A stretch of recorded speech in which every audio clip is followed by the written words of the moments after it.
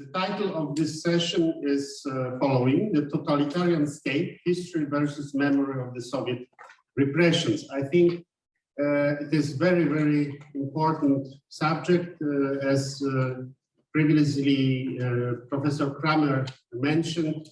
Without history, without memory, we cannot be sure if the totalitarian system would not fight back. And this is actually what is happening in China and in Russia. As Professor Kramer already said, where no academic reflection took place on the subject of their totalitarian past. So the first lecturer will be Dr. Takhmina Aslanova from Baku State University in Azerbaijan. Hello, Takhmina. Takhmina is not. Hello. Is not in this room, but thanks to excellent wire connection, we can hear her and see her. And her lecture holds titled "The Role of Public Consciousness on Changing Political Environment in Post-Totalitarian Societies, the Case of Russia." Dr. Takhmina, the floor is yours, please. Thank you very much. With your permission, again, I want to introduce myself. I am instructor, senior lecturer at Baku State University, Baku, Azerbaijan. And my research area is colonial and national policy of both Tsarist and Soviet Russia toward the peripheries, including Azerbaijan. Today, Russia's policy as a successor of totalitarian Soviet Russia toward the former Soviet republics not much changed, and my research interest is to investigate the favorable conditions such as public consciousness, the imperialistic mindset of the ordinary people, which serves to the reemergence of the authoritarian and totalitarian regimes and have not less responsibility in the problems that we are facing today. Totalitarianism is not only the threat only for internal life of that country, and not only a threat for the people, for the social structure. At the same time, it's a threat for the foreign policy as well.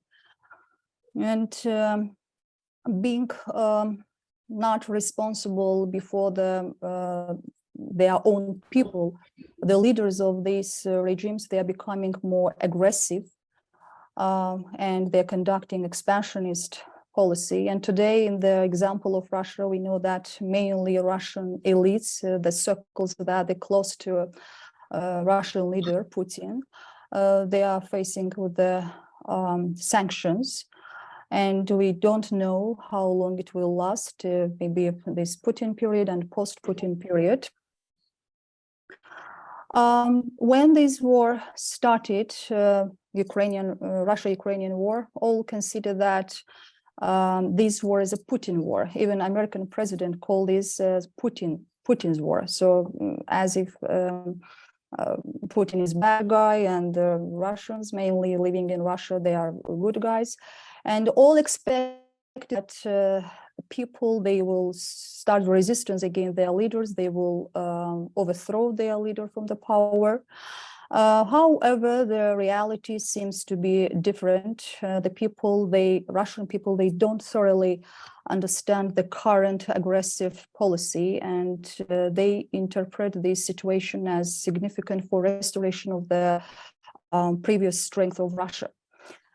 So in their rhetoric, when we hear that they call this as special operation. So in the interviews, even they say that, yes, this war is bad. There are losses from both sides, but sooner or later this should be happen. And for this, for Russian people, actually, the improvement, mainly the power associated not with the economy, not with the innovations, not with the technology, but mainly to get large territories to extend their borders. And I just want to also mention the reaction of the world, because it's also important. Mainly the first reaction against the Putin's aggressive policy comes from the post-Soviet countries. And it's understandable because they are more familiar with the nature of this kind of regimes. And when these countries, they warned Western countries about this, Western countries always hesitating. It's recall me the period of Hitler period when 1938, before Munich conference, there were held 2 conferences, and our British Prime Minister Chamberlain appeasement policy, and they gave chance, so they hoped that Hitler will stop, but after Sudet he took whole Czechoslovakia. The same also with Putin. That's why I just want to read the quote by Volodymyr Zelensky, Ukrainian president, and he called mainly Russian middle class to press their leader. And he said that these people, the whole population can't be held responsible. Can it? It can. The population picked this government. They are not fighting it, not arguing with it, not shouting at it. Don't you want this isolation? You are telling the whole world that it must live by your rules. Then go and live there. This is only way to influence Putin. And this is, yes, you can see, this is also the data, how some European countries, they're supporting NATO to send arms to the Ukrainian government. Poland, only 50% of the population, they supporting this idea. United Kingdom, only 43%. In France, 33%. United States actually to be a little remote from this geographically from these territories, but 46%, a little bit better than other indicators. And these data, first of all, I want to draw your attention to the first data about Donbas and Luhansk, this disputed, so-called disputed, why I'm saying so-called, because this disputed, this word, Russia leaders, they like this word.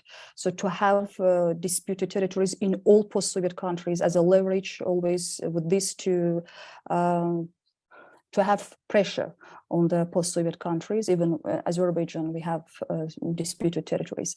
About Donbas, only 10% of Russians, they are for remaining Donbas as a part of Ukraine. So it seems that 90% they are for, they want to see Donbas as a part of Russia. And this is also showed that only 83% of the Russian population, they approving Vladimir Putin as a president of Russia. Only 15% of population they disapproving, and you can see that this data start from August 2014 till June 2022.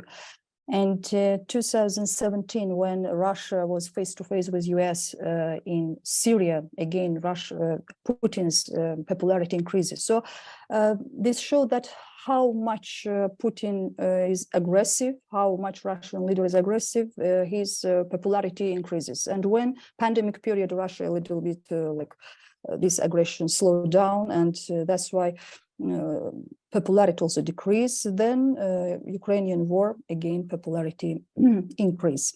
And here also we can see that from the annexation, seizure of Crimea, the indicators, the percentage of population that supports Putin increase.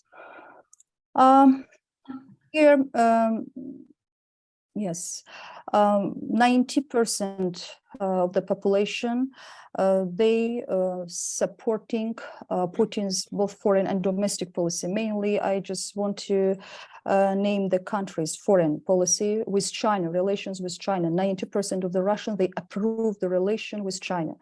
But today I read that Chinese and American leaders, they agreed to present the unique position towards Russia. Actually, it's good news. So it means that Russia will stay alone. Relations with US, 85% of Russian people, they support this. It's a tense relation and they're supporting this. Relations with Ukraine, 83% of Russian populations support this war. And with relations with European Union countries, 82. Corruption, actually, 21st century, and the people is supposed to struggle with corruption, with bureaucratic regime, but 62% of Russian population, they agree, they see this as usual part of their life. And here I put a very good quote of Prime Minister of Poland, Mateusz Morawiecki, that give the very correct and laconic definition for Russia. This Russia is totalitarian, it's nationalistic, it's imperial, and this Russia wants to reestablish the Russian Empire and a post-Soviet Union type of state. Absolutely right. And today we know that there is plan by Russian leaders to create a Eurasia Economy Organization that with this, not with the name of Soviet Union, but with this they want to restore the former Soviet Union and to include all post-Soviet countries into this organization. Here we can see that how Russians mainly they blaming sanctions by Western countries and also falling oil prices for their economic problems. We know that the problems in Russia start mainly after the dissolution of the Soviet Union in 1991, and instead of condemnation of their government policies, they are mainly seeing Western sanctions and falling oil prices as a main reason. What Russians fear? So firstly, anti-West sentiment is dominant among Russians, and they are also fearing empowering of minorities. 15 republics, how they became independent, including Azerbaijan, but they're also fearing that these minorities, how still within Russia, Chechen, Ingush, Kalmyk, they fearing that these minorities also will demand independence. They fear uneven distribution of wealth. They fear the loss of Russian territory because Russian territory is a main, so they see this as a main factor to be powerful. So they are like, see their leaders as a great, powerful leader that will return back the previous power of Russia. And loss of habitual life. So they don't want to be under the influence of the West. They're afraid of that. This Western influence will destroy their habitual life. What Russians want? Yes. Why? So I want to say that as a post-Soviet country, we are very close to Russia, and Russia is our north neighbor. And even today in Azerbaijan, in Baku, there are many Russians.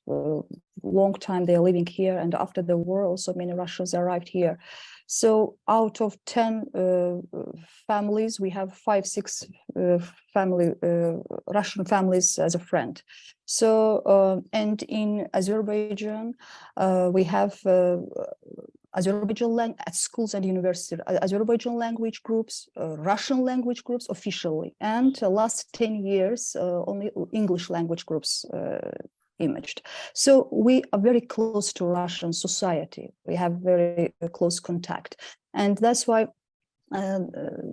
we know better what Russians want. They want the Russian society's ideological orientation still long for the returning of the old social order, and desire for the prevalence of state ownership of enterprises stems from unsuccessful economic reforms after the fate of Soviet Union that failed to meet the expectations of the Russian middle class. Economic prosperity, Russians believe that restoring the lost territories would bring the economic prosperity alongside.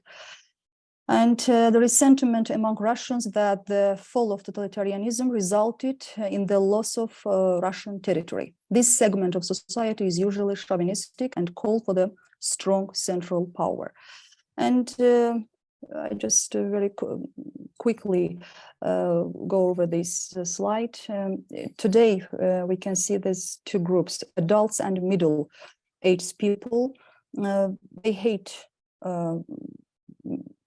West, they hate America, but they are relation to the post-Soviet countries good because of the friendship slogans and propaganda of the Cold War period and Soviet period. But young generation, they are mostly West-oriented.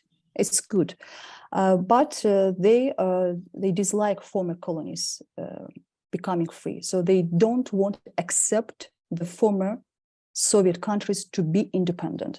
And today, advisor of Ukrainian President Alexei Arestovich, he mentioned that we think that after Putin, if liberals, more pragmatic forces, they come to power, everything will be okay.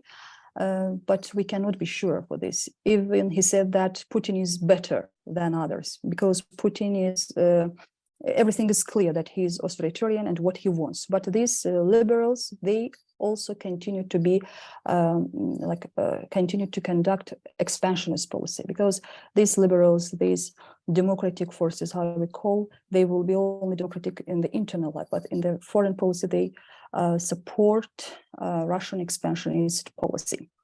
And Russian refugees, this is also from one article where I read that Ukrainian refugees and Russian refugees, they are in the same country, in Finland, and Ukrainian woman named Alyona, she's complaining that why are Russians here? They fled their country, and it shouldn't be understood that they are against the war. If Russians left their country because they just don't want to participate in these military operations, they don't want to lose their life. And today we see that mainly minorities within Russia, they are mainly recruiting to the military service. And Alyona complaining that these Russians in Finland, they continue to listening the propagandistic speeches of their leaders, they supporting their leaders. And slightly, I just want to show you, maybe for the students, it will be interesting. And I recommend the students, young generation to, again, I think, maybe I hope that they read some works of Russian famous writers, Lev Tolstoy, Fyodor Dostoevsky, Nikolai Gogol, Pushkin, Chekhov. So even in their works, we can find that anti-war sentiment and the desire, so the support of expansionist policy of Russia, Tsarist Russia.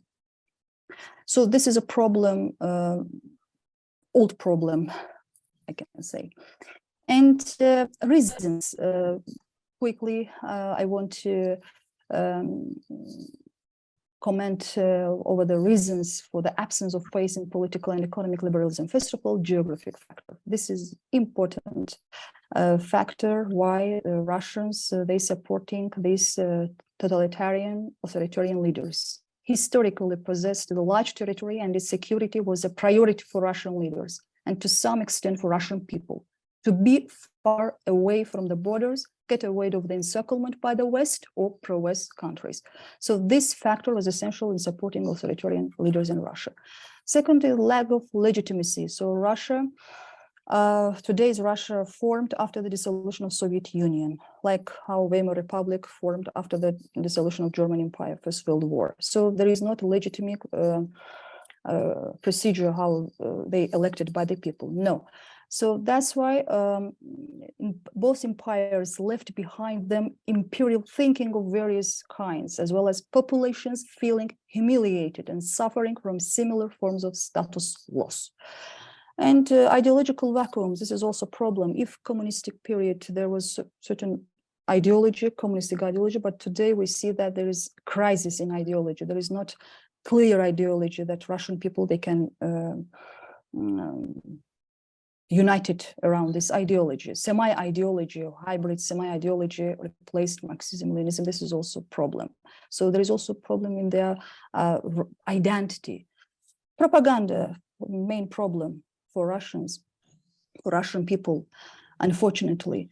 Brainwashing the ordinary people in existence of enemy in the outside. It's also the practice of Stalin period. So when we are reading, how Stalin always show United Kingdom as their enemy. So, and with this justified all his actions, all his policy. Stalin personally has recently been idealized by Putin, how Stalin himself idealized Ivan the Terrible.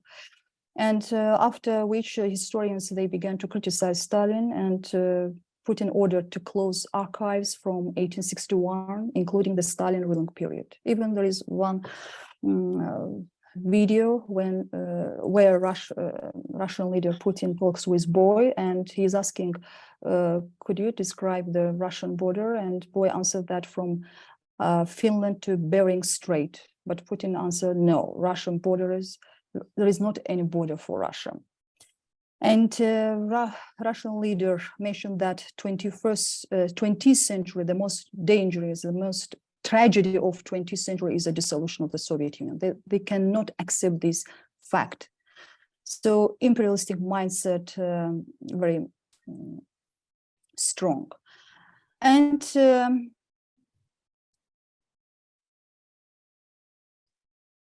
yes, and here we see that Russian people, they're celebrating Victory Day on 9th May, and we see that how Russian people, they wore the uniform of Soviet period, and this is ribbon with red and black stripe. This is also a symbol of imperialism. So they intentionally or non-intentionally supporting imperialism.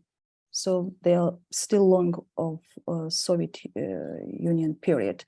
And it's the last slide. I'm trying not to take your time. The problem of Russian identity. If European countries, when they say state, their main association is a Commonwealth. But in Russian language, state, держава. Держава in Russian language, and the root of the word держать, to keep. So a conception in the Russian rhetoric, keeping all neighboring countries within himself. Kale is about how he would manage to restore, rule, settle, but first of all, to get benefit from these territories. And historical trauma. This is also important. 2 times in history, I can say that Russian people got the trauma. First, after First World War, Brest-Litovsk Treaty, when Russia lost many territories, only a few of them could return back during the Second World War. And the second trauma, dissolution of the Soviet Union. And the third factor, Russians always, they see themselves as a big brother of Slavic people, protector of entire Slavic culture, and also they deny the historical heritage of Slav nations, how they deny Kiev Russian state to be the first state of Ukraine. And some are witnesses, so they see themselves special, as a special civilization, not East, not West. We are specific. So that's why it's like they're trying to justify what they are doing. My students, they are complaining that why they have contact with Russian students, they have friends, they say that we cannot find a person that deny and criticize the colonialistic, imperialistic position and policy of Russian leaders. This is really important problem. that I don't think that solution, I don't see the solution of this, where we should start, what we should do. Thank you very much. Thank you very much.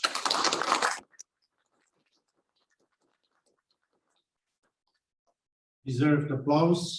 Thank you very much, Dr. Aslanova, for this very factual, nurturing, and insightful lecture. I was surprised with your data regarding Polish support to the militarizing Ukraine with NATO weapons, but maybe we could talk about this subject later after the set of lectures. The second lecturer is Mr. Dr. Mykola Brywko from National Historical and Memorial Reserve. He's now in Kiev under shelling. So it is a kind of miracle that we have electricity and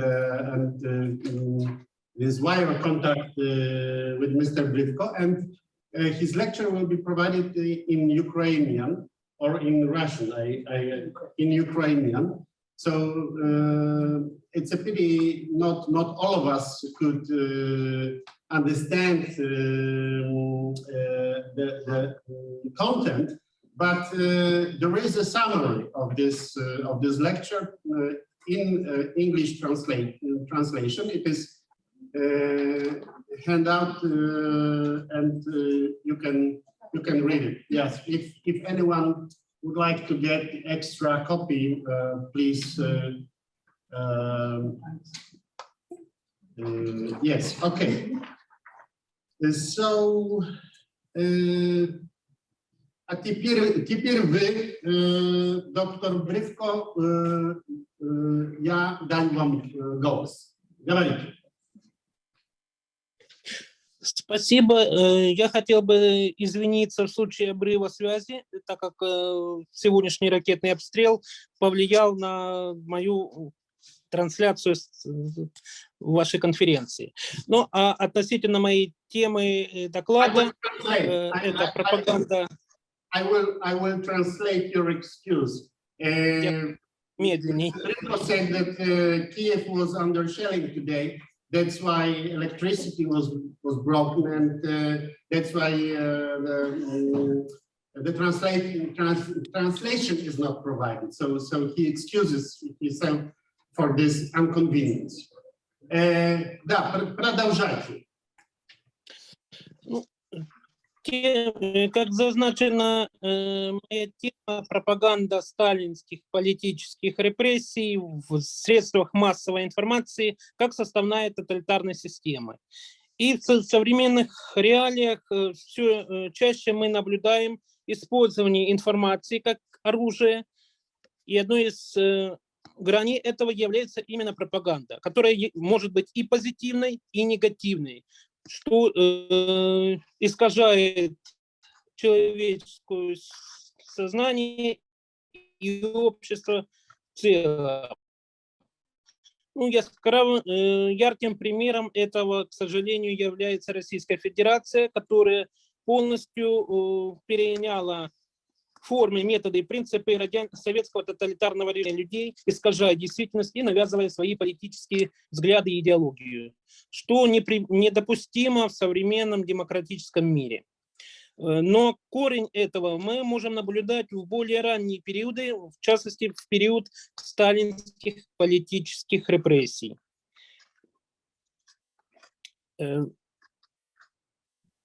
Поэтому изучение пропаганды и политических репрессий является в средствах массовой информации является очень актуальной сегодня в контексте понимания механизмов ее осуществления и в контексте влияния этих пропагандических средств на общество. Начиная период Великого террора, Сталин 3 марта 1937 года в своем докладе фактически обвинил троцкистов врагами советской государства, которые на его мысли превратились в беспринципную и безыдейную банду вредителей, диверсантов, шпионов и убийц, служащих по найму в иностранных разведывательных органах. При этом он акцентировал увагу на проведение новых методов разгрома и выкорчевывания. Это стало четким указателем для органов НКВС, которые начали фактически уничтожать так называемых врагов народа. Ну и, соответственно, был новый толчок в пропаганде, в средствах массовой информации по борьбе с врагами народа.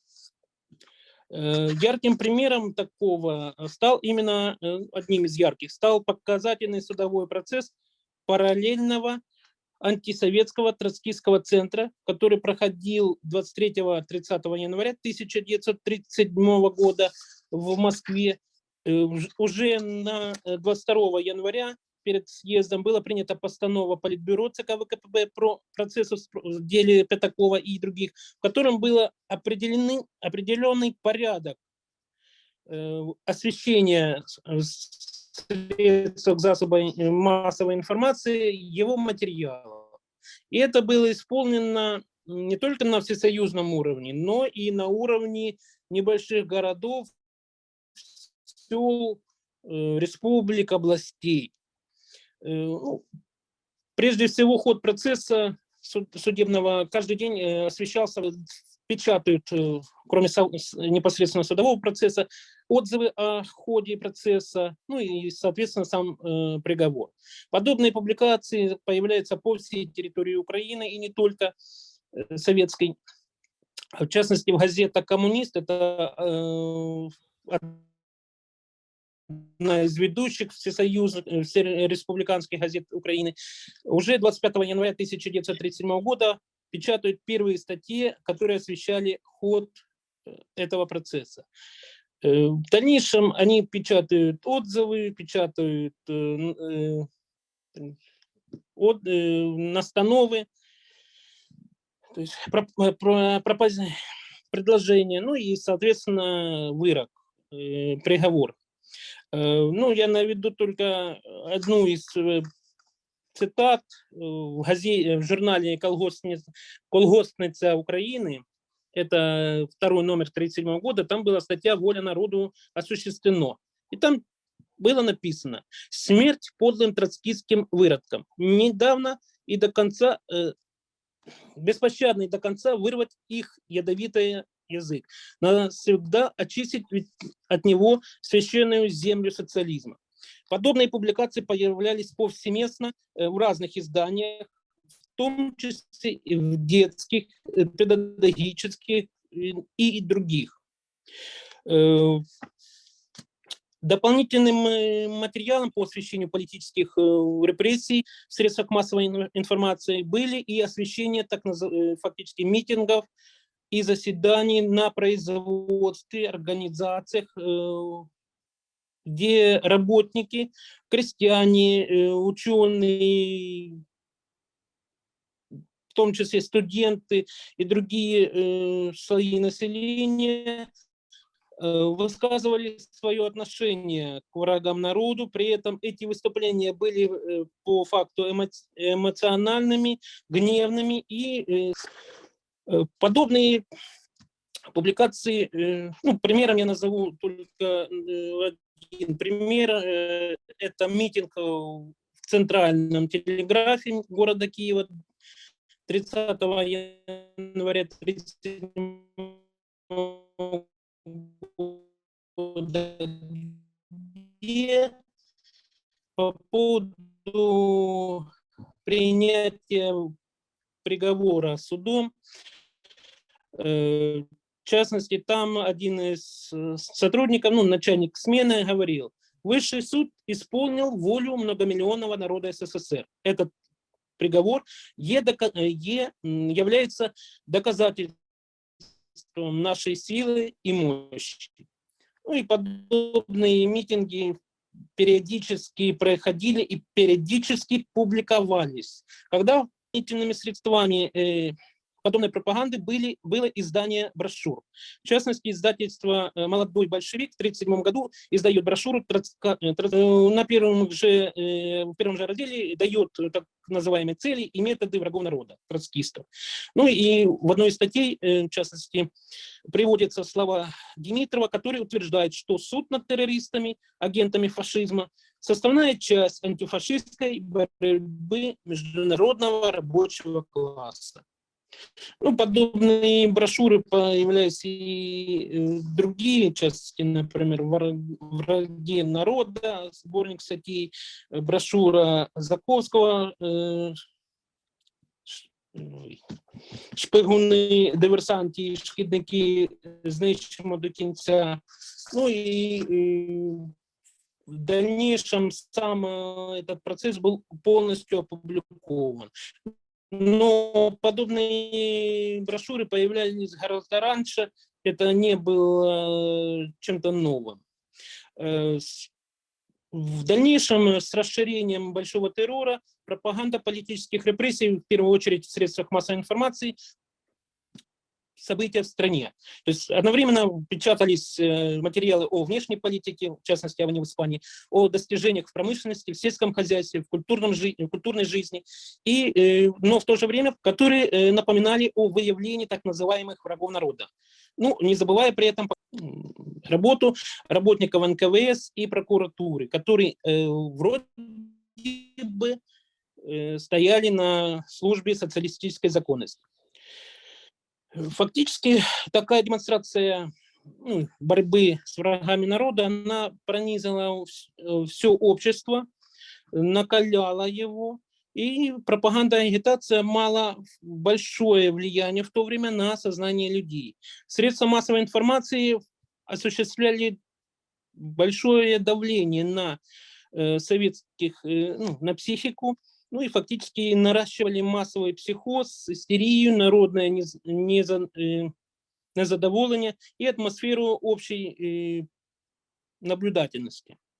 Ну, я приведу только один пример. Я надеюсь, презентацию можете увидеть, там более прочитать эту цитату, воспоминания Григория Тараненко. Это житель города Снежной Донецкой области, который уже вспоминал в наше время, вот, когда он учился в школе, как раз в 30-х годах, то он 1920 года рождения, то на шахте произошла авария. Врагом народа объявили главного инженера, а дочь главного инженера, она училась в его школе вместе с дочерью директора. Они были подругами. И когда произошла эта авария, подруги фактически перестали между собой общаться, а до этого они были лучшими подругами фактически. А ученики младших классов, пробегая мимо, кричали «враг народа, враг народа». И таких примеров, к сожалению, можно назвать очень огромное количество, особенно в детских коллективах. К сожалению, подобные примеры сейчас появляются и в Российской Федерации, и на оккупированных территориях. Фактически мы видим, что литература и средства массовой информации с середины 1930-х годов так или иначе касались проблем политических репрессий, но имели исключительно пропагандистско-прикладной характер. Главными идеологами было высшее партийное и советское керівництво, руководство СССР во главе вместе с Сталиным. Их работы и выступления о наращивании классовой борьбы и уничтожения других классов можно расценивать как социальный заказ и последовательную политическую задачу, направленную на расширение террора.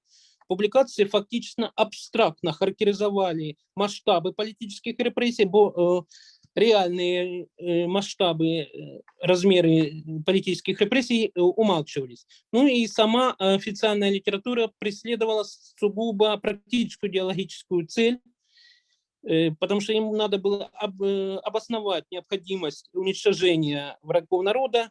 Ну и кроме того, эти публикации создавали в обществе атмосферу страха, агрессивности и подозрительности. И все институции общества, социальные, частная жизнь, она была не было свободно от идеологического влияния и пронизывалось идеологической нетерпимостью, ненавистью к врагам народу и оправданием государственного беззакония. Фактически подобное мы видим, к сожалению, в современной Российской Федерации, которая на сегодняшний момент осуществляет военные действия против моей страны. Спасибо за внимание.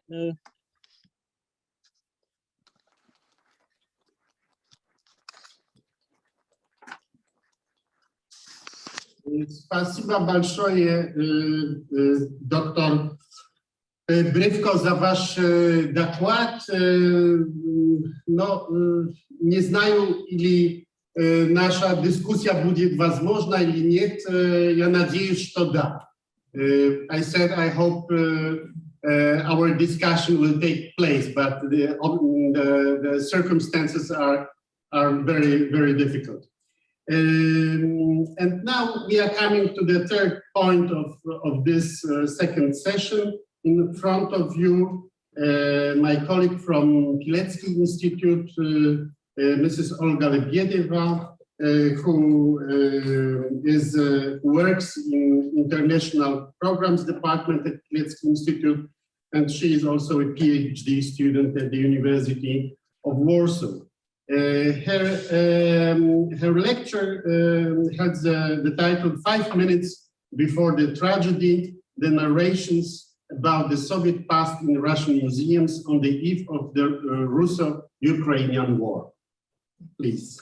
Thank you. So we already mentioned the Russo-Ukrainian War.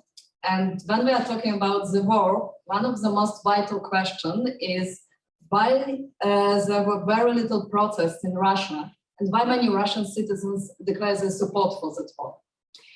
To answer that question, I'd like to focus on the Russian politics of history. I'm strongly convinced that the scale of support for war among Russian citizens is deeply rooted in the politics of history. As we know, politics of history utilized a variety of means and methods of promoting the one and only correct view of history.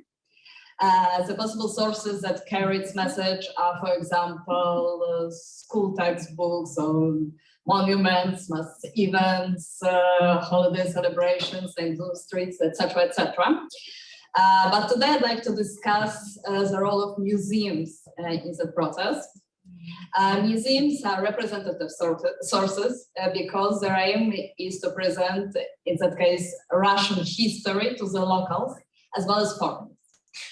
All Russian children must visit museums during the school year, so those are popular places for the Russian people to come face to face with the history of their own country.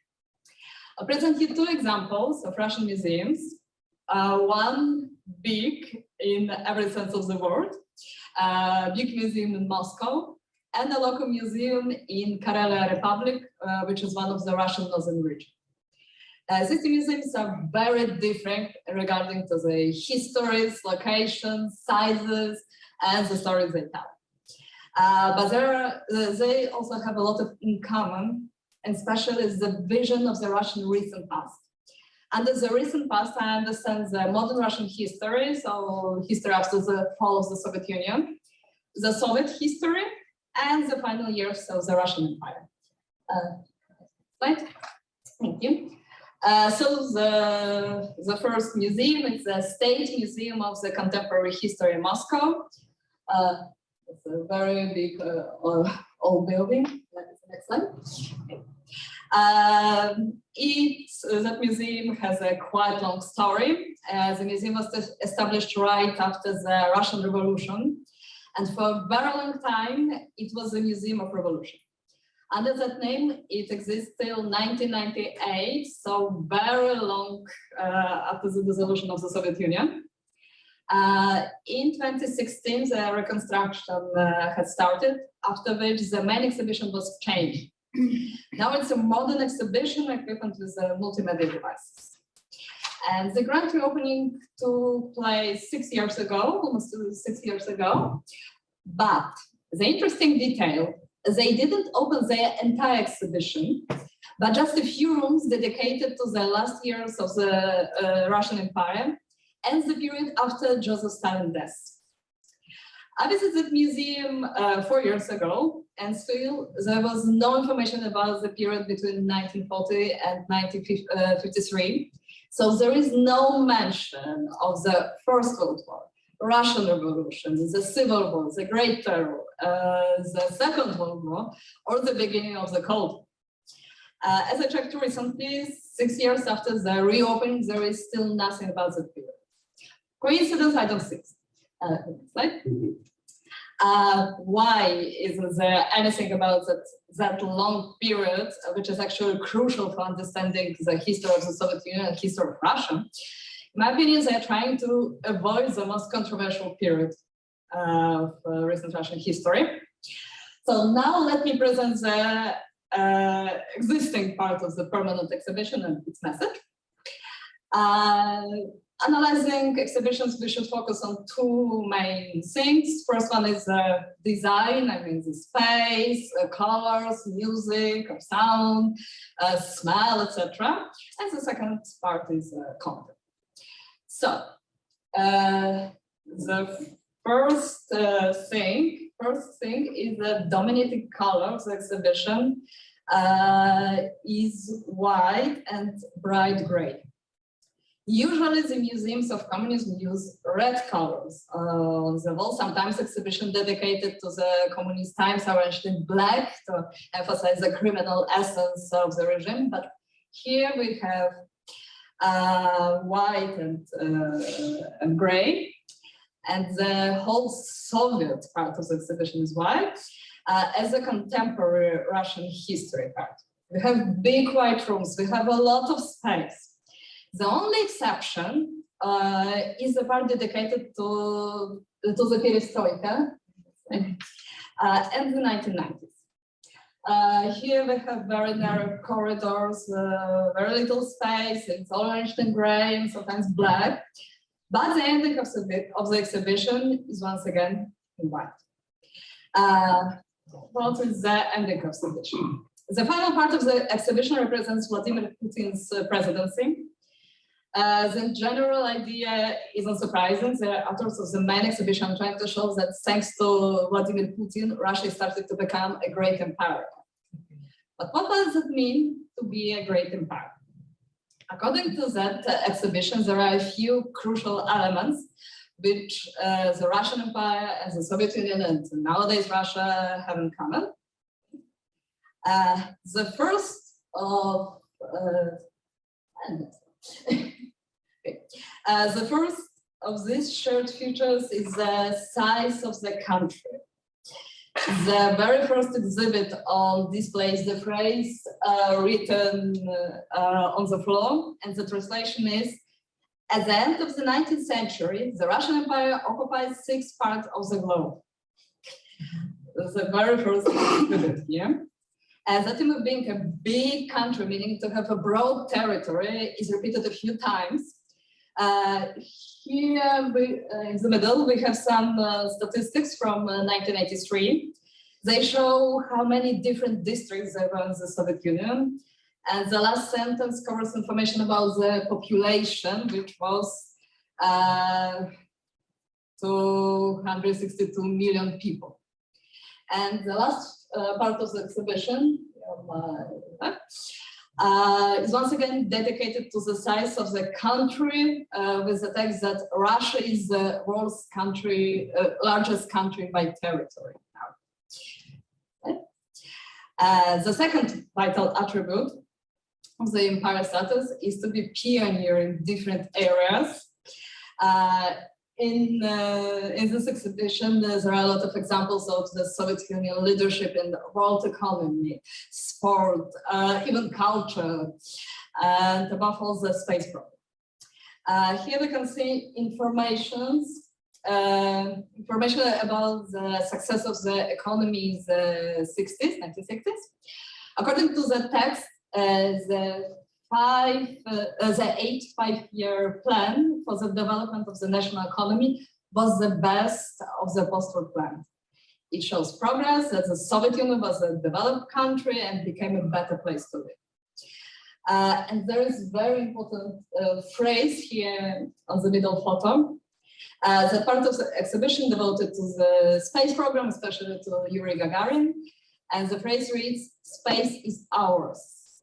And it bears a direct association with the Russian nationalistic slogan, "Crimea is ours," Krym nasz. The vital thread here is the topic of international relations.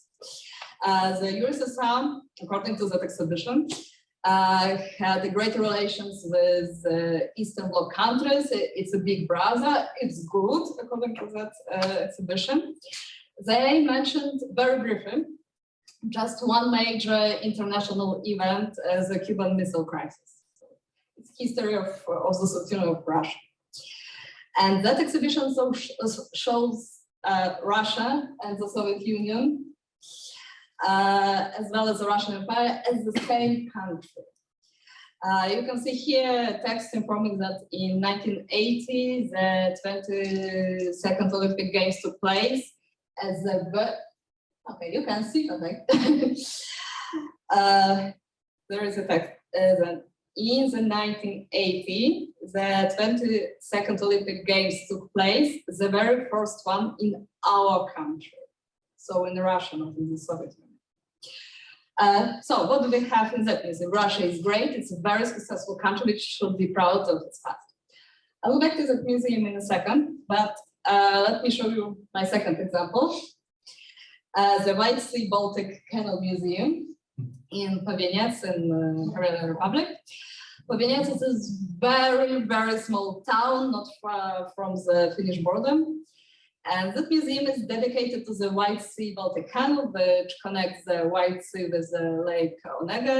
It was opened in 1933.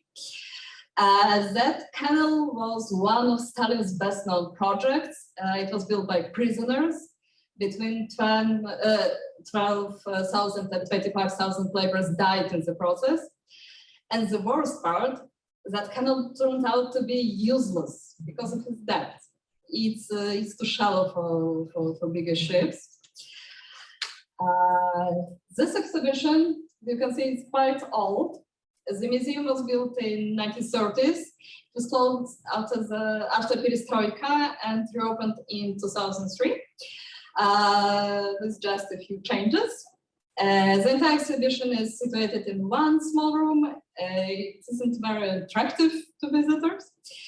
Despite the size of the exhibition, the content which is pretty wide, the exhibition narrative begins in the 19th century when the initial idea of the future canal was developed, and it ends after the Second World War. But there is also some information about the contemporary opinions on Joseph Stalin in the Russian society. However, the bulk of the exhibition is dedicated to the process of building the canal. What is important is the main message of the exhibition. The authors show the White Sea Baltic Canal as a great project and the concentration camp as a place where a person could be re-educated. So the concentration camps and generally forced labor have advantages and a positive effect on the Soviet society. So, here in this photo, we can see some tools the prisoners used when building. According to the narration, there was a lack of tools and only one horse was available. Usually, it's an indicator of poor economy and bad management. But here, exhibition shows that problem in a positive light. The lack of tools posed as an opportunity for the inmates to show their commitment to the canal building. Also, the fact that canal was built in such difficult condition proves that the inmates were determined to complete that project, whatever it took. What about repressions? According to the museum's narrations, there were no repressions. And Stalin was a great manager. Actually, in the museum, they talk a lot about Stalin, and especially about his role in the Second World War, in victory in the Second World War. And the narration is quite interesting. Here you can see some fragments of Russian tabloids with conspiracy theories. For example, here we can see a newspaper with an article about Stalin who could conquer London because according to the exhibition, because Aris wanted to start a war with the Soviet Union in 1945. So why is that museum is so important? Because a lot of Russians will never visit, for example, the Gulag Museum in Moscow, which shows the repression as a tragedy for the Soviet society. But all Russians will visit small museums in their hometowns, where they will hear the story of the great Stalin and the great Soviet Union, wherever no repressions. So here they have two museums, despite how different they are. They show us a specific picture of the Russian past. According to the narrations, the Soviet Union as well as the Russian Empire was a great country. That the countries paid respect to Russia because of its size, successes in different fields, the role in the victory in the Second World War. Even the repressions are being shown in a positive way, and Stalin used to be a good ruler. And the special detail of that narrations, these two narrations, they are very nationalistic. They don't say the Soviet Union consisted of Russia, Ukraine, Belarus, Azerbaijan, etc. And our successes was our common successes, our fellows, our common fellows. It's only Russia. Of course, we could say that those two museums are controversial, or stupid, or some kind of funny, but there is one important thing. The narration of these two exhibitions isn't unique. You can find a lot of similar museums in Russia talking about the great Russian past. Trying to convince the Russian citizens for supporting the war, Vladimir Putin keeps using a lot of historical or pseudo-historical arguments why Russia must take the Ukrainian territories back. And a lot of Russian people will admit he's right, because they have that picture of that great Soviet and Empire past, and they will understand why does he want to recreate that empire. So that's how the memory of the past was presented just before the Russo-Ukrainian war. So the museums are very dangerous tool of the politics of history.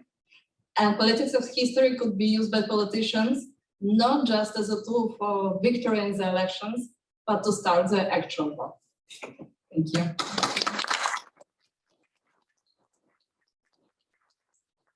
Thank you, Olga, very much for your very inspiring lecture, offering a glimpse into the official historical narration of contemporary Russia. Could we re-establish our connection with our colleagues abroad? Yes. Okay, I can see Mr. Brivko. But is Dr. Aslanova also together? Okay, I see them all. So I open our short, but I hope intense discussion after those three lectures. I would like to start with my own question towards Dr. Takhmina Aslanova. Could you tell us more about sources? Where did you get those data from? According to whom only 50% of Polish population support military help to Ukraine. I thought the number of supporters is much higher. I was surprised with that. Thank you very much for the question. Yes, you are right. Me also surprised when I saw this, because Poland mainly bordering with Russia, and being aware of the tragedy of the communist regime, being more informative about Russian policy. So we expected that the percentage will be higher. Pew Research Center, actually, I think many uses the results of Pew Research Center. This is one of the most reliable source, and their methods the way of service of this center can be considered as reliable, and many academicians, so in the academic articles, in the investigations, so the Pew Research Center mostly can be cited. And if you want, I can now share the article where from I got this information, and at the same time the research methods, survey methods of Pew Research Center if you want, or I can send you. Thank you very much for the explanation. I can see that there is a lot of to-do still in Poland. According to your main statement that consciousness is a key factor regarding awareness of political situation. Professor Kramer. I have two questions. This is a follow-on to that question. At least the Pew Research Center survey from mid-September with regard to the United States showed, I think it was 69%, whereas you have 43%. So I'm wondering, is that, what was the period that you were looking at? There may have been a difference in that regard, but otherwise it was a lot higher. Yeah, 50% higher. Yeah, it's the same. Yes, it's the same in Poland. It's like in September, it's like 70% for sending heavy weapons. So yeah. Okay. Have you heard the question, Dr. Aslanova? Not clearly. Not clearly. Unfortunately. Yeah, if you briefly give the main content, what's the question? I don't dare to summarize Professor Kramer. So if you could come to the stage and say it towards the camera, maybe it would help. Okay. So I had a question as well about the Pew The Pew Research Center survey from mid-September, I think it was the 15th to 18th of September, showed that in the United States, support for providing weapons to Ukraine was about 69%, which is about 50% higher, or more than 50% higher than what you show there. And similarly, with regard to Poland, it was up around 70%. So it figures a lot higher than you were showing. So it's still not clear to me where the data that you had came from. That is, that Pew breaks it down between those who strongly support it and those who partly support it. So I'm wondering whether you're looking only at the strongly support. And I also had a question for Olga. Please. But Olga, the Karelia, in connection with the Soviet-Finnish War, is there anything about that in the museum there, or is that simply ignored? Okay, so Mrs. Aslanova, Dr. Aslanova, would you like to make a comment on this question? Yes, actually, I understood that. So the recent result of this Pew Research Center about US people that support the nuclear, support the arms by NATO to Ukraine increase. So the percentage is high. Actually, my data from Pew Research Center dates back to 2015. It's after Crimea was seized by Russia. And you mentioned, Doctor mentioned 2020. So yes, it's older than. Yes, the figures change, and it's good that it's increased, but it will be better that after 2014, even after 2008, when Russia-Georgian war happened, all Transcaucasian, so we Azerbaijans also were regretted why they were not in support for Georgia from Western countries. So it means that how the aggression from Russia increased, then the reaction determine or certain reaction from the European countries, from America also increase. Yes, agree. Yeah, this brings a flavor of optimism into our discussion. And now, Yes. Olga, please. Yeah, about Finnish war in the museum in Pileckiego. Actually, there is something about that war. Not quite much. There is a long list of the Finnish concentration camps in the Korean Republic. The biggest one, according to that exhibition, was in Pietrozavodsk. And there are children photos. They show the photos like that photos were taken in the Finnish camps, but the main source is a Russian newspaper, Russian newspaper, Argumenty i Fakty. I don't know if in the US you have the same kind of paper. It's more about some. Sorry? Tabloids, yeah, it's a tabloid, yeah. Yeah. So yeah, the photo children from the Finnish camp tabloids, that's the main source about the Finnish war. Thank you very much. Bartek.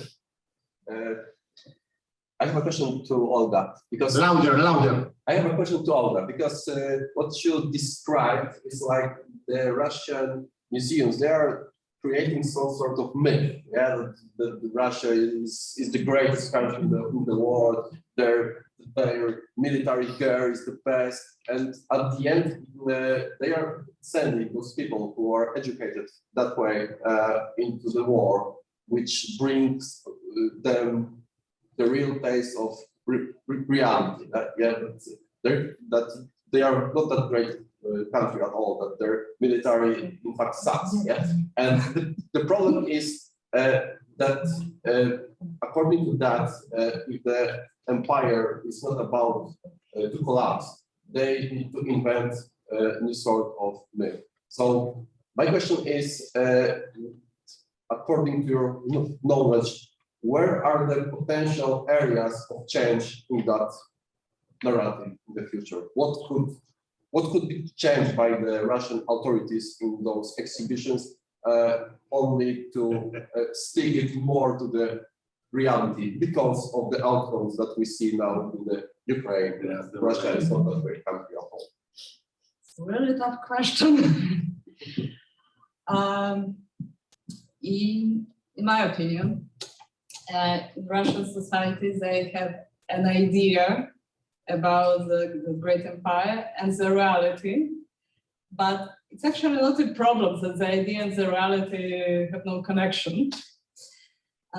So maybe in the future, they would add more about wars, about recent wars, in Abkhazia, in Georgia, in Moldova, in Ukraine as well, to show that Russia tries to protect post-Soviet countries, maybe in that way.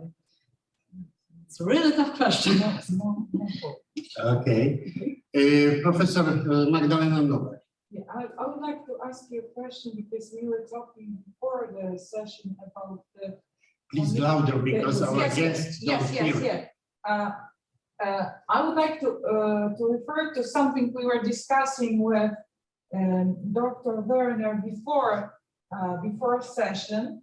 We were talking about stories in the family memory, that we know that in Poland, those memories played a very important role in abolishing communism, in overcoming propaganda, which was very strong and totalitarian, we could say, in communism times. And nevertheless, we managed to establish independent sources of information that that we could use to resist propaganda, and we, just a society at the end of communist times, knew that what is presented in the museums, in television, was all lies. So the most important label we could see in the streets was "Telewizja kłamie," television is lying. So everybody just knew that it is not true and never believed that. And this, I'm referring this question to the reality now in Russia.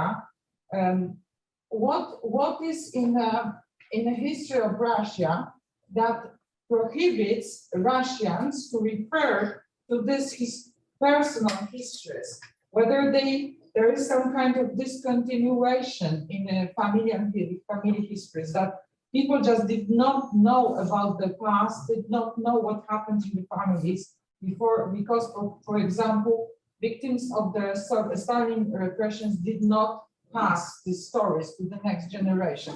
So can you just try to explain this phenomenon? Thank you very much.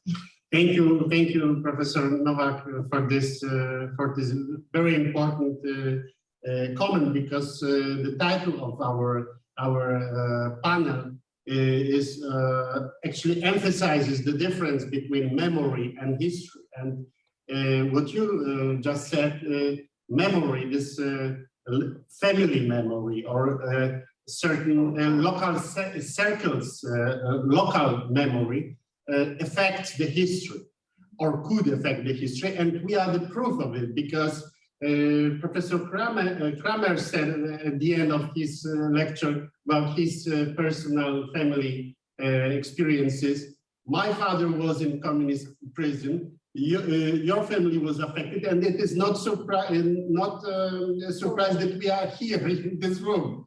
I mean, without this knowledge, this family knowledge, probably we would not have strength to deal with the history. And in Russia, you know, there is a joke in Russia from Soviet times that our society is generally divided between guards and prisoners.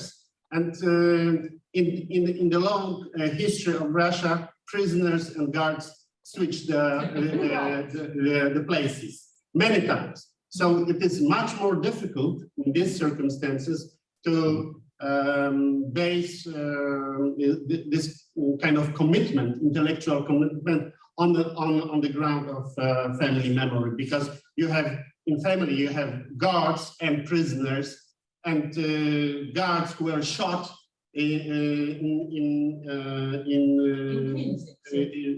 Czystki, yes, so they are martyrs. You know, there are guards who are martyrs. So I'm sorry for interrupting, but this touches upon very sensitive subject. Okay, I can say for every Russian family. I'm from St. Petersburg.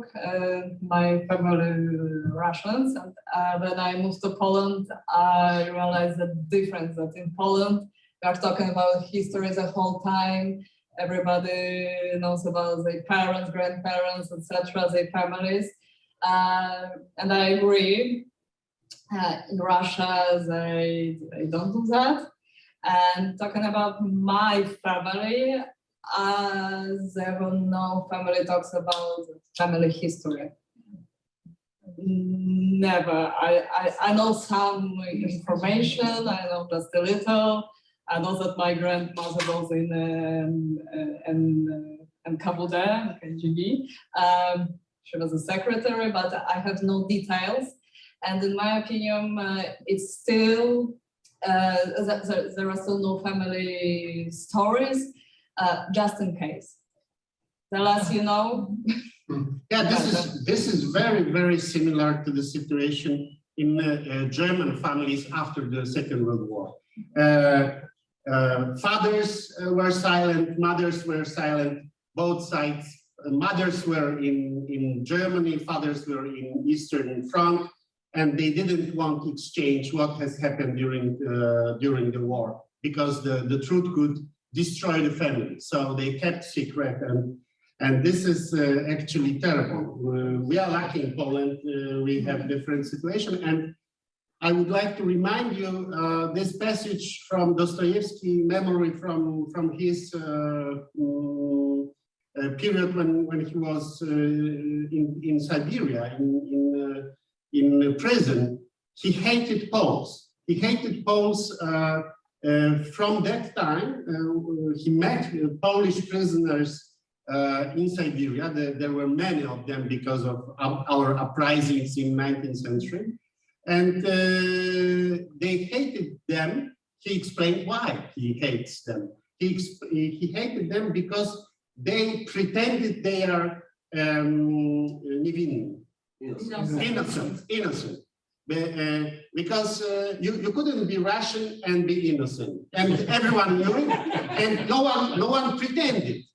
And Poles tried to be above this situation, and we were innocent, and it is very bad neighbor who attacked us, and they put us into the prison. And I think this relationship still remains valid for nowadays. It's a pity. It's a pity. Dominika. Follow-up question to previous comments. This phenomena described by German sociologist and historian.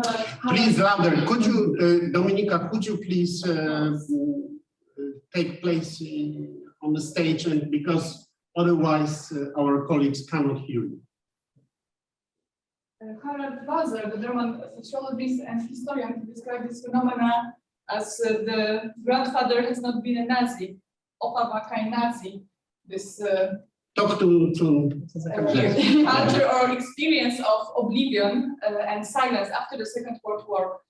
But as we see on the German example, of the 80s and 90s and recent developments, this rediscovering of the history and family histories of the Second World War, this complicity has happened just in the third generation, to say. Do you think that the current war in Ukraine, this Russian aggression against Ukraine, can be this factor that will shape this new movement, or this will change this view on the family history, individual histories, and the view on the Second World War in Russia, or that's not this factor? Maybe there are others that would bring or start this development. What do you think? I don't think so, to be honest, because it's a longer process to include the family stories in the general narration. Of course, there are some sources and there are some institutions like Memorial, which doesn't exist anymore. And they are trying to talk more about family stories, stories of people, not of the whole society. But in my opinion, I'm not optimistic in here, the Russo-Ukrainian war won't change the situation. Okay, thank you very much. Professor John. Yeah. Is it possible we could compliment our colleague in Kiev? I never thought I would go to a conference where you would make a presentation while Russian missiles were falling in your town. This is true. So we appreciate him making this effort.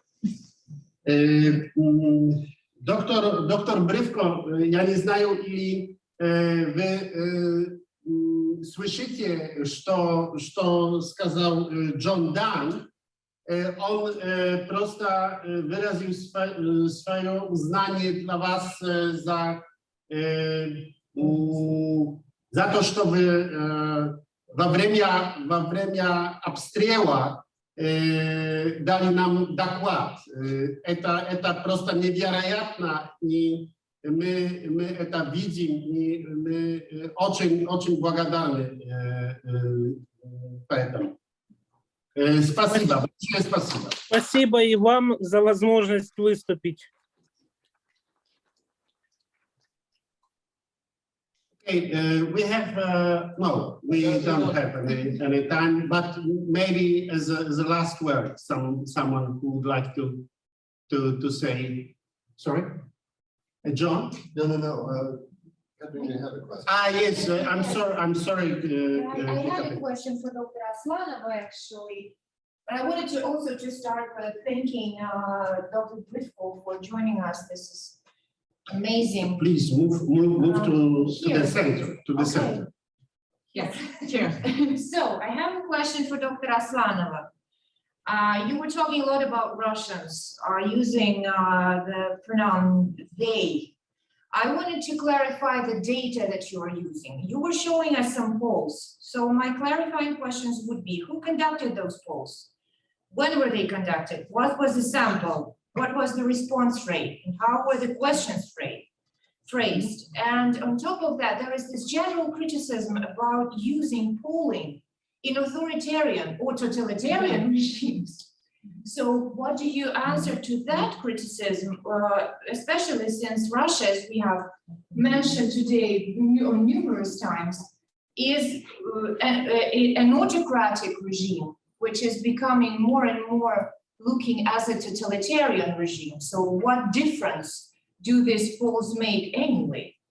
And I have also a brief comment for Olga, and maybe relating to what you said about what's wrong with this memory of Stalinism and why it's not working the way it is working. I actually remember this museum in Provinets very well.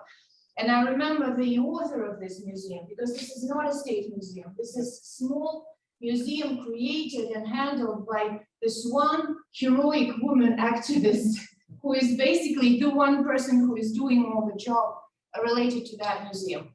So my suggestion to you, but maybe you would like to consider this idea, that for people to say that all the suffering and deaths of their relatives was completely senseless, that they just died and perished for nothing, it is unbearable.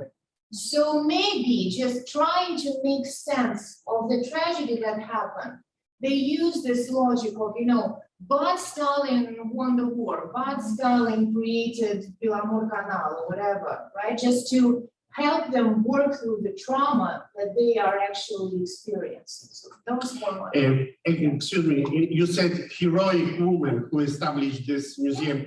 In what sense she is heroic if she repeats the general narration of Russia?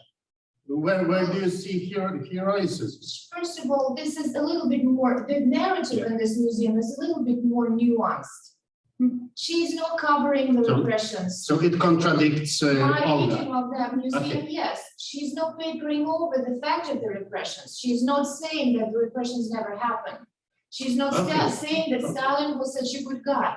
But she is trying to make sense of what happened in her own way. Heroic in the sense that this is a tiny city, tiny community. And this is basically the only cultural institution in the city, and heroic in this sense. She's not getting any money out of it. Yeah, in the economical sense, heroism. Yeah, in the sense of the resources that she is investing into something that has, well, it's just that she's doing it for the community as best as she can. Maybe I disagree with her reading of history. Yeah, she praises Stalin, for instance. She does not praise Stalin. She does not praise that's Stalin. what Olga said. It's much more complicated than just praising Stalin. But heroic in the sense that she is investing her money and time and resources into creating and upholding this cultural institution, which is the only institution in the vicinity, in the area, where people can go to and spend some time and read some books. not only about Stalin. This is not a museum about Stalin. No, but we saw the article in which we could read that Stalin could take London, and she was proud of it. So in this sense, she praises. I don't know if she was proud of Stalin No, taking over no, London. what was the reason to present it into this in this museum? As someone who studies in museums, I think that lots of things can and should be So presented. this is objective artifact. You mean, okay. You've heard the question, and now we are going to listen to answers. Olga. Okay, I read that museum of Pogonia maybe a little different. And I was talking about exhibits, but you're right, there is a woman, she's a director and a tour guide at the museum. She's 60s, in her 60s, I guess.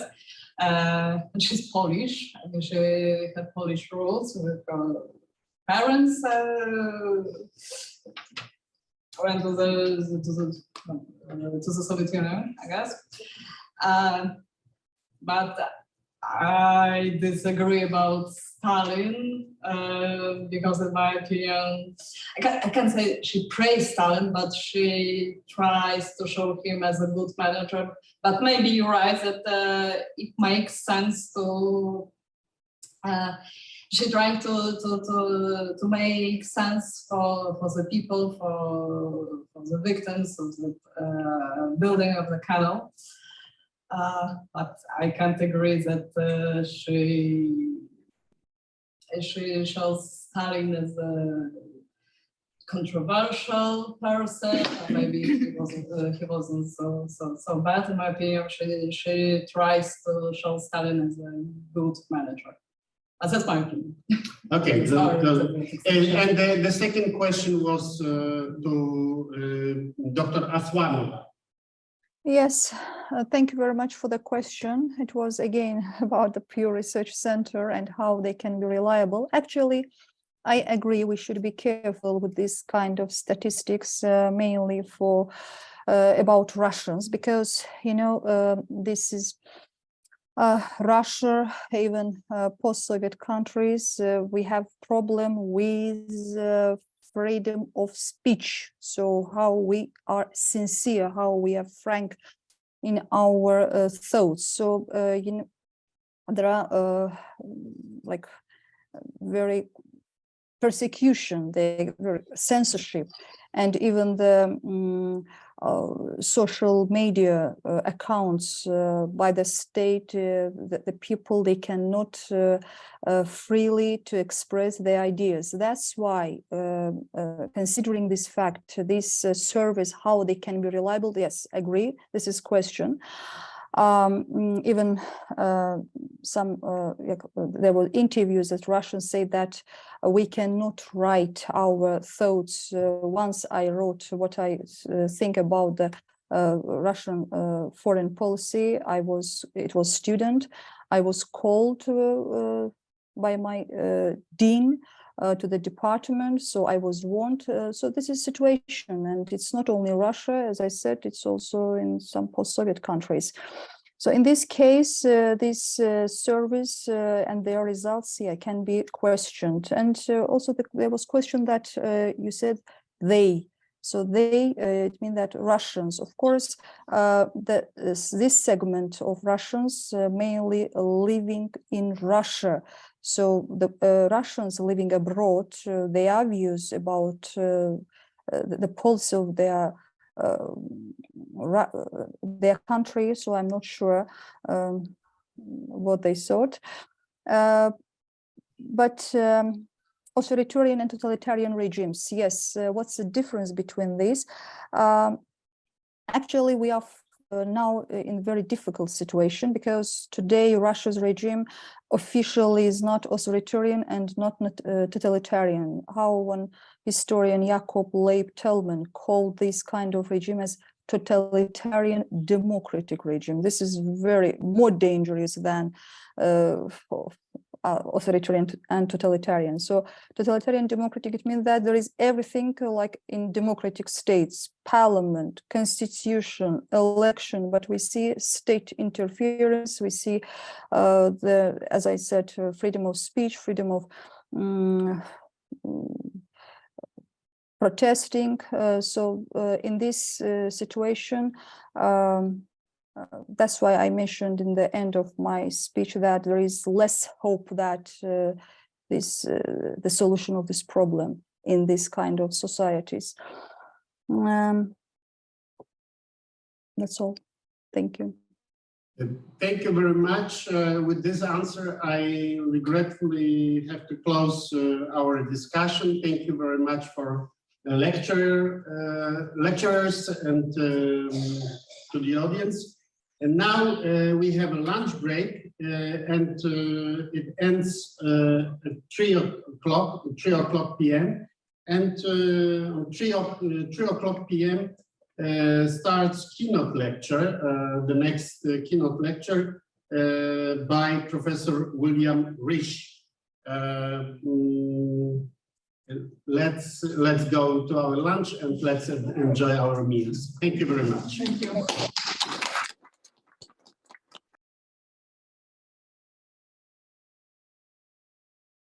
It's my pleasure to introduce Professor William Risch from Georgia College. Professor Risch, the floor is yours. Thank you. Thank you. It's a pleasure to be here today. I'm sorry I couldn't make it in person, but there were car problems, and I'm very glad for this opportunity to speak to you about my own research in Ukraine, dealing with what we call the totalitarian experience. And I look primarily at culture, popular culture as well as high culture, and primarily I look at the younger generations who came of age after the death of Joseph Stalin, but I also look at the older generations as well and the interactions between generations. So let's see, I'll go ahead and get started.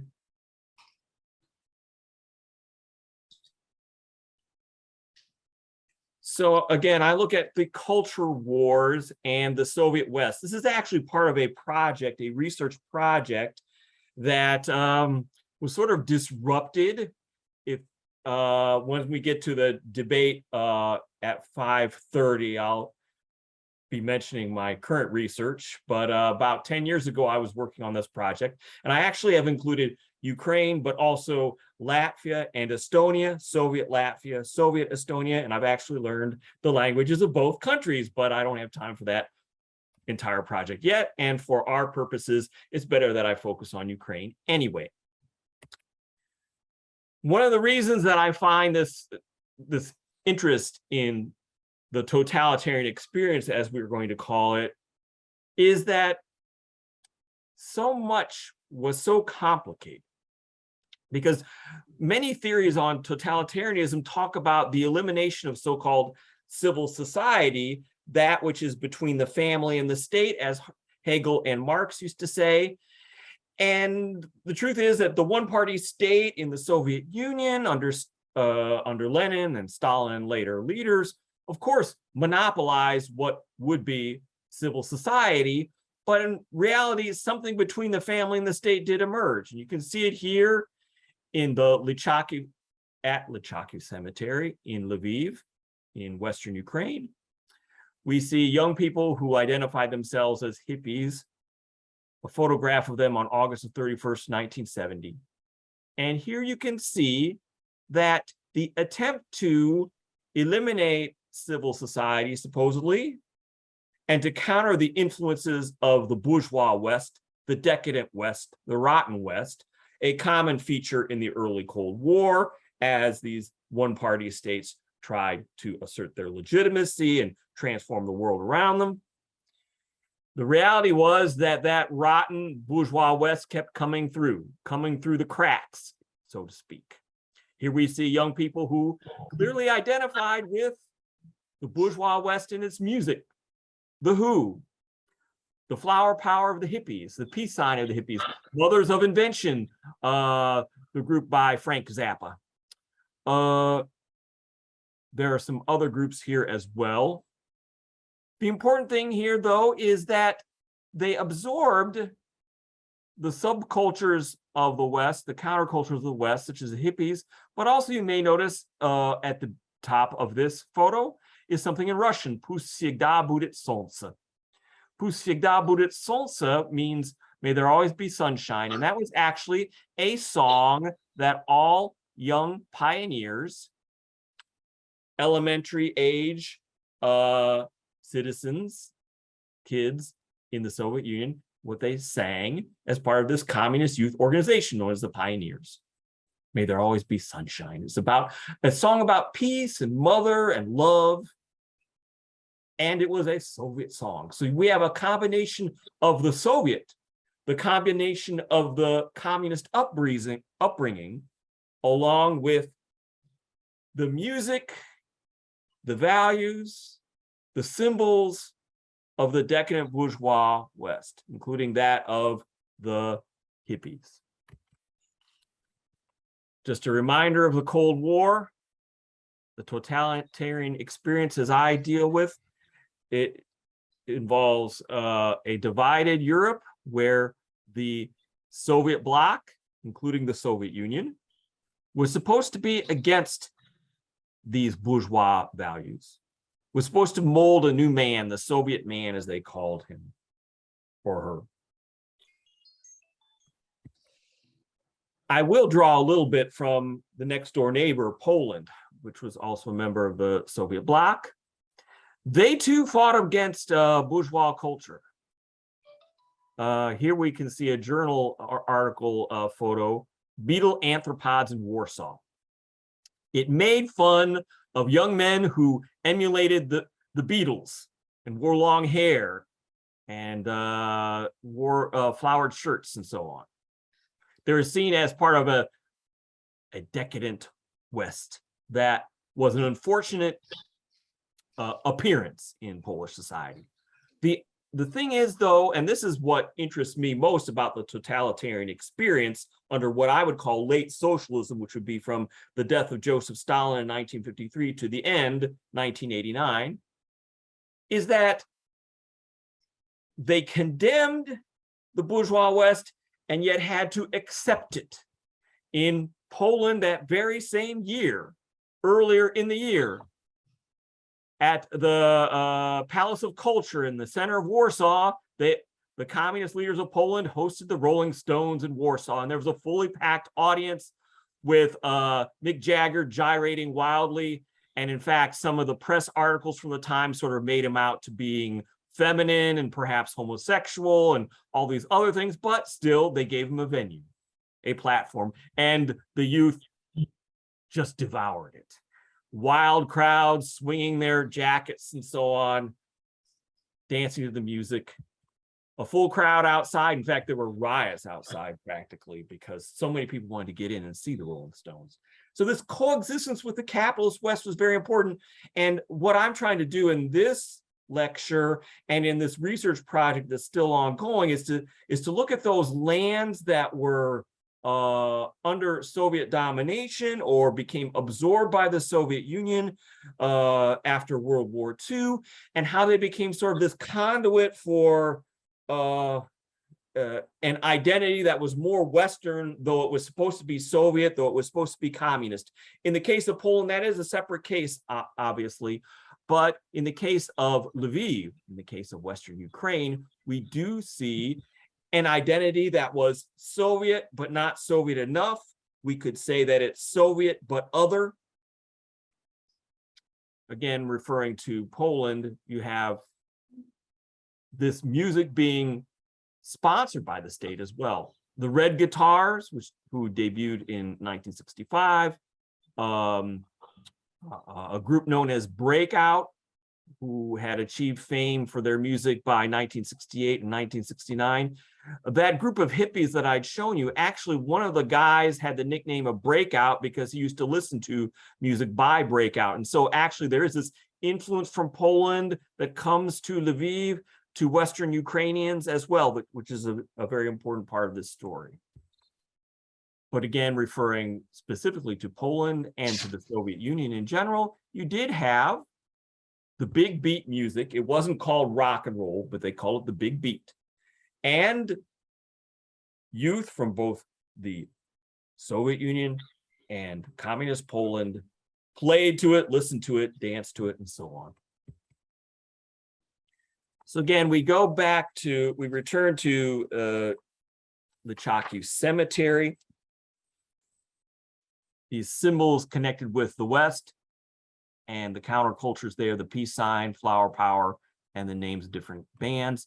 There are actually other parts of this exhibit of graffiti art there.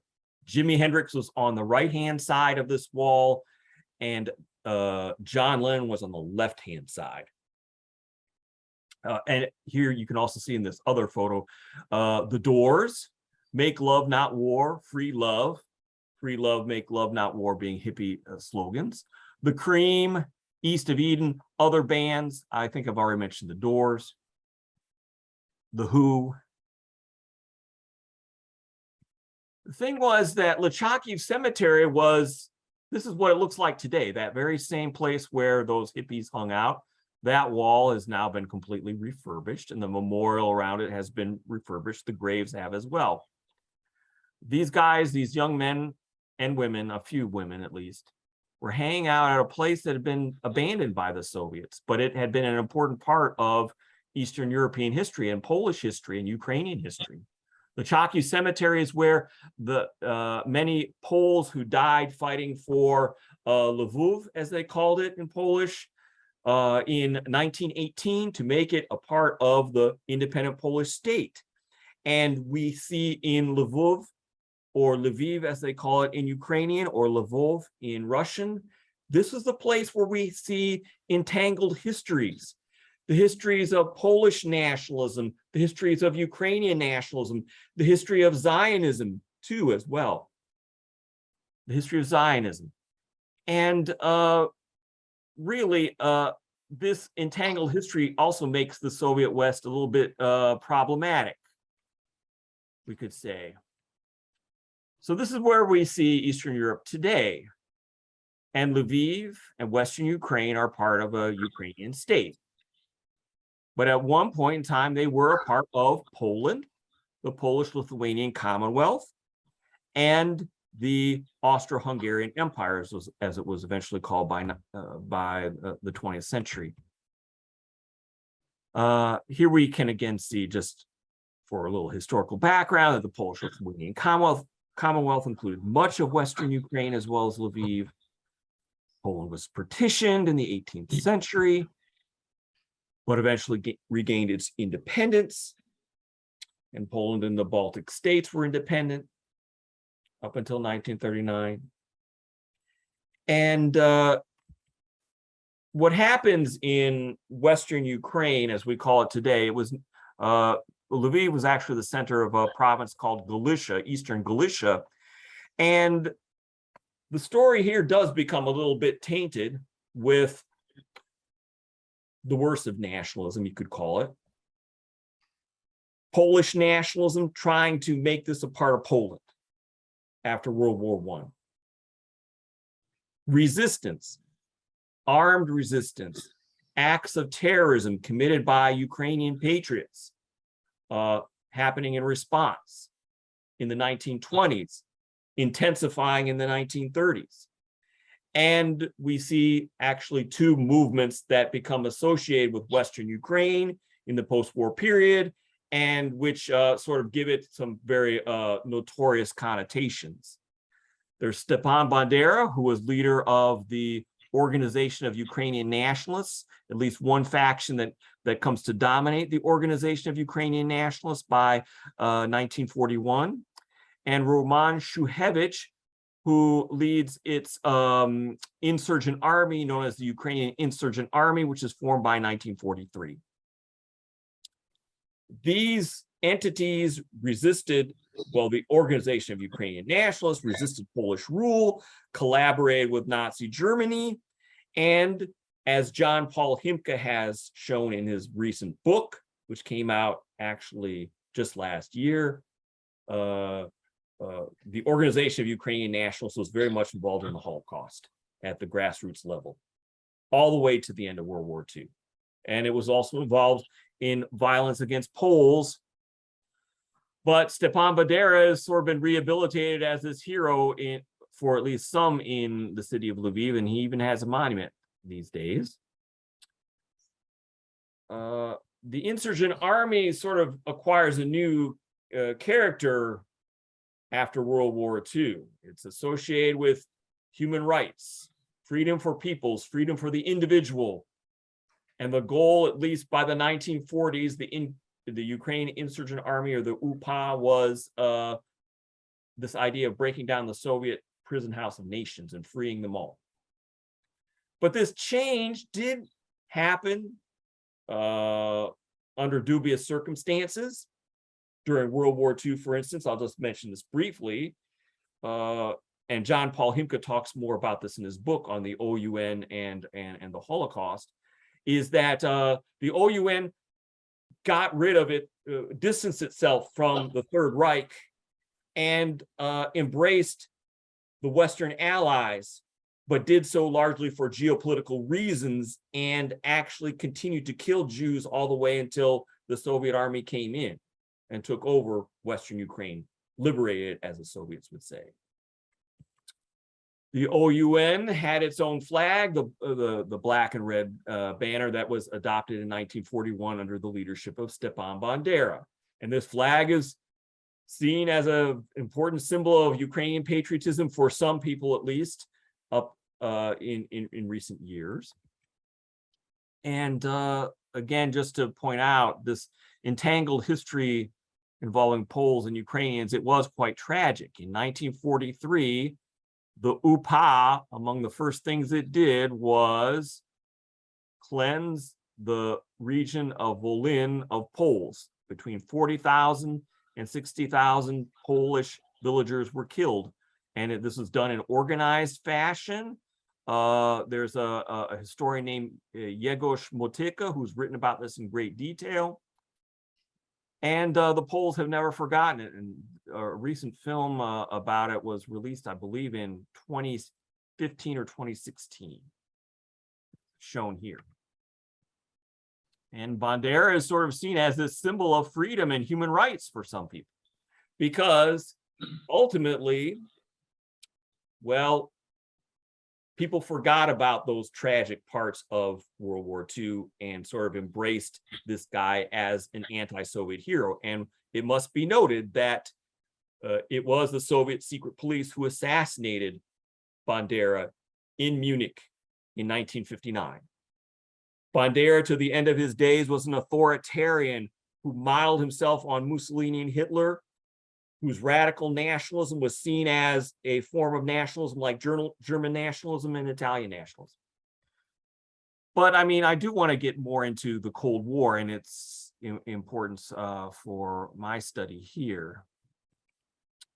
The thing was that Lviv had been a mostly Polish city prior to World War II, and as a result of this ethnic violence that began in 1943, we see the forced transfer of populations at the end of World War II, and Poles are forced to leave Lviv.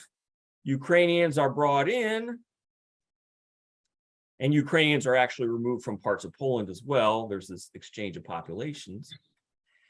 And when the Soviets take over, when they reestablish Soviet rule over Western Ukraine in 1945 and in subsequent years, the Soviet state, and this becomes mixed in with the Cold War as well, because the US was sort of looking at the UPA as a potential ally in the Cold War, in the early Cold War years, say 1946, 1947. The Soviets saw this need to fight Ukrainian bourgeois nationalism and identify it with Stepan Bandera and the collaborators of the Third Reich. And so all of Ukrainian history, all of Ukrainian nationalism becomes an expression of Stepan Bandera, the OUN, the UPA, and their most active supporters of collaboration with the Third Reich. And it was in everything, in the schools, in lectures, in university faculty meetings. There was one man who talked about this endless cycle of lectures about Ukrainian nationalism, to the point where people were just getting fed up. But it was a reality that people had to deal with. And the truth was that there were Ukrainians who were killed by the OUN and the UPA for collaborating with the Soviet Union after World War II. So in addition to this problem with the Holocaust and violence against Poles, they had also been killing fellow Ukrainian citizens in Western Ukraine. And the Soviet regime did take advantage of that. The leaders of Soviet Ukraine put on trial those who had been involved in these killings. And there were testimonies by people who talked about so-and-so being involved in these killings in Western Ukraine. And there was an entire rubric in the Lviv literary journal known as October or Zhovtin, dedicated to the struggle against the Banderites and Ukrainian bourgeois nationalism. Ukrainian bourgeois nationalism was seen again as in collaboration with the Third Reich, all the way to the end of the Third Reich.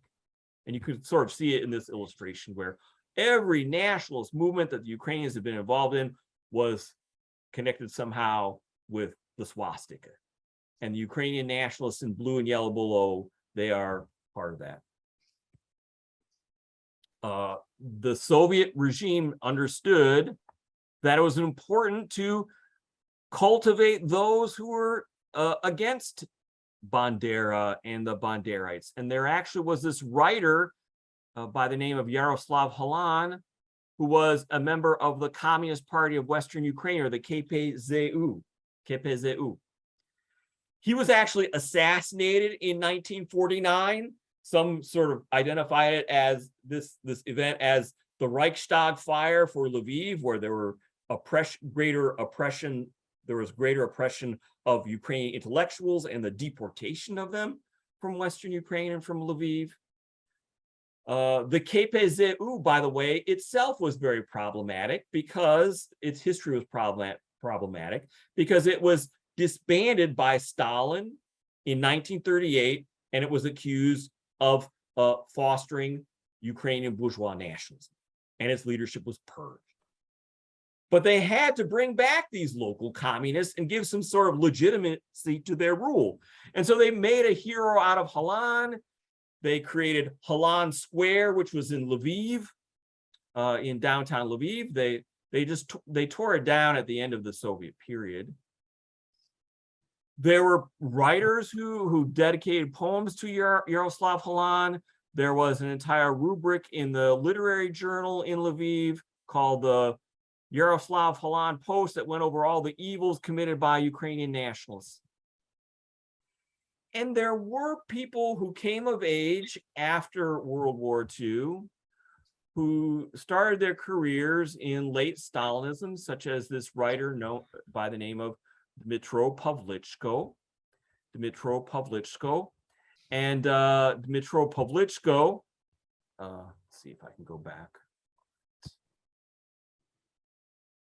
I can't go back. Just a second, I have to go back. All right.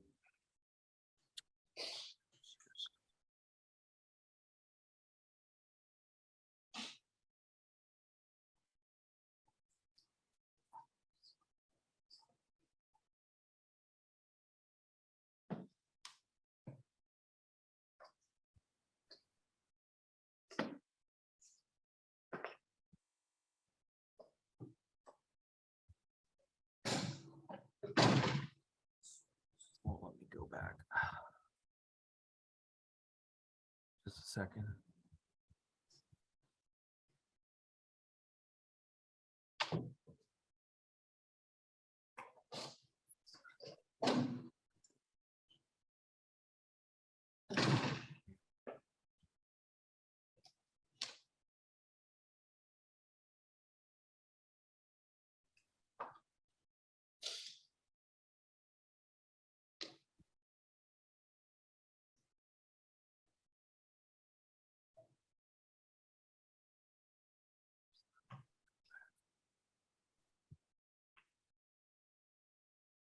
Okay, I'm not sure what's going on with this slideshow. You can just start the presentation and pick up the slide you want. Should work.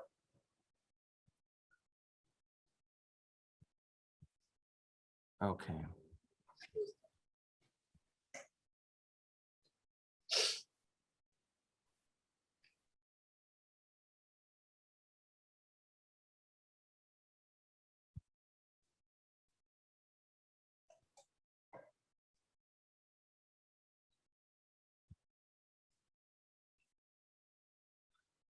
You can try start from the current slide.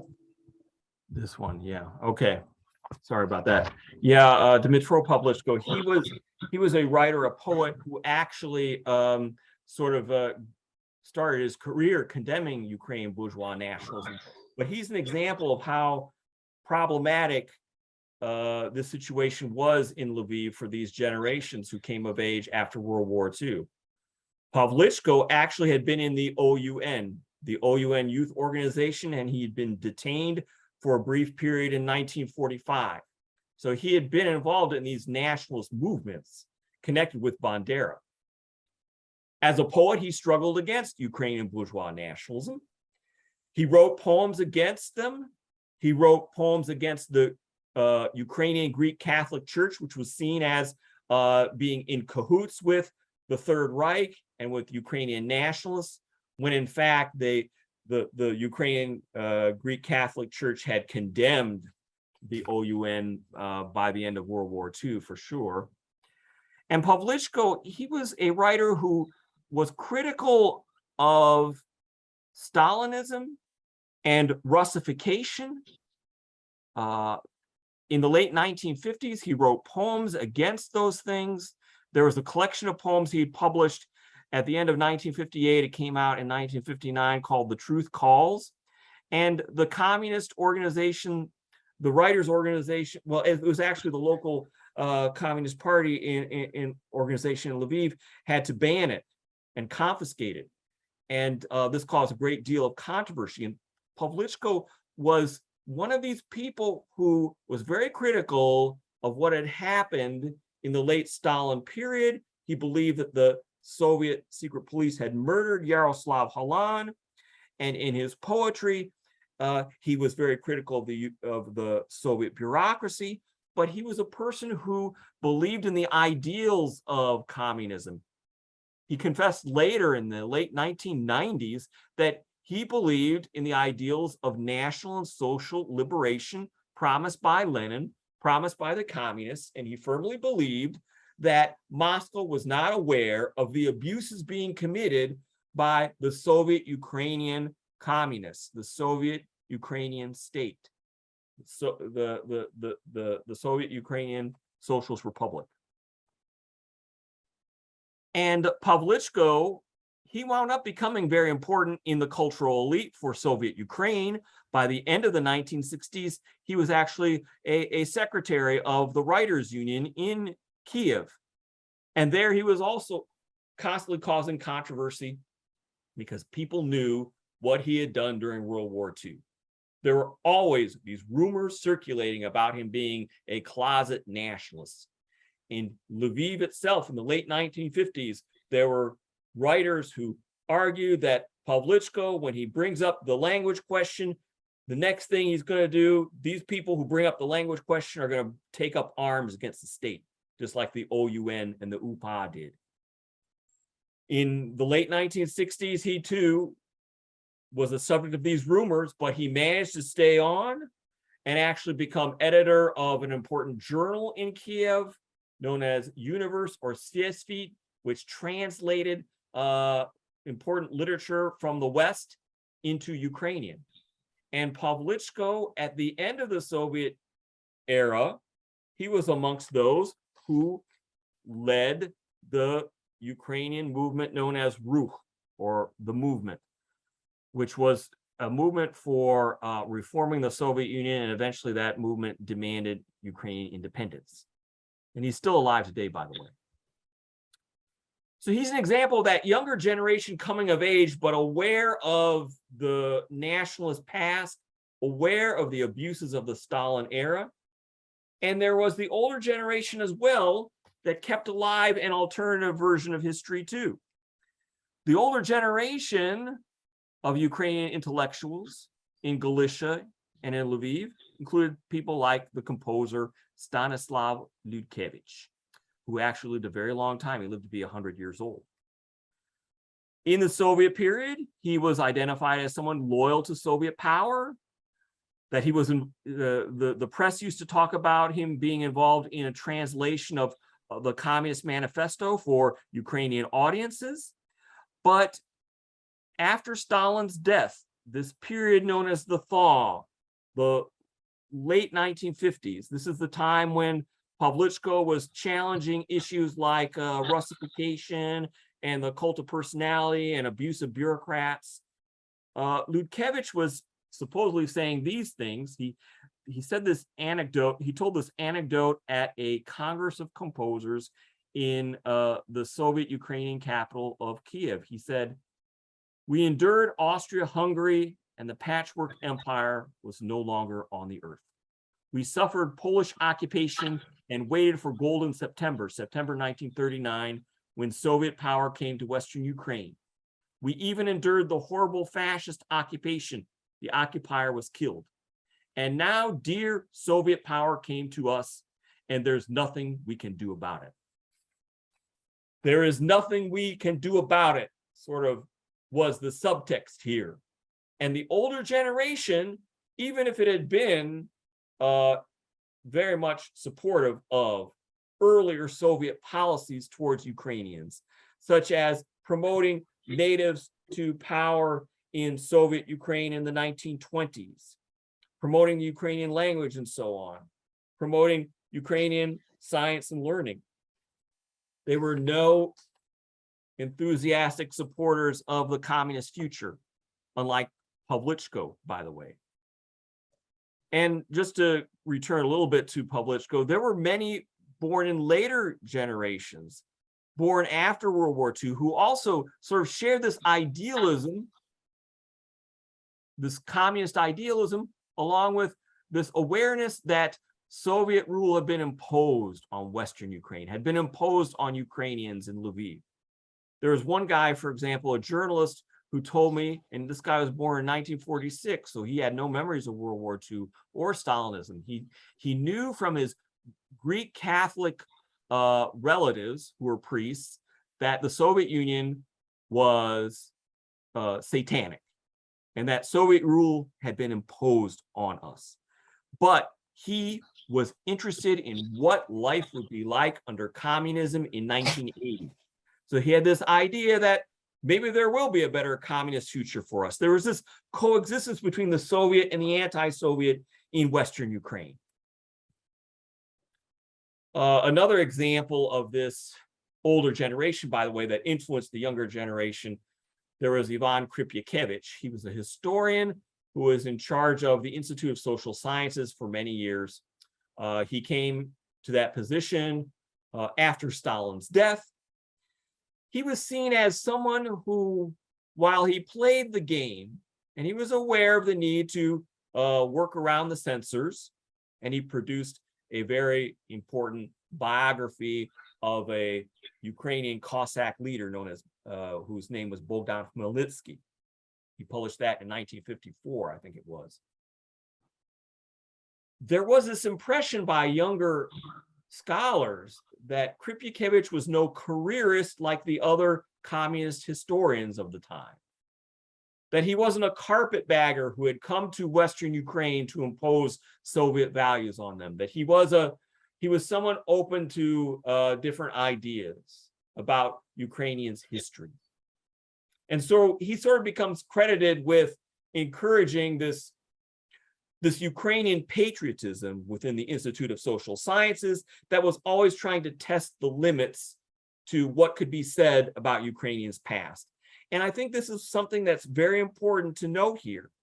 These people were not anti-Soviet, certainly not Halan, not Pileckiego, not Ludkevich, and not Pileckiego, but they were trying to test the limits to expression.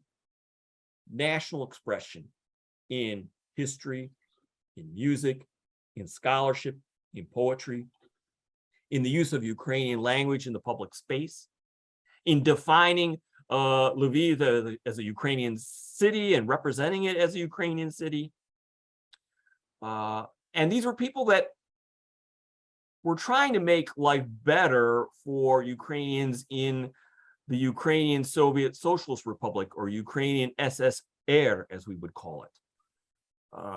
And Pileckiego was amongst them, and many other intellectuals like Pileckiego of his age were about improving the system in the spirit of Nikita Khrushchev's thaw, this liberalization of political and cultural life that began roughly with Khrushchev's secret speech of 1956.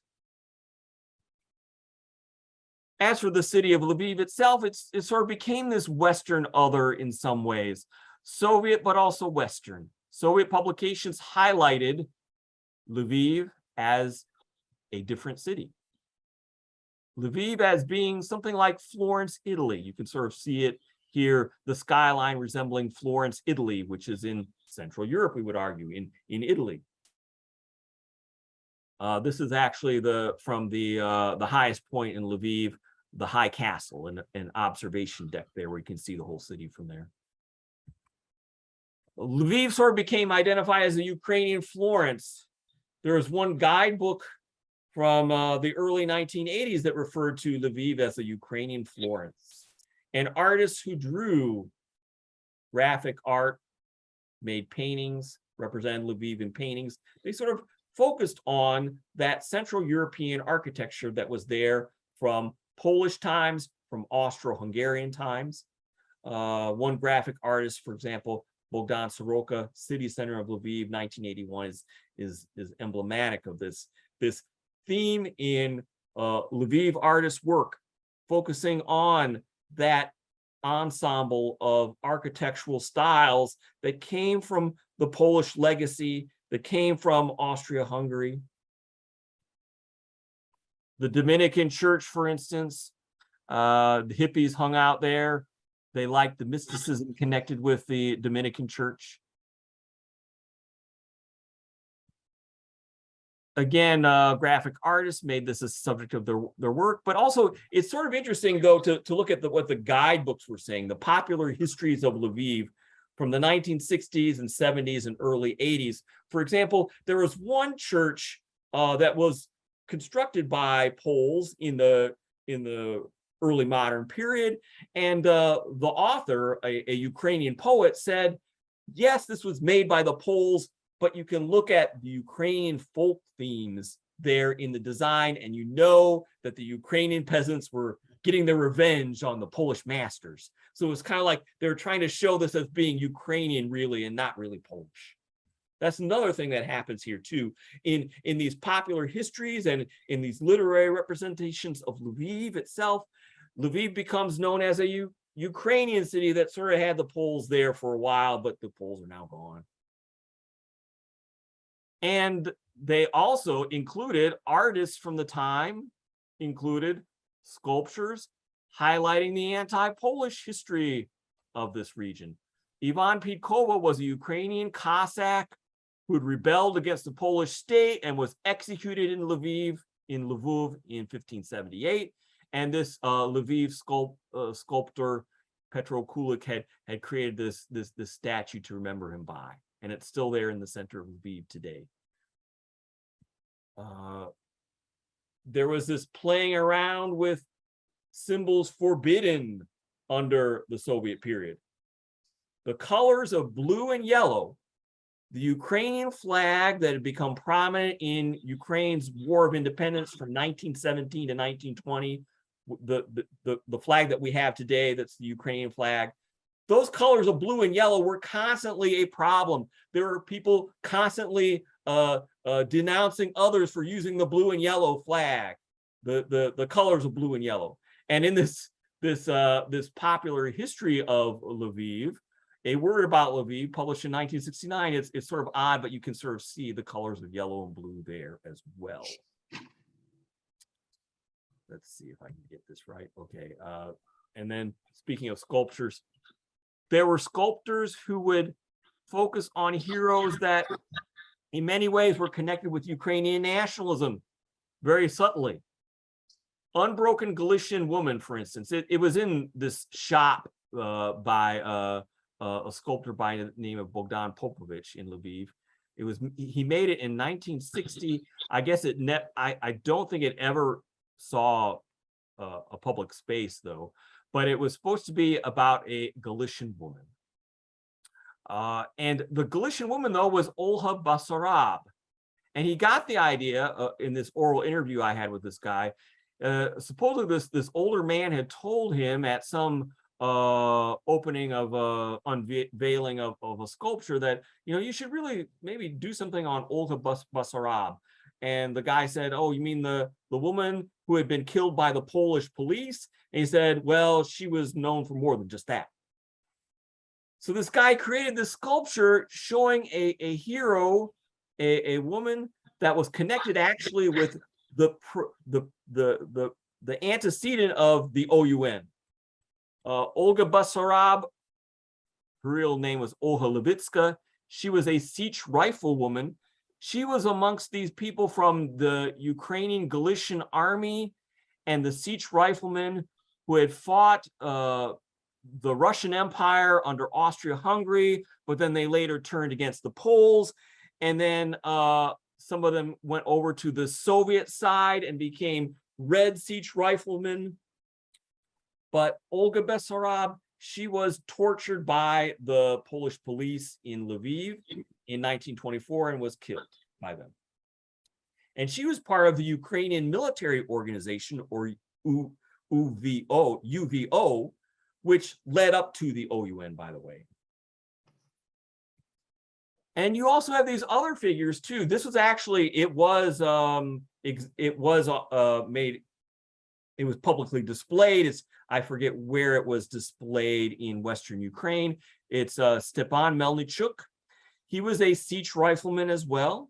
He became a Galician communist who was executed by the Poles in 1922 because he tried to start a Bolshevik-led insurrection in Western Ukraine, which at that point was under Polish rule. It was made by Petro Kulik in 1969. This was an acceptable figure, communists from Galicia who were against Polish rule, but also these were people connected with a movement. The Sich riflemen were a taboo theme in Soviet historiography. The Sich riflemen were supposedly the antecedents of Bandera, the OUN, the Ukrainian military organization that woman had belonged to, and so on. And the Ukrainian Trident itself was a banned theme. And amongst the anecdotes that I have to tell, one student who went to the Lviv State University recalled in 1969, the police had to cordon off a classroom. Why? Because the Ukrainian Trident had been drawn on the blackboard. The Ukrainian Trident was seen as equivalent to the swastika. Again, this is because the Soviet propaganda, we can talk about totalitarianism, they sort of created this monolithic entity known as Ukrainian nationalism that was always connected with the Nazis and with the most vile elements of the West. So even the Trident became a banned theme. And if you drew it on a building, you were in big trouble. If you drew it on a classroom, the police would come. But students themselves, I mean, they did become a part of the Soviet way of life. They joined the communist youth. They joined the pioneers, which is for younger kids. They became members of the Communist Party. And students, for example, at the conservatory took part in this annual ritual May Day, the May Day parade, and they represented their conservatory. There were all these Soviet rituals, May Day, the anniversary of the October Revolution on November the 7th, and there was also Victory Day, May the 9th, where the young people did take part in all these official ceremonies. They did become part of official youth organizations. But in private life, they gathered, They read banned poetry that was not allowed to be published. There's Irina and Ihor Kalinets. They were young poets in the 1960s. And they gathered people of their age, friends from the conservatory and other institutions, artists, writers who gathered, some from the conservatory, who read poetry that was banned. They read poetry that was no longer being published because it was connected with Ukrainian bourgeois past. This same cohort of young people, for instance, they went to Yaniv Cemetery, and at the time, the graves of the Ukrainian Galician army that I had mentioned, the Ukrainian Galician army, the siege riflemen had fought against had fought against the Russian Empire, and they later fought for an independent Ukraine. And so this whole entire cemetery was in ruins. These people actually went there in the 1960s and found these graves. They wrote poems about this, the people buried there. And for them as young writers, what was very important was in this very same cemetery was the neglected grave site of Bogdan Ihor Antonich, a modernist poet, very innovative in his work, died young in Lviv. And the problem with him was that he had written some poems that seemed to speak highly of Francisco Franco and his fascist dictatorship in Spain.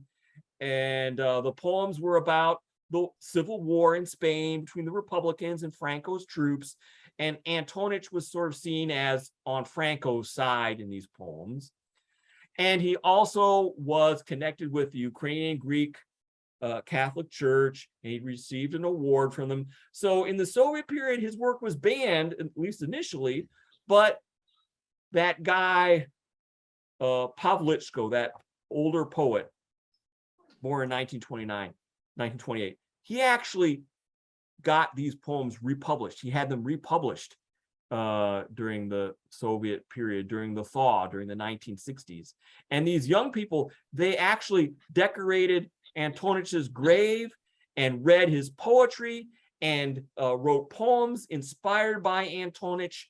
And so this whole cultural underground emerged here amongst a younger generation, as well as, and this poetry was also even being supported publicly, at least in the mid-1960s. The problem was, after the mid-1960s, Antonich again could no longer be published, but still, these people were testing the limits. In art, there was something very similar with Roman and Margita Selsky. These were people who had grown up in interwar Poland, had come of age in interwar Poland. They had gone to places like Paris. They'd been in places like Krakow. They were part of those European art trends. And for the younger generation, they became the important source of stories about what life was like in Paris, and art trends in Paris, and art trends in Poland. And the Selskys kept art journals from interwar Poland that spoke favorably of art trends that were condemned by the Soviet censors later. And amongst their students was Carlos Verinsky, who set up his own private underground academy that dealt with art, but also literature and history. A group of people that listened to Polish broadcasts from the radio. And actually, Carlos Verinsky, allegedly, his abstract art was inspired in part by Polish language broadcasts of the BBC that Ukrainians were able to pick up in Lviv. These were people who challenged the standard rules on art. Verinsky never got an exhibit of his work in Soviet times, by the way. One of his students, Oleg Minko, created similar work in a similar vein, inspired by abstract art. And again, I already mentioned, may there always be sunshine.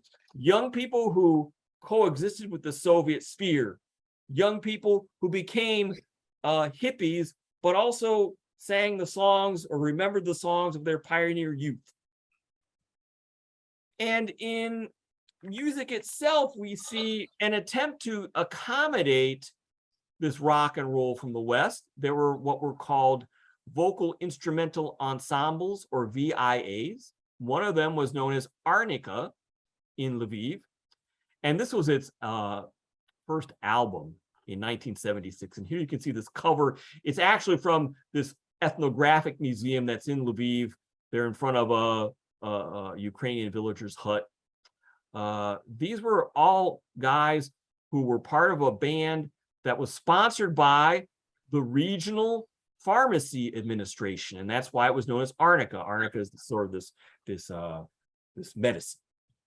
And this woman, the mother of one of the band members, was in the state pharmacy administration for the Lviv region, and she sort of protected the group from the censors. And they produced music that would combine Ukrainian folk art, but also jazz. And a lot of their music resembles that of jazz rock groups, say Chicago in the United States. You also had others, though, that never got a public audience. The VIAs, they were subjected to censorship, but when they made certain compromises with their censors, they were able to perform and get their work published, such as Arnika. But there are others, such as these later hippies that came around, that emerged in the late 1970s, and they had their own informal rock group known as the Vujki, or the Uncles. And they used to hang out at what used to be a monastery's garden in Lviv. And they used to hold sessions or stations and perform there. Their music was never published. It was never broadcast. They played in different schools for school dances and wound up getting in trouble with the school authorities. So there was sort of this underground rock, as well as a more acceptable version of rock known as the vocal instrumental ensemble. And there were also composers influenced by jazz and rock from the West, such as Volodymyr Ivasyuk. For example, I can remember one of my interviewees talking about loaning this composer, Volodymyr Ivasyuk, a reel-to-reel tape of Crosby, Stills, and Nash. And he never got it back because Ivasyuk he either committed suicide or was murdered in 1979. But Ivasyuk, he created this pop music that debuted in 1971 in the Soviet Union during the New Year's Day music show for the new year in 1971. And he created the music for this musical known as Chervona Ruta, or the Red Rue, and Chervona Ruta became a popular song throughout the Soviet Union. You could hear it all over the Soviet Union. And Sofia Rotaru became a Soviet pop star. She's here in the foreground, still alive and producing today.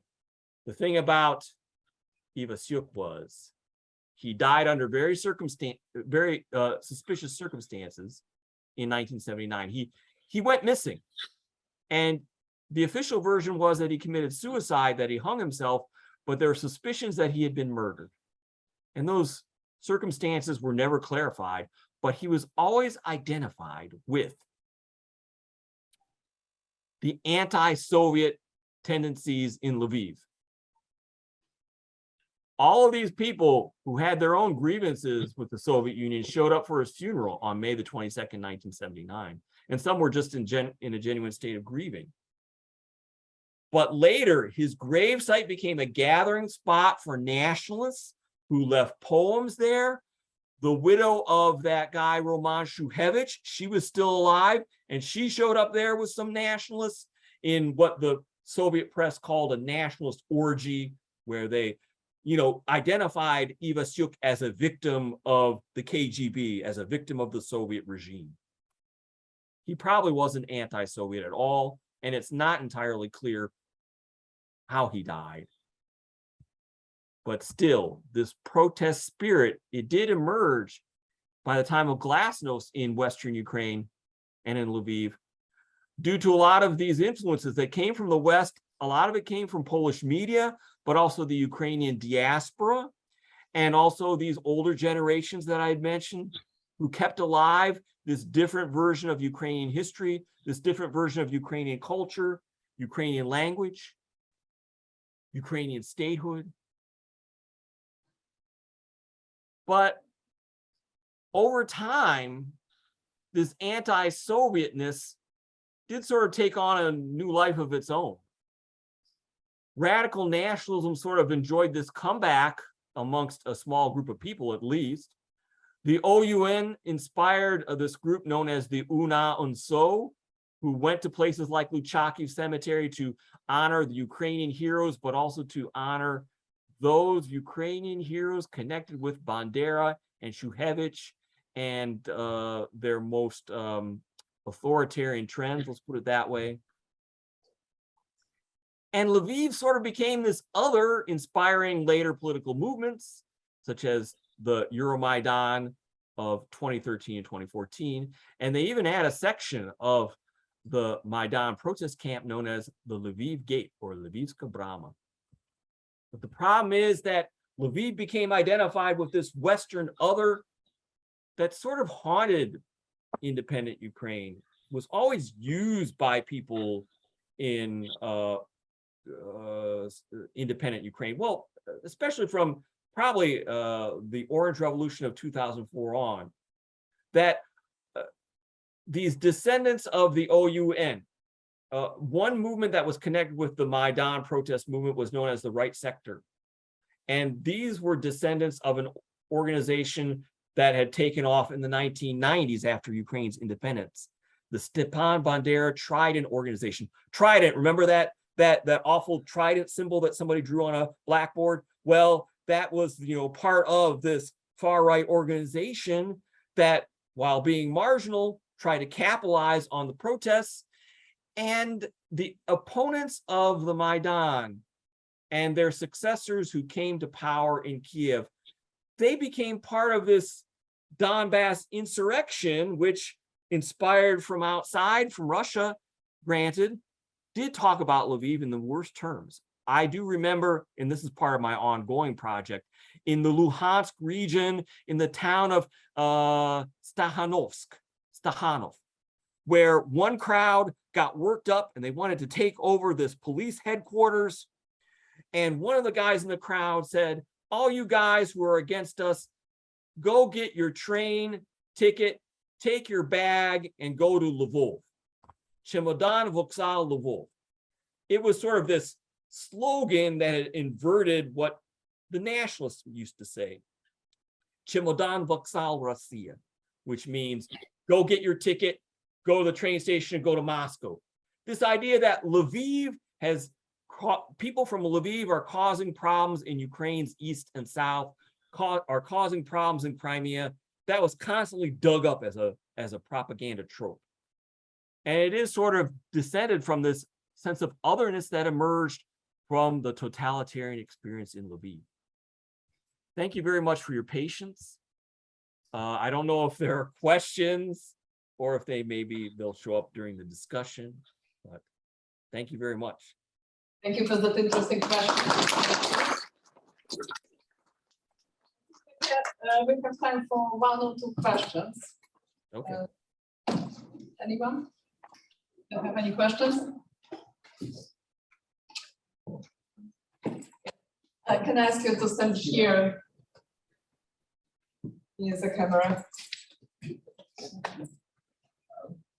Hi, Bill. It's Mark Kramer. The question I have for you is the resurgence of interest in Bandera in Ukraine occurred under Yushchenko. And I'm wondering, and then of course, as you described it, there was a further period of it after 2014. But I'm wondering why do you think, though, it was limited to only relatively small segment of Ukrainian society? That is, the far right did very poorly in the elections consistently in the post-2014 era. Was some of that the whole issue had been diffused possibly by what occurred earlier under Yushchenko, or Was it something else? And because the key figure in putting up the statue that you showed, was Volodymyr Petrovich, who was then removed by Zelensky. And so even in that respect, that impulse has been curbed a good deal. I have to admit, I was quite skeptical initially after 2014 because of some of the symbols that occurred during were prominent during the Maidan Revolution. But it's been surprising to me at how little influence it's actually had in the 8 years since then. So could you comment on that? Yeah, thank you very much for your question, Mark. What I think is that you can look at the admiration for Bandera and for the Ukrainian past connected with him.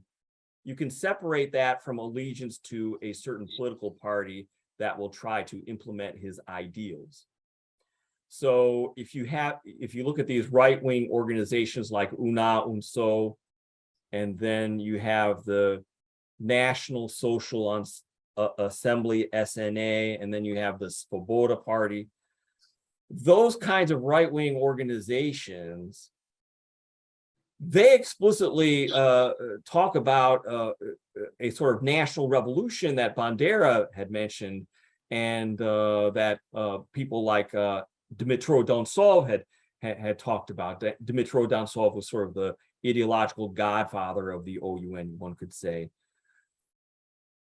But for many more, I would say that they at least have a neutral position towards Bandera, or identify him as a general hero in the sense that they've sort of taken him and reinvented him as a liberal. One thing that sort of struck me was, this is referring to post 2014, but the Minister of Health, Uliana Suprun, she was never, I guess, officially confirmed as the Minister of Health, but she put out or shared, at least on the social networks, a video that talked about the OUN and the UPA going against both the Germans and the Soviets and embracing the struggle for human rights and ending the prison house of nations in the Soviet Union by the end of World War II. And that's clear, it's explicit. I can even remember anecdotally, at the end of the 1990s, one activist who would identify himself as a Ukrainian liberal today, perhaps, maybe as a conservative, I'm not sure, but he had the Bandera portrait in his bedroom. And I looked at it and I said, this guy collaborated with the Third Reich. And he said, well, he came around and embraced the defense of human rights. And so there is sort of this erasure of the past that sort of makes Bandera and the OUN and some of those symbols more neutral and perhaps more watered down, and thus not really connected to these marginal political movements that don't really have electoral appeal. So I don't know if this makes sense to you, but it's like the symbols became sort of neutralized, sanitized, and acceptable for many people who would not go and vote for Svoboda in any election. I think there's another dimension to this too as well, and that is that these far-right organizations have tended to be financed by certain oligarchic clans who had an interest in dividing the Ukrainian electorate, for example, in 2004 or during the time of the Maidan. Well, I have in mind the Svoboda party that had received financing from the Party of Regions as a sort of way to divide the electorate and make Yanukovych quite strong on the eve of what was supposed to be the 2015 elections. So there is this element of these political organizations being compromised, and I think some people are aware of this. And really, honestly, every far-right guy that gets into parliament just looks like a clown, or they don't do anything.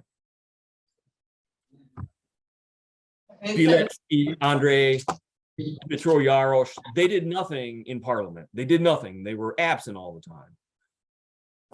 Just two examples.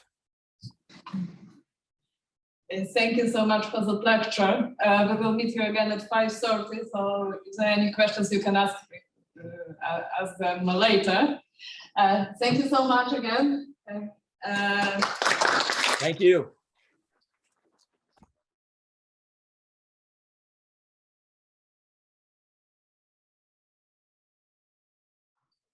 Ladies and gentlemen, I think we can start right now. My name is Prof. and I'm honored to be a chair in this upcoming panel. And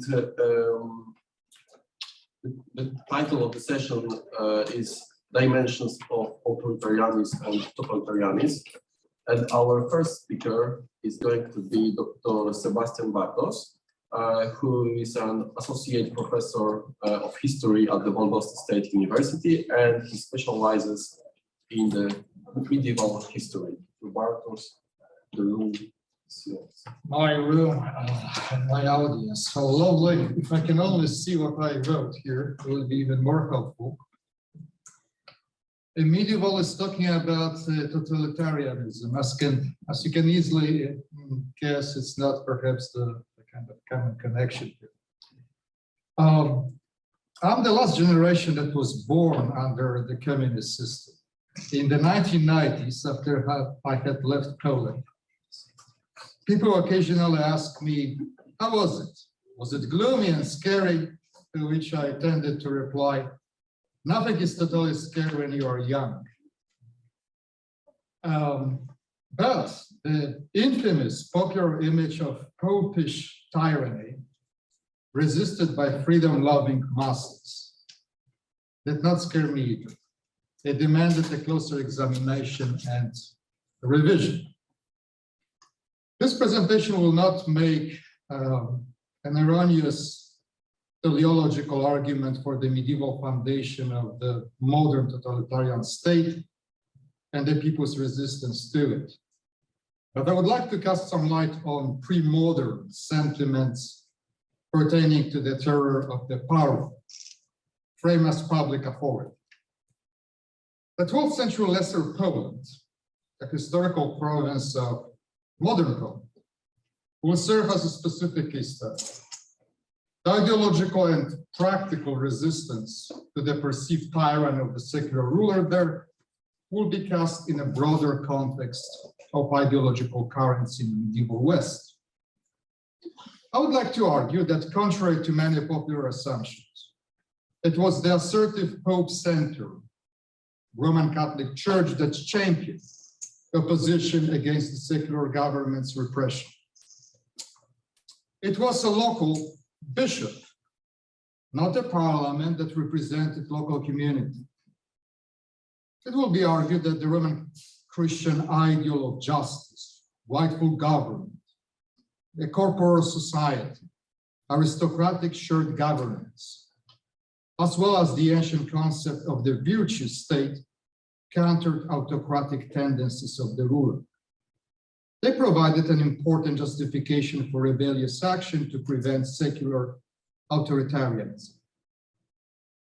So first, let me say a few words on the prevailing ideals of proper Christian body politic, an exemplary political community around the 12th century that interests me most. I can point out the two crucial, although not exclusive, sources of those ideas, both intellectually intermingled. Ancient political thinkers, and that includes the early church fathers and the church reformers of the 11th century. Both emphasize the virtue and moral responsibility of rulers. The Aristotelian Platonic eternity of truth was a prism through which the quality of Christian leadership was to be later assessed and judged. A community would demonstrate the Platonic common interest deeply embodied in the Aristotelian political instinct of each rationally thinking individual member, something that we would later hear from the 13th century Thomas Aquinas in his scholastic treatise on kingship, and from Jean-Jacques Rousseau in his own general will in the Enlightenment era.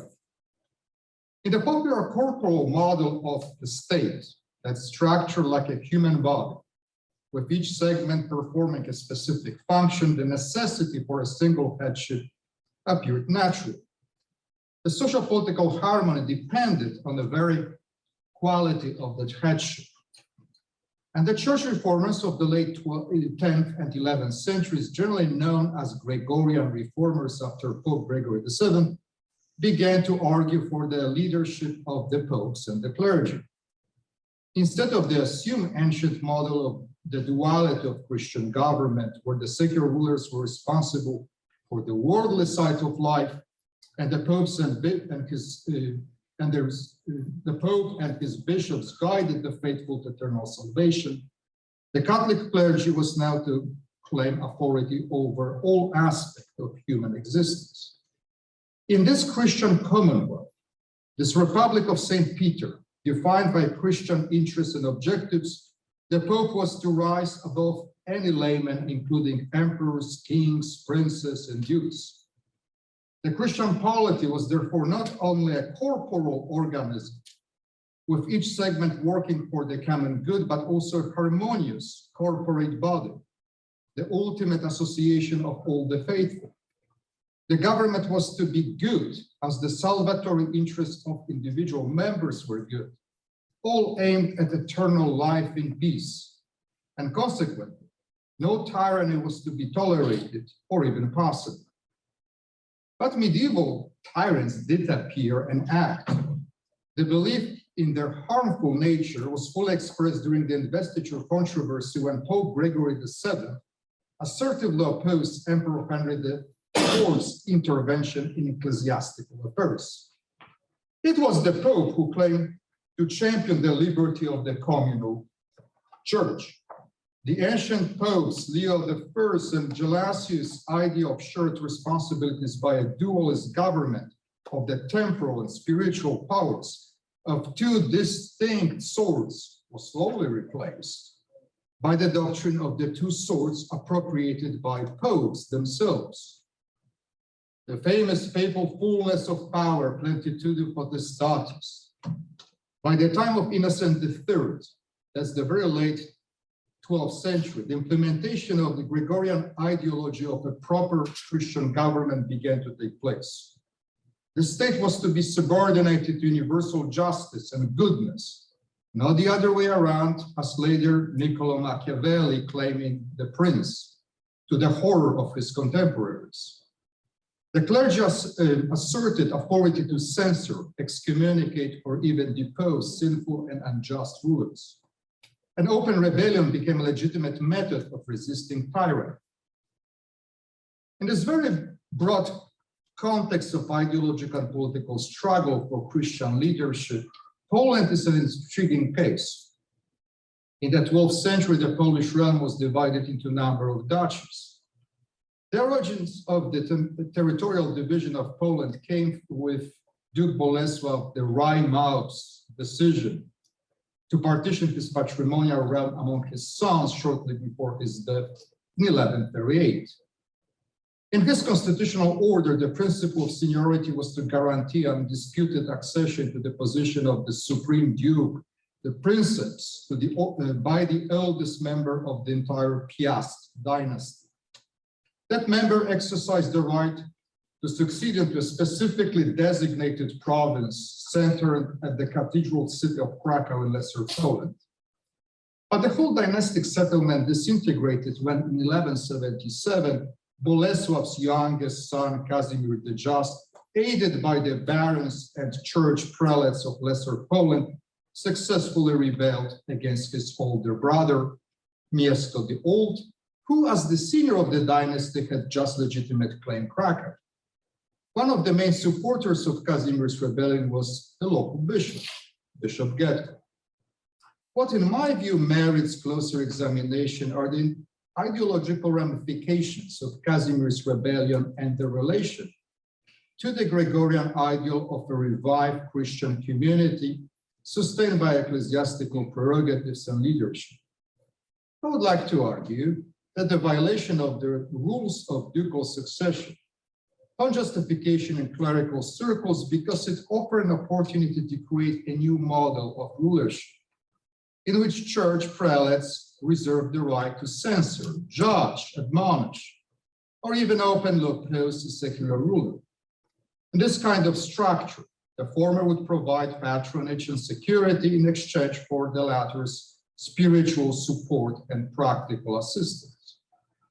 This idea somewhat resembled St. Augustine's positive coercive power of the empire in his monumental treatise, The City of God, and echoed Archbishop Isidore of Seville classic model of positive secular power within a Christian community, entity rendering effective and necessary service to it. Bishop Getko's intervention constituted a reaction to Mieszko the Old's autocratic style of rule and extortions by his representative. Mieszko violated the ideal of just lordship. As a result, allowed the bishop to adopt the ancient role of spiritual admonisher, yet loyal supporter of responsible temporal governance. Precedents existed for reproving a secular ruler by church authorities, all utilized by Gregorian reformers in order to encourage the ecclesiastical supervision of lay power. In the course of direct conflict with Emperor Henry IV, Pope Gregory VII evoked not only Pope Gelasius' famous letter to the Roman Emperor Anastasius, in which the secular ruler was subject to ecclesiastical judgment, but also the case of Bishop Ambrosius of Milan, who had excommunicated an emperor for violence and the abuse of power.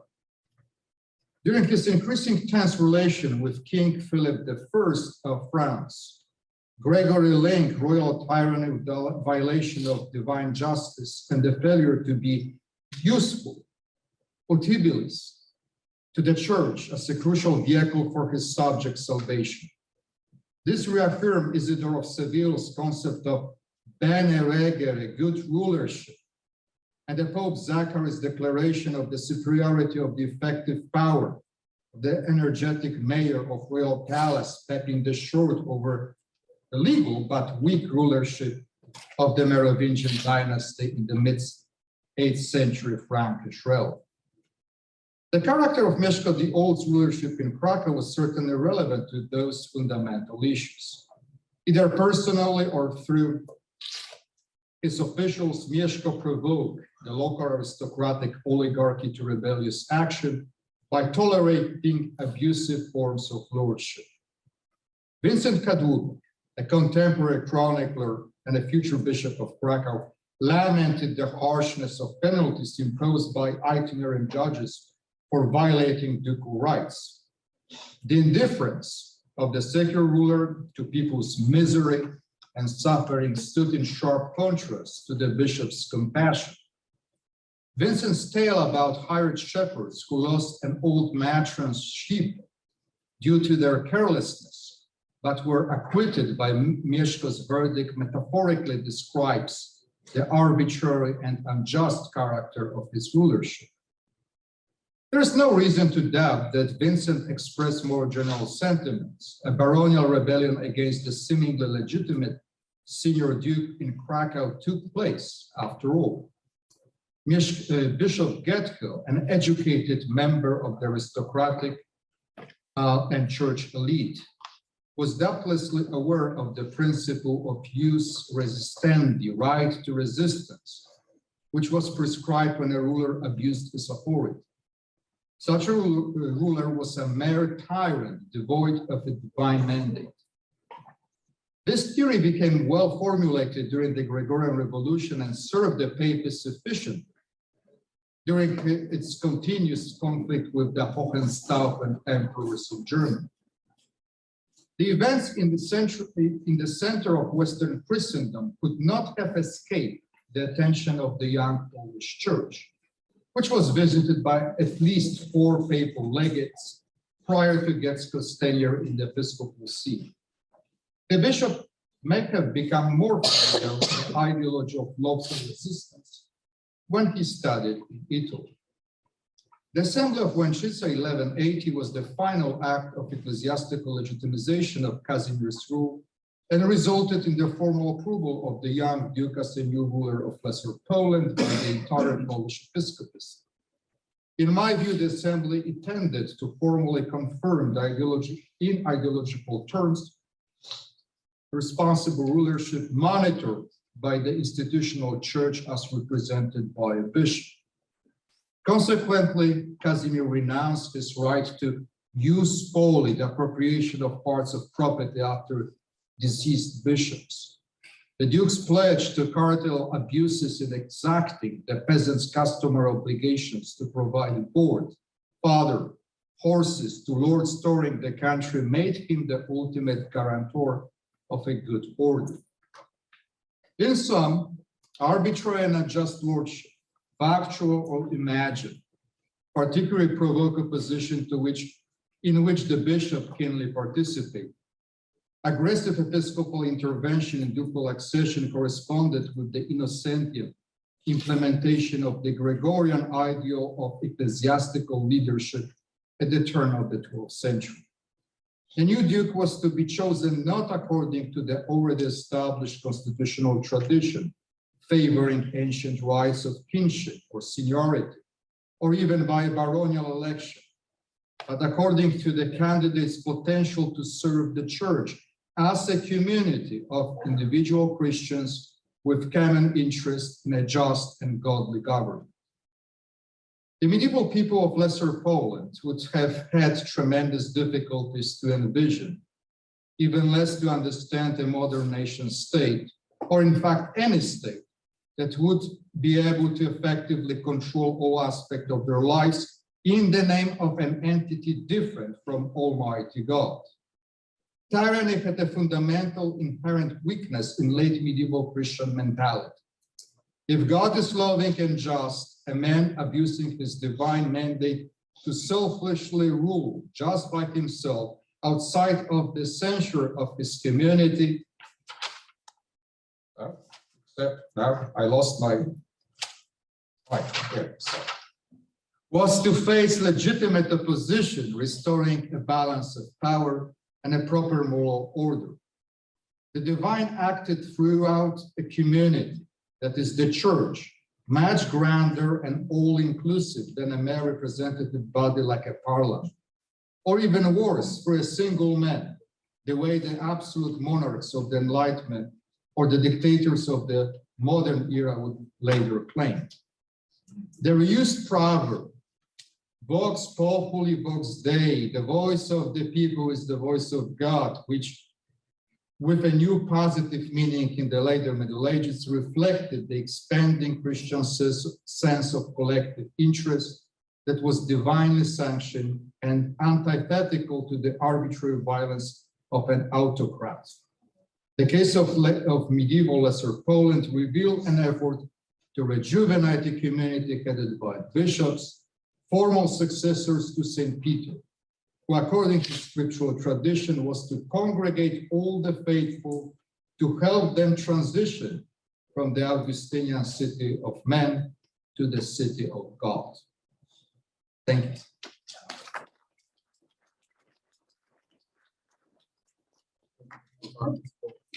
For your presentation, and now we can move on to the next presentation, which is a mutual paper of Professor Magdalena Nowak and Professor John Dunn. The title of their paper is Micro-Totalitarianism, German-Polish Stout Wars, 1938-1945. Professor Magdalena Nowak is a professor at the University of Gdańsk in Poland, and she specializes in the history of Poland in the 19th century, especially 19th and 20th century, especially on the Polish-Ukrainian relations. And Professor John Dunn is a professor at Valdosta State University, and he specializes in the military history in the 19th century. We'd like to make a brief introduction for each other. And I'd like to particularly get my VSU students to think about this. This is my friend, Dr. Magdalena Nowak. We already know about her affiliation. She has produced 54 scientific publications, including 5 monographs. She's working on a very interesting biography right now on a powerful player in Polish-Ukrainian relations and VSU students. She will be teaching here next fall 2 classes, and you should think of taking these classes. She's very cool.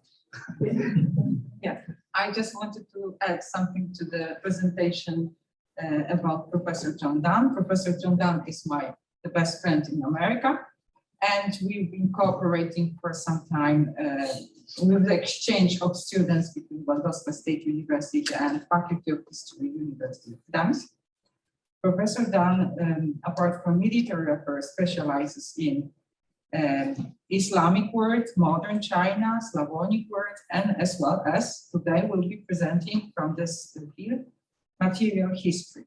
Professor is the author of a book about Khedive Ismail's Army, 2005, and placed numerous articles in very important American and international journals, and also co-edited 2 books, produced 7 book chapters and 94 encyclopedia entries.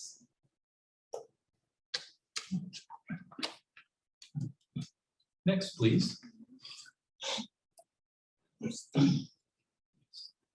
We want to talk about stamps today, and we might think of stamps as being maybe, I bet you some of you don't even use stamps anymore because you've got Snapchat, you've got email, you have Facebook, but Snapchat, email, Facebook, that was a postcard or a letter back in the 1930s, and stamps were on those letters or postcards. And ever since stamps were invented in 1840, governments have understood that stamps not only can provide revenue for paying postage, but they also tell a message. So I put a selection of stamps up here for you to look at. This one here is from Zurich.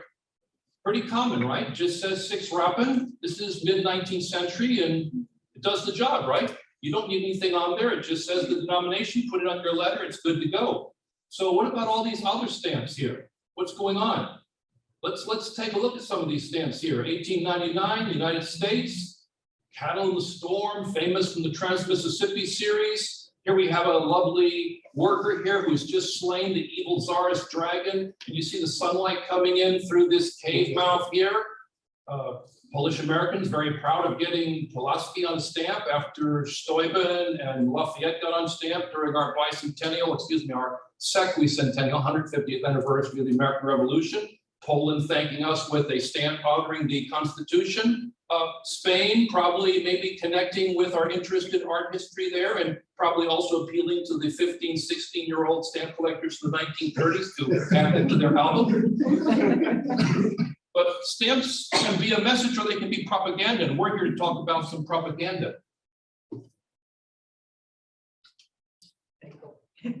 Yes. Next, please. Yes, next.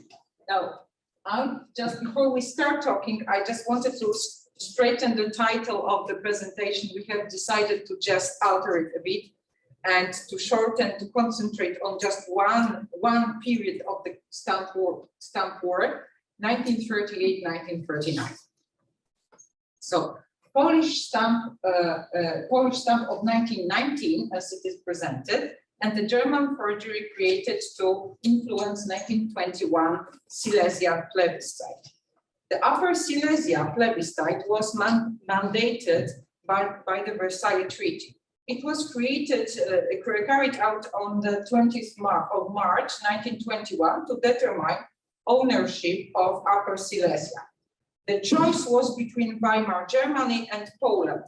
According to pre-war statistics, ethnic Poles formed 60% of the population.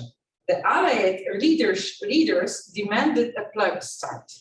Poles claimed they had faced discrimination and they were treated as second-class citizens.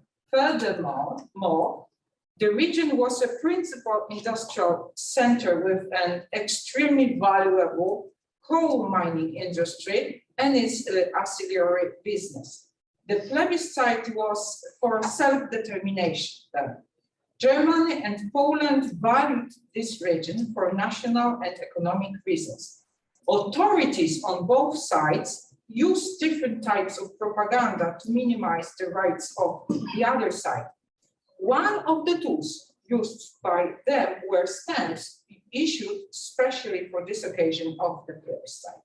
In 1919, the Polish Post issued a 6-mark stamp that depicted an ulan.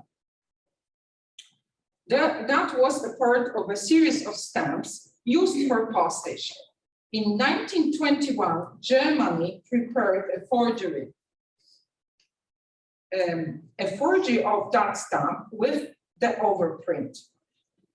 Deutscher Wert gleich 42 Pfennig. Wert Deutsch. German value equals 42 Pfennig. Choose Germany.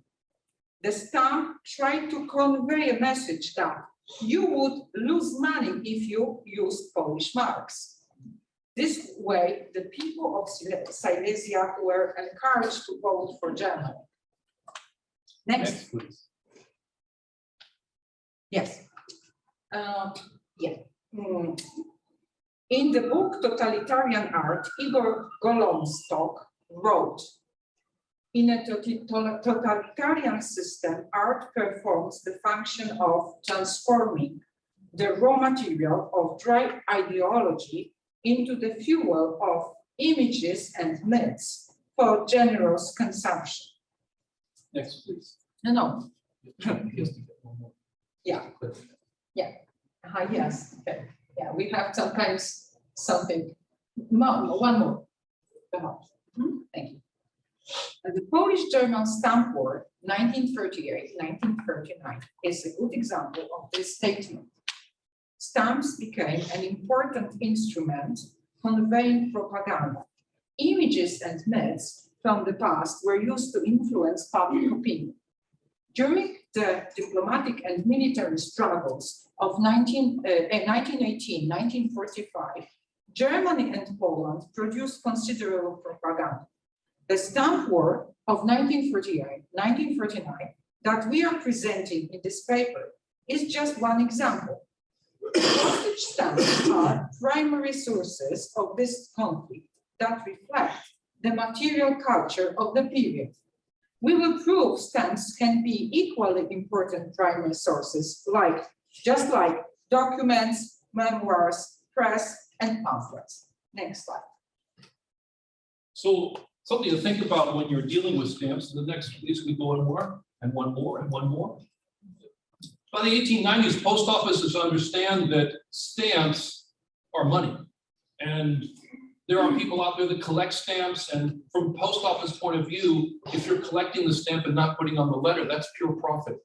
The stamp is not, you're not paying for the stamp, you're paying for the service. So post office quickly understand that making stamps with interesting designs might attract the interest of collectors, might get them to buy more stamps. And governments appreciate a positive revenue flow, whether they are democracies or totalitarian states. The Soviet Union, Nazi Germany, very interested in the sale of postage stamps, not only to their own collectors, but even better to collectors from America with their dollars. Next, please.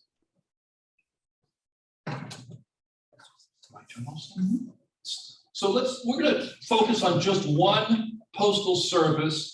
And a postal service is going to issue a series of stamps that's going to create some controversy in the 1930s. This is the Polish post office in Gdańsk. And it's created to satisfy Polish needs for mail access to the Baltic before the creation of the Polish port of Gdynia. And the Polish post office in Gdańsk issued special stamps just for use by its patrons. And to the Free City of Gdańsk, remember this is 1919 to 1939, when Gdańsk is not part of Germany, not part of Poland, it's a separate independent nation, kind of controlled by the League of Nations, German majority population. And to the people that live in Gdańsk, the German speakers, this Polish post office is an affront. It's an affront on their sovereignty. Next, please.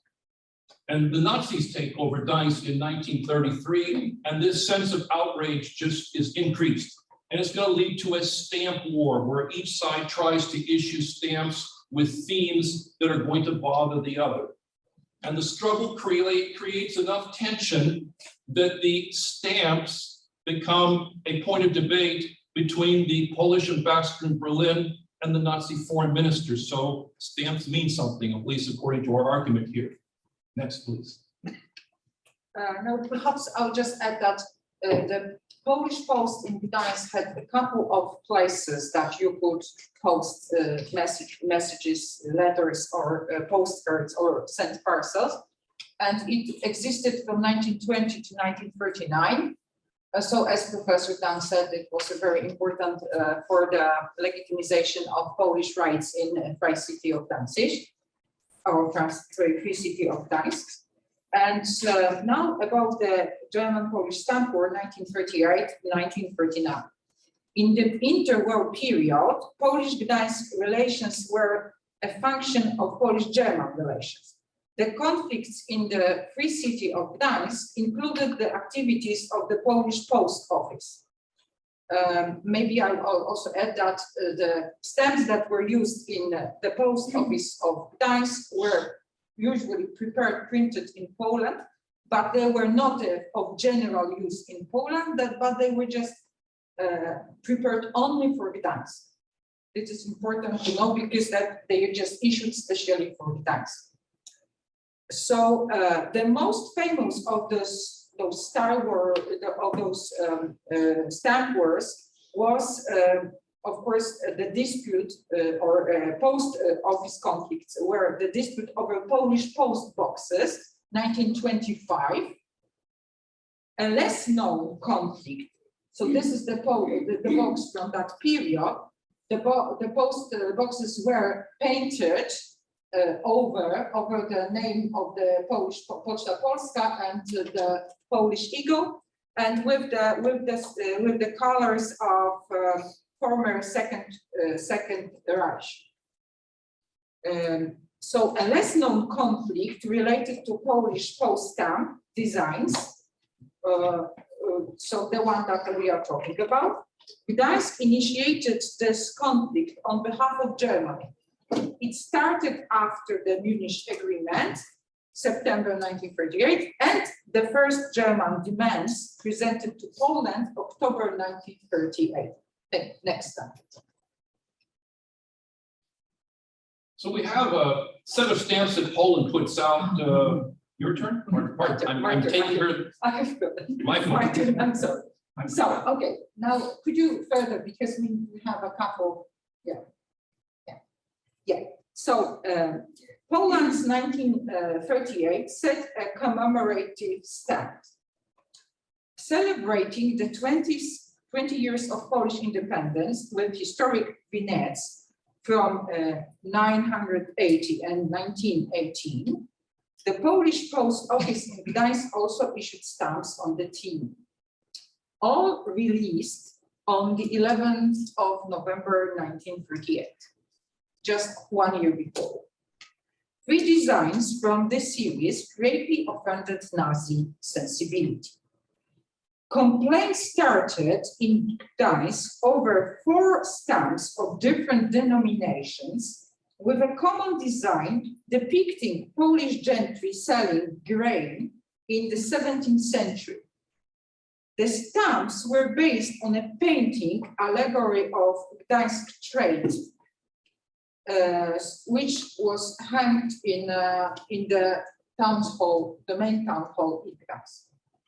Inspired by editorial attacks from the Danziger Vorposten, the official Nazi newspaper for Gdańsk, the Senate launched an official complaint with the Polish government. The Senate protested against a painting that hung in Gdańsk town hall. The complaint featured in negotiations between Józef Lipski, Poland's ambassador in Berlin, and Joachim von Ribbentrop, the German foreign minister. Von Ribbentrop denounced the stamps as insolent. Lipski responded that the painting was historical and Poland had no power to change history. Next slide. Next. So here's what you see coming from the Polish post office. Normally, up to 1938, they would take regular stamps from the Second Republic and they would add a dark print here indicating it was just for use in the Polish post office in Danzig. But then we have this stamp from 1938, which is purposely printed. It's not overprinted like this one here. And it has this interesting image. I think those of you who've been to Danzig and VSU students, we take people there every year.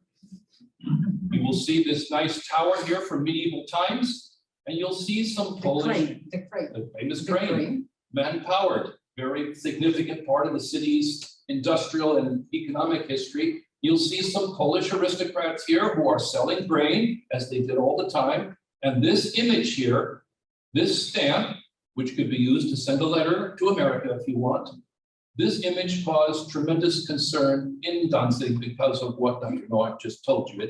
It offends Nazi sensibilities because it talks about the city of Gdańsk and its long connections to Poland and Polish history. Next slide, please. Yes. The stamp war escalates.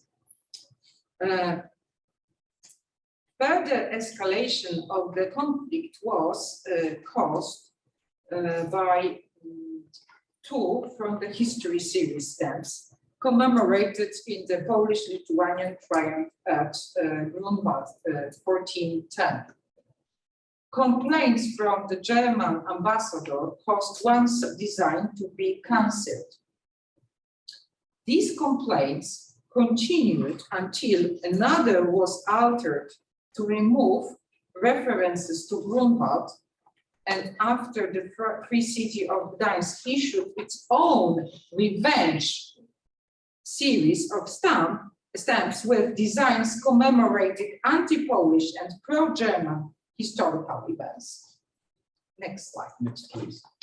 So these are stamps from the series that were issued for Polish use.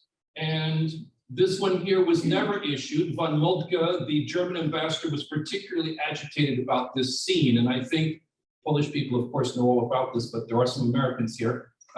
The Grand Master of the Teutonic Knights, the opposition force, and here we have a Polish knight who is basically knocking him off his horse, and is symbolic of this defeat of the Teutonic Knights at Grunwald. This stamp caused such concern, the Polish government told the post office, hey, cancel it, just don't even issue it. It's one of the rarest postage stamps from the Second Republic. Today, I think 5 copies exist.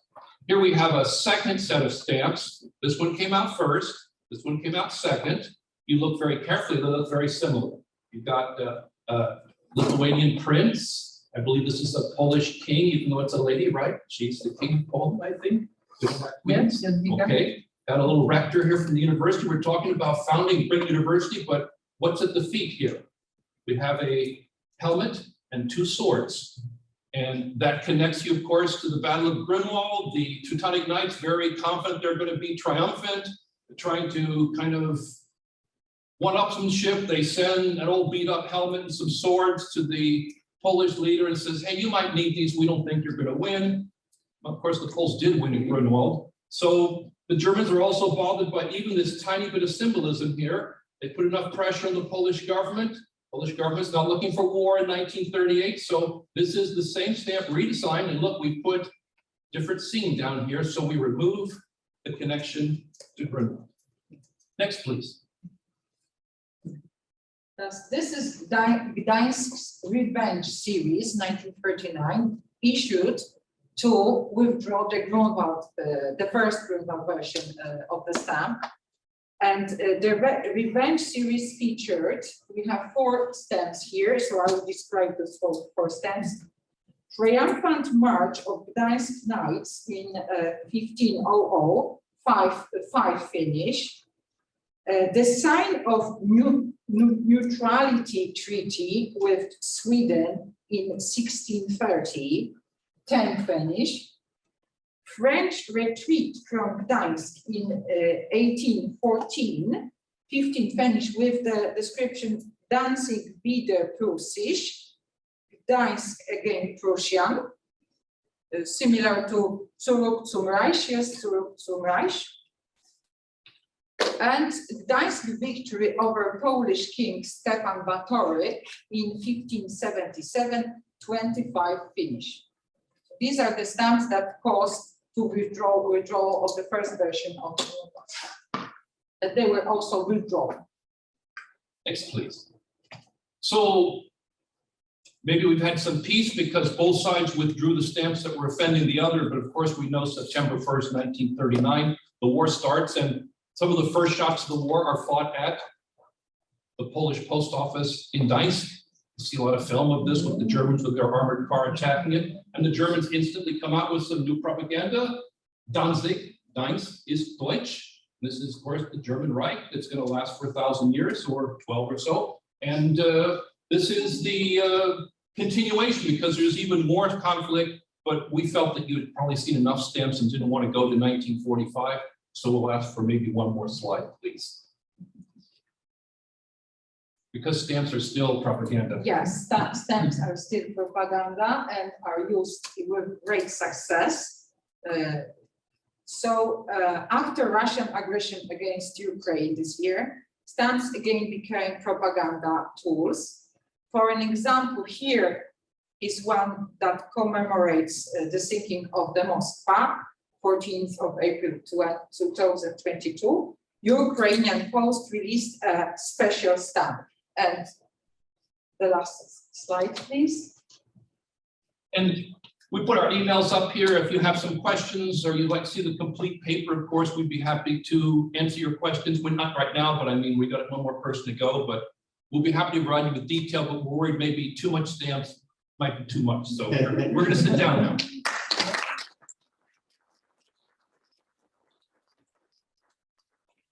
Very much for the presentation. And now we can move on to the last one. The title of the paper is Annotation of Totalitarian Regimes and Instances in Africa, a Call for Historical Nuances. And the paper is going to be delivered by Ms. Adesanya Alabi, who represents the Karabakh University in Turkey. Thank you so much. Thank you. And I want to appreciate the previous presenters. Thank you so much. Thank you. I want to thank the organizers for giving me this opportunity to present a paper in this conference. A totalitarian system of government can be defined as a situation where a despotic ruler takes total charge of all the affairs of the state and forces his subjects to adhere to all his rules without question. He exercises absolute power over the affairs of the state. At the beginning of the 1920s, Benito Mussolini, the despot of Italy, created the term Totalitarian, which reflected the then Italian fascist state. He eventually characterized it as all within the state, none outside the state, and none against the state. As the Second World War began, the term totalitarian was exclusively equated with the repressive and tyrannical one-party form of government. Some other instances of contemporary totalitarianism are the German Nazi, controlled by Adolf Hitler, North Korea, controlled by the Kim clan, China, controlled by Mao Zedong, and the Soviet Union, controlled by Joseph Stalin. However, in African countries, a number of contemporary tyrants have applied the totalitarian style to ruling their countries. For instance, General Sani Abacha, who ruled Nigeria between the periods of 1993 and 1998. Idi Amin, who ruled Rwanda from 1971 to 1979. Muammar Gaddafi, who ruled Libya from 1969 to 2011.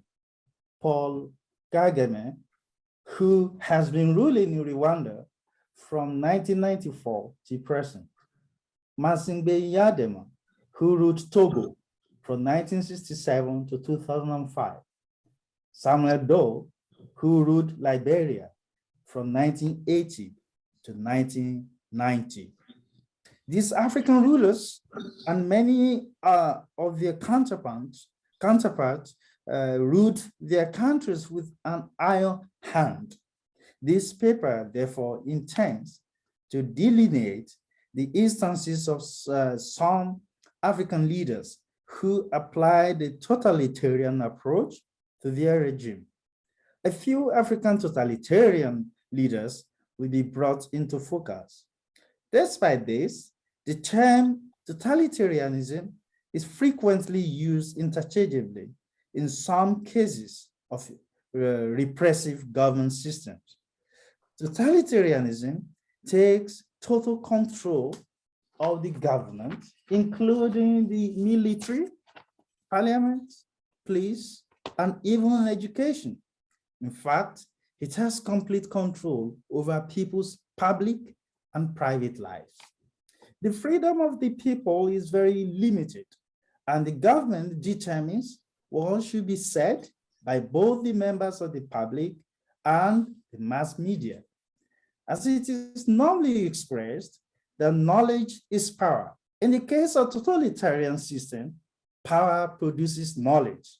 That is, the system determines what should be learned and what should not be learned, what the truth is and what is not. Thus, the distinction between totalitarianism and authoritarianism is that authoritarianism desires sheepish capitulation from its citizens. Thus, as Peter Sin maintains, that there is no longer a Nazi threat, no longer a Cold War, no longer the depredations of colonialism, no longer the independence ideologies that animated much of Africa in the past century, yet many of the essential features of Africa's new totalitarianism clearly recall that peculiar system of tyranny that once subjugated a great part of the world, inflicting war, genocide, and terror, and stifling human freedom. End of quote. However, many have disagreed with the notion that totalitarianism exists in Africa, claiming that the nature of underdevelopment and lack of technological advancement do not give Africa the status of totalitarianism. Peterson further explains that totalitarianism appears today in a handful of African countries.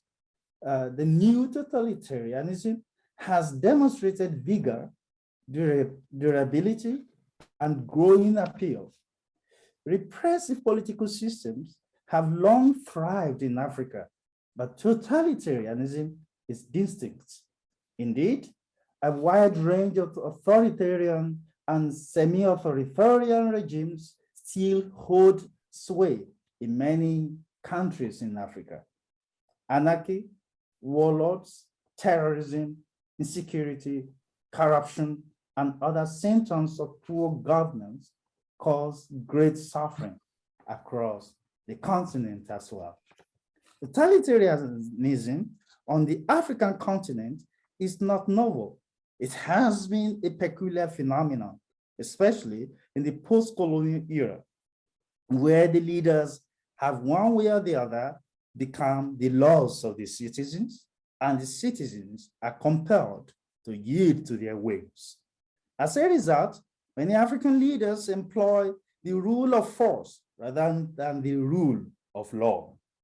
In the rule of law, if the rule of law is used, it is always influenced by their own whims. In terms of the judiciary, in as much as the government dictates everything in a political system, justice is not always in what the judges judge, but in what the government tells them to judge. In this situation, many of these totalitarian leaders hide under the disguise of democracy. But the truth of the matter is that it is a totalitarian democracy. that includes a few set of powerful people who dictate to the larger population of the country. There have been several problems that make African region experience political unrest, imbalance, corruption, and social uprising. One will wonder and ask certain questions. Why has there not been a peaceful and developed Africa, despite its enormous possessions of both human and mineral resources? Hence, the political uprising, bad leadership, and totalitarian political styles have been the major problems facing the continent.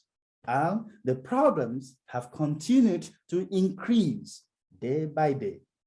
Why have these problems persisted? And why are the continent leaders not able to offer logical solutions to these profound problems, despite their proclivity to be in charge of everything? Despite the totalitarian approach that some African leaders have employed to rule the affairs of their countries, they are not able to provide a solution to their leadership incompetence. Why their political problems remain unsolved. In this situation, their problems seem to have threatened global politics and peaceful coexistence of other sovereign states. So the intervention of world powers like the United States of America and the Great Britain becomes inevitable.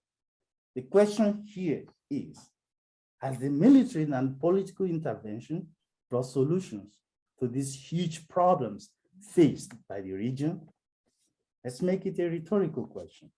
Thus, it appears that there is a new empire distinct from the traditional and primitive formation of empire, in which the superior power would extend its territory to other states' geographical gaps. As a result, this primitive power and territorial expansion are no longer popular. Instead, there is an external political hegemony in which they influence how other states run their policies. Can these also be termed as totalitarianism? Instances of totalitarianism in African states. We have the rise of totalitarianism in the politics of some parts of Africa, and the political gladiators tend to create division, hostility, tension, and schism. And any conversation they have is to increase a high level of hostility, because they always benefit from creating tension among the people.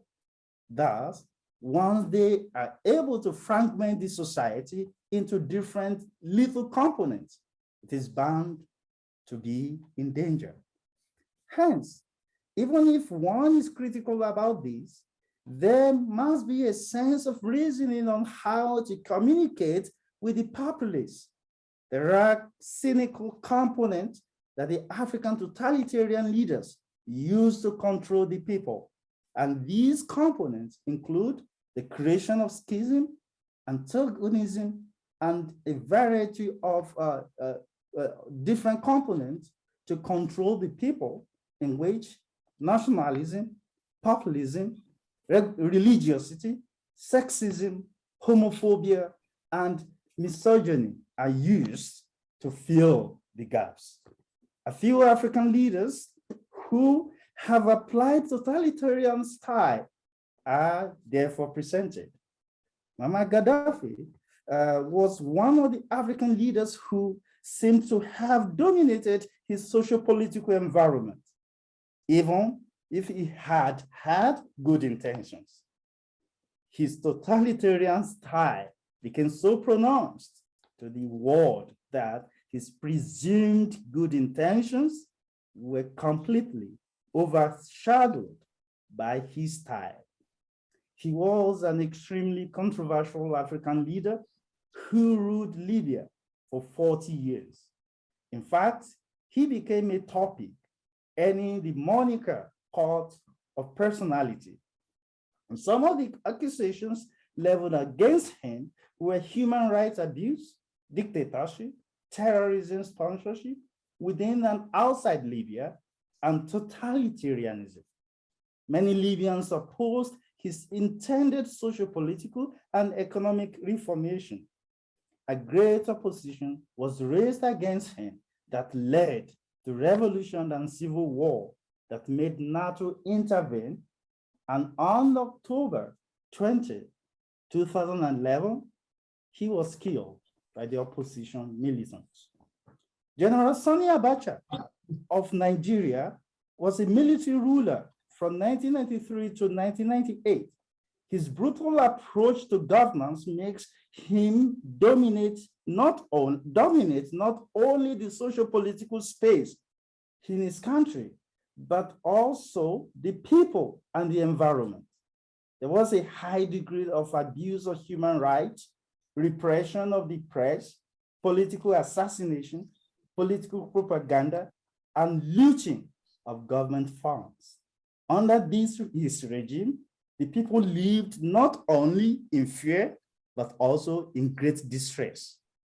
Many prominent Nigerians who challenged his regime went on exile for fear of being assassinated. He was the most brutal and dangerous leader Nigeria has ever produced. On June 8, 1998, he died. His death led to nationwide jubilation. Nigerians around the world were ecstatic that a brutal leader was finally and permanently removed by death. Idi Amin Dada was a military ruler and politician. He ruled his country from 1971 to 1979. Because of his political style, he was accused of several human rights violations and assassination of his own people. He was considered one of the callous leaders of the contemporary era. While in exile for many years in Saudi Arabia, on August 16, 2003, he died. Yahya Jammeh, who ruled the Gambia from 1996 to 2017, his regime was despotic and repressive. He dominated all the affairs of the country and persecuted all the opposition members severely. He was also accused of stealing several millions of dollars during his regime. Even after losing an election, he refused to relinquish power until ECOWAS forced him to do so through military invasion. He stepped down from power shamefully on January 19, 2017. Thus, there are many African leaders whose totalitarian approach has brought their countries to a great and peculiar mess. Most of them never ended well. In conclusion, true democracy is a system that encourages check and balance, but it is essential to note that it is not about going to the ballot box and voting. It is about following the basic principles of what is considered democratic. To make this function, going to the ballot box to vote should be added to giving respect to the rule of law rather than the rule of force. There should be a separation of powers. There should be checks and balances, and no one should be allowed to have absolute power. With all these components, democracy has a propensity to thrive. Hence, there are a set of African political leaders who are populist. They manipulate the minds of the people to get their support, and even their numbers may not be huge. Thus, there are a great number of members of the public who want true democracy. They want democracy that works. Even if their voices are not heard because they have been silenced and subjugated.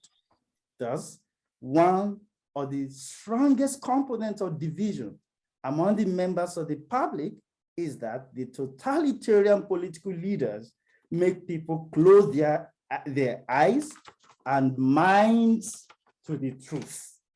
So the fact is that any ideology that does not permit questioning, critical thinking, and intellectual exchange is not worth following. For true democracy to exist, there is a need for secularism and a need to differentiate religion from the state. So the people are subjugated through different components of political power. The people are not always happy, but because there is no freedom of speech, they remain despondently silent.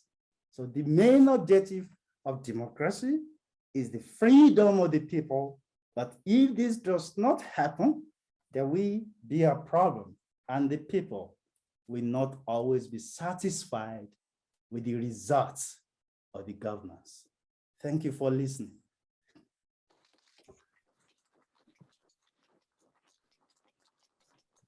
Thank you very much.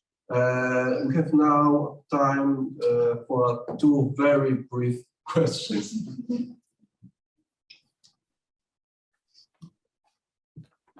Professor Kramer. Okay, this is for Adesanya Alabi. So let me come over here. First of all, thank you for your presentation. The question I have, with the exception of Ethiopia in the late 1970s and 1980s, it seems to me most of the regimes that you were talking about were what I would describe as pretty standard dictatorships, authoritarian regimes, but not with totalitarian aspirations. Ethiopia, I think, was different, but could you, because you talked about historical nuance, but could you talk about whether you in fact saw them as totalitarian? Maybe, again, you covered quite a wide range of them, so maybe a couple of others, but how would you distinguish more, what I would describe as more normal dictatorships from the ones with totalitarian ambitions? Thank you so much. And I realize that they are one way or the other intertwined, because these political leaders, they apply the two approaches to dominate the people and the environment. So in as much that they dictate everything that should be done in the country, and they try to control the view of the people, the mind of the people, and what should be called the truth and what should not be called the truth. And I feel that this is the trait of totalitarianism. Yes, they apply a kind of dictatorship too, and many of them were very brutal. And the only problem I have with the African leaders is that they usually pass the blame of their incompetence to colonial era. Now, colonization has stopped for so many years now. And then what have African leaders done to improve their continent? So this is why I feel that the soul of Africa is presently crying for help, because the leaders of Africans are not doing the right thing. So they apply different kinds of dangerous political approach to rule their people. Thank you. And sorry. Yes. I have a question for Dr. Prof. Sorry. Yeah, I have a question for Dr. no, Sorry. I'm sorry, because Professor Kramer was first and Sarah here was second, and when I think we have 2 minutes, so maybe there is a chance. My question is also for Dr. Nortos. Like with yours, it seems like the authority of like the Pope and Christianity, like the cultural theme of Christendom as a whole, seemed like an alternative to the authority of like local rulers. Do you believe that that precludes any sort of totalitarian state forming due to that division of power, almost like a check and balance of a democratic system? I mean, there's a theory that, generally speaking, yes, I don't subscribe to, but with the Enlightenment and exactly the completely kind of separation of what you understand as church and state, we have the beginning of trouble. My argument here was certainly not that there was no kind of totalitarian aspects of Roman Christian ideology of authority. But there was a reason why, for example, Nazi government very much aimed to eradicate not only the Catholic, but any kind of alternative, religious alternative to the state. So state versus whatever the church it is. And of course, we can argue that certain religious communities or churches could be run like states. Yes, the famous kind of tradition of Presbyterianism and what we understand as the tradition of the Pilgrims. Yes, basically, the idea was to form Calvinist communities in colonies. The church had no chance, ultimately, the church as an institution, to prevail against secular state. So theoretically, you can say exactly what you kind of allude, that we could have kind of check and balances between the rise of totalitarian regimes and highly centralized oppressive state, secular state of the church. But the church lost that competition for control and rulership in the Western world. My argument would be very much in the 1300s, so very early. And after that, there was kind of no way back. It doesn't mean that the church was not politically influential, but the future lied with nation state. And kind of my favorite kind of examples would come from very late 12th century in England, famous cases in early 1300s in France. And the papacy or the centralized church is very aware of that in terms of this cosmic struggle, yes, on the one hand, ecclesiastical kind of superstructure headed by the Pope and individual monarchies in that kind of race to power and control the church was amazing. Madam? My question is also for Dr. Bartos. I found your thing to be very interesting because when I think of religion now, I think of religion as a tool for authoritarianism, at least here in modern America. Do you think that Poland is an exception to that rule, or do you think religion has evolved to be that?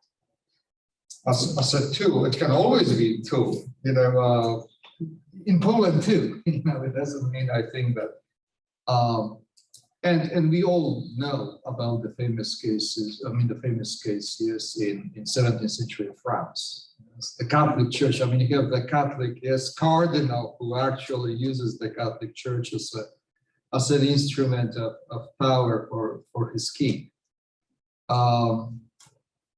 But certainly organized religion, or rather maybe differently, organized or not, religion is as an ideology can be a counterpart to secular ideology. Because it's not my original argument whatsoever, but it's this famous saying, well, we are all, I think it actually comes from one of the historians of the Crusader period, that we are all very much, how to put it, we see a controversy in the fighting for religious convictions is something terrible, and demonstrating our ignorance, and but we are fighting for nation states. It's a different ideology, and the argument is that not necessarily we are better off by fighting for new types of ideology. I don't know. Poland remained to be Catholic, but again, it's not so much emphasized. It's interesting.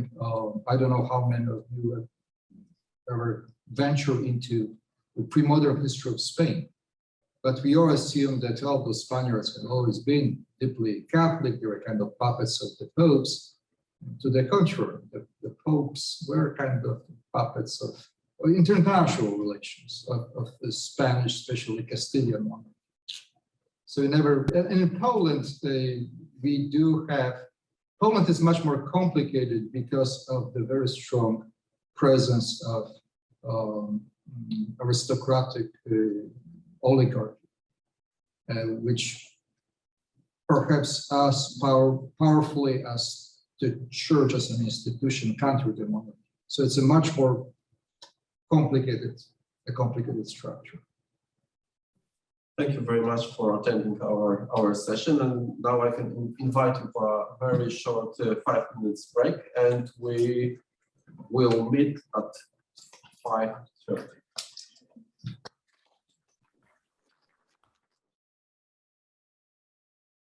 With me, we have 3 guests, all 3 of whom, of course, have spoken already at length today. I'll introduce them again. In any case, we have Dr. Mark Kramer, who is Director of Cold War Studies at Harvard University, Senior Fellow of Harvard's Davis Center for Russian and Eurasian Studies, and the Director of Harvard's Sakharov Program on Human Rights. He has published extensively on a variety of Cold War topics, including solidarity, the Warsaw Pact, and the Polish crisis of 1980-81. He also edits both the Harvard Cold War Studies book series and the peer-reviewed Journal of Cold War Studies. Also, we have Dr. Bartłomiej Kapitsa, who is a historian with the Center for Totalitarian Studies of the Pileckiego Instytut. His main interests lie in the history of communism in Poland and the Communist Party apparatus. Currently, he directs a project on the post-war office trials in Poland, as he's spoken of, and is also the editor of the Center's peer-reviewed journal, Totalitarian and 20th Century Studies, and is soon bringing out his study of Władysław Jankowski, much anticipated. And finally, with us on Zoom, we have Dr. William J. Risch, who is a professor of history at Georgia College and State University, specialized in modern Europe, Russia and Soviet Union and Central Europe. In 2011, he published The Ukrainian West, Culture and the Fate of Empire in the Soviet Lviv, as well as numerous articles on Ukraine, Central Europe, and the post-Soviet space, and recently has edited a volume entitled Youth and Rock in the Soviet Bloc, Youth Cultures, Music, and the State in Russia and Eastern Europe, which came out in 2007. Thank you all once again for returning and being with us and serving us well. I had a set of questions, which I think most of which they really kind of answered during the day in their own ways, but I think we may return to them somewhat. And hopefully we'll have plenty of time for questions as well, as on any of the topics that they've spoken on so far. So to begin with, I thought, well, we've been talking at length about totalitarianism and authoritarianism and the distinction between the 2 terms and the kind of confusion between them. So perhaps we could talk a little more about that. We've talked about totalitarianism as a historical phenomenon and as a model for political analysis. And about the questions raised between whether there really is or the criticisms of totalitarianism as a theory, whether it really is that different from an extreme form of authoritarianism or dictatorship. So maybe we can talk about some of the salient features we see in totalitarianism that set it apart clearly from being simply an extreme form of authoritarianism. Dr. Kramer, would you like to start? Okay, sure. In the list that I gave earlier of 6 features that were set out by Karl Friedrich and Zbigniew Brzezinski, most of those I think people would largely agree on. The single party, the ruling ideology, the use of mass terror. Now, mass terror, I would point to though, and the others that I had mentioned earlier. I'm going to focus though on 2 of these. One is the mass terror. The other is central direction of the economy or control of the economy.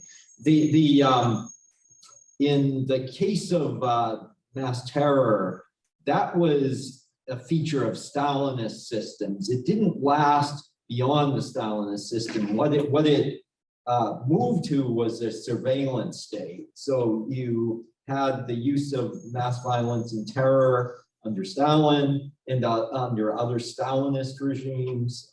And after that, it became a question of mass surveillance and preventative measures so that you would use arrest and detention of selected activists or people who were unorthodox to prevent them from sparking any wider opposition to the regime. But that's very different from mass terror, the kind of, for example, the Great Terror in the Soviet Union in 1937, 1938. In the space of 16 months, more than 800,000 people were shot, almost all of them non-communists. That sort of thing simply did not happen. Nothing remotely like that happened in the post-Stalin era. So in that case, it does point to Stalinist systems in the case of communism as being the totalitarian phase of communism. Now, in the case of other communist systems outside Europe, particularly in China, where enormous numbers of people died. It was a larger country, so there were more to die, but still the scale of bloodshed and of unnatural deaths that occurred in China, many I refer to as unnatural deaths because many were through starvation, but through starvation brought on by the communist regime's policies. That too was a characteristic of Mao Zedong's policy from 1949 until his death in August 1976. He ruled the country with, again, some periods in which his total hold on society loosened a bit in the sense that he had to retreat occasionally from disastrous policies that he had implemented.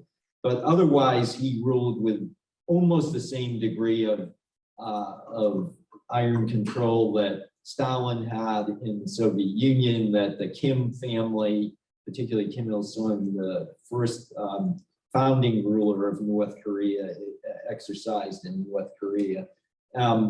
And so in China, though, what was interesting is after Mao's death, there was certainly a loosening of the political system, but it remained a highly repressive communist dictatorship, which it still is today. There was, however, a conscious decision made by Deng Xiaoping at the end of the 1970s to loosen control of the economy, particularly in the case of agriculture, to allow farmers to control their own business and to and also to allow for a private sector or a quasi-private sector in China. And that decision had enormously favorable consequences for China. And what however is somewhat disconcerting about it is politically China has remained not quite a totalitarian state, but it's certainly an extremely repressive communist dictatorship that has become more repressive under Xi Jinping. But economically, and again, it's a kind of quasi-private sector. but it resulted in very rapid economic growth in China, at least in the coastal cities. If you go to the rural areas of China, as I did a couple of times when I was very frequently in China over until 2018, and it became useless to go after that because things tightened so much that you couldn't do good research there any longer. But from 2008 until 2018, I went numerous times, sometimes for up to 5 weeks at a time. And I did go into the rural areas. It's a different world, but it is also a world in which communist political control remains very tight. The prosperity of the urban areas, the coastal urban areas, is, however, quite striking in the extent to which it has resulted in a highly modern society, but one that, again, is still under very tight political control. There is pervasive censorship in China, including increasingly with the internet, which already through the Great Firewall of China was very tight, but it is tightened further, especially during the recent 20th National Congress, but more generally. And so in that sense, there are still a lot of elements of a totalitarian system in China, even though it isn't a totalitarian state anymore, because there is no longer the kind of mass repression, violent repression that there was under Mao Zedong, with a few exceptions. Again, in June 1989, there was that kind of brutal crackdown again, but that was an event that hasn't been repeated. There is, however, one area of China that is governed in a totalitarian way, which is Xinjiang province, that in which close to 1 million people have been brought under what I would describe as a totalitarian regime that is reminiscent much more of the Maoist era. And so in the communist countries that survived, communism did survive 1989 almost entirely in East Asia, but also Cuba, that in those countries, in some cases, quite large elements of totalitarian systems have persisted. In other countries, there were, again, in Vietnam and Laos, that there was some movement toward a more liberal system, but that has all been abandoned as well. So there is something about communism and the kind of the millenarian ideology of it, particularly under Stalinism, but continues to this day, that does lend itself to totalitarianism. And that, I think, is, that's why I don't quite agree with what Adesanya Alabi was saying. I think he was describing the pretty standard authoritarian regimes. I don't see the ones that he was discussing as having aspired to totalizing control, whereas I do see that as an almost innate feature of communist regimes. Dr. Risch, what would you say to that in terms of features, salient features of totalitarianism that would set it apart from authoritarianism? I do think, yes, I do think that, I mean, I do have to make a few disclaimers and maybe introduce a few caveats. The fact is that I've been raised as a social historian and cultural historian, looking at the perspective of people who had to deal with these regimes rather than characterizing the regimes themselves, as Mark Kramer has done here. So for me, a historian such as Sheila Fitzpatrick, who sort of challenged these ideas about what Stalinism was, those arguments she made in the mid-1980s still resonate with me. Admittedly, what I find interesting is how much totalitarianism, yes, did have these millennial features, but then also turned to conservatism quite quickly, became conservative quite quickly. If we look at what was called the Great Retreat under Stalin by 1931, and the reimposition of certain ranks in the military and certain award systems, and the return to certain pre-revolutionary ideas about the family and reproduction, such as returning to the ban on abortion by 1936. Or if we look at the restoration, rehabilitation of the Russian Orthodox Church and Russian nationalism and Russian national heroes, which David Brandenburger has written about very eloquently in a monograph. The reality is that there were these aspirations, I would agree, under Stalinism to transform the human being and society, but very quickly these categories such as nationalism wound up becoming an important part of the so-called totalitarian ideology as well. And this idea of friendship of peoples with the Russians as the older brother.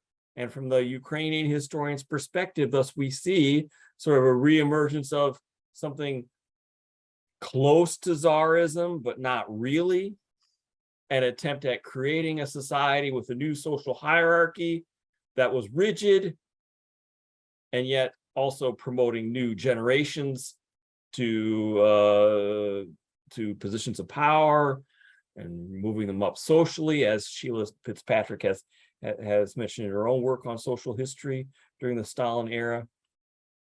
I would say what makes totalitarianism salient still today, it is that utopian and transformative aspiration is there.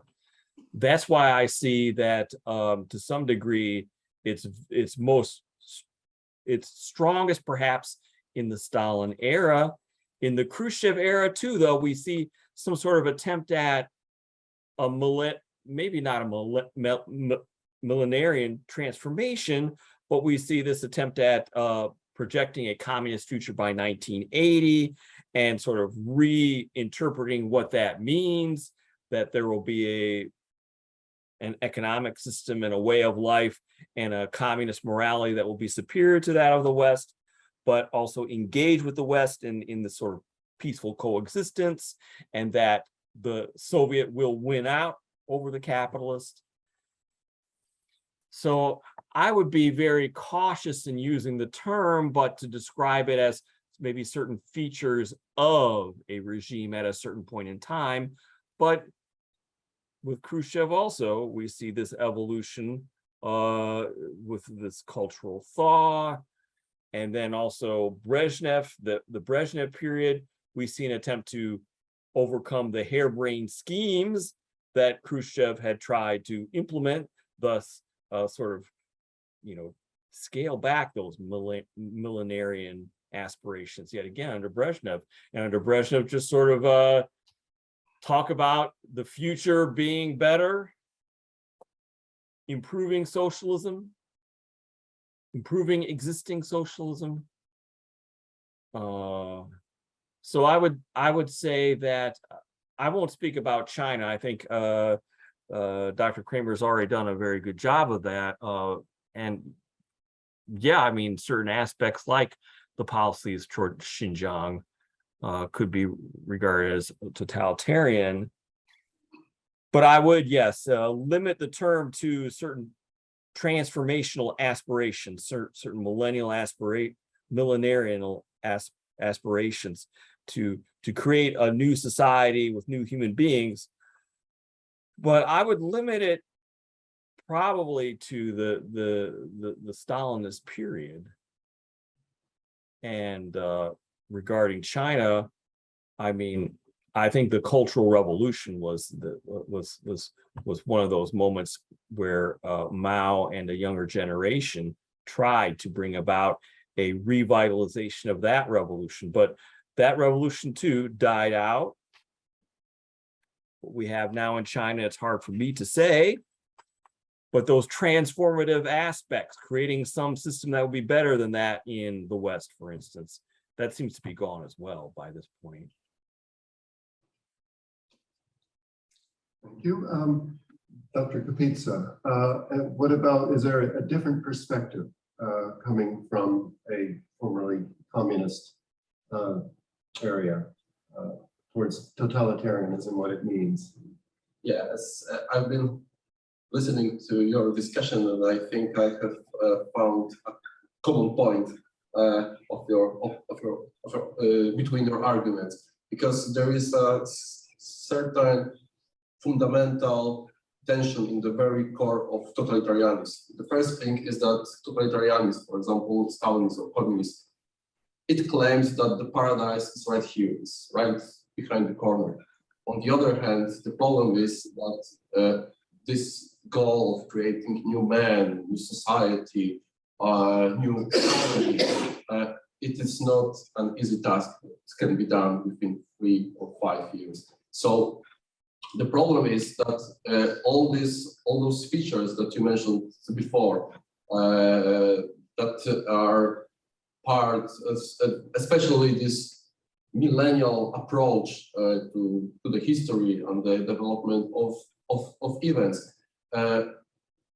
they are some sort of rhetoric that constitutes the very core of totalitarianism. On the other hand, there is reality. There are real people with their real goals.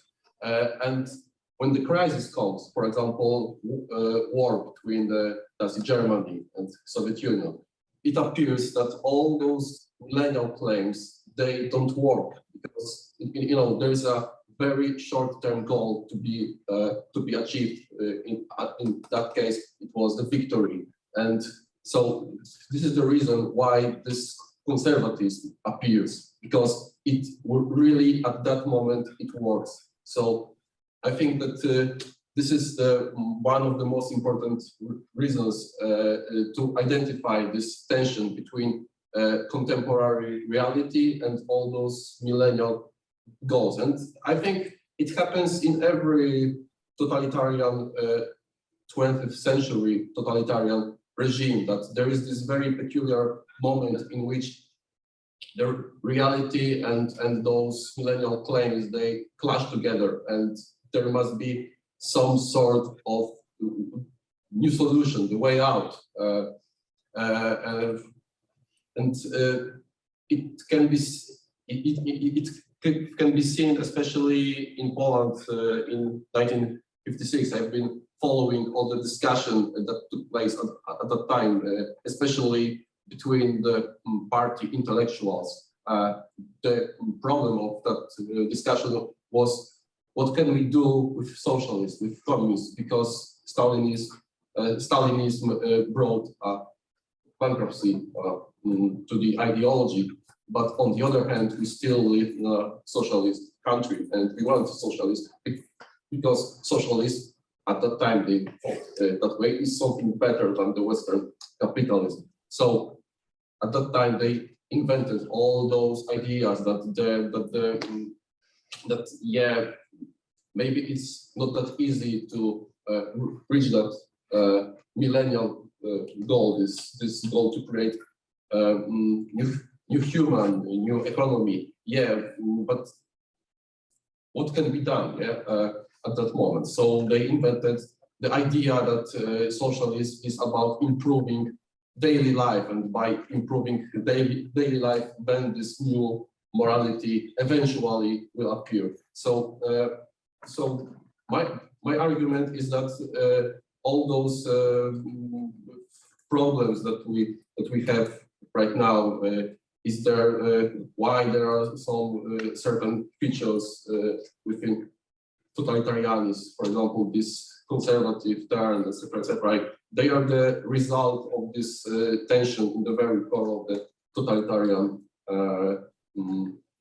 idea, that this is the idea that has this long-term millennial goals and contemporary day-to-day life, which even overwhelming party has to manage.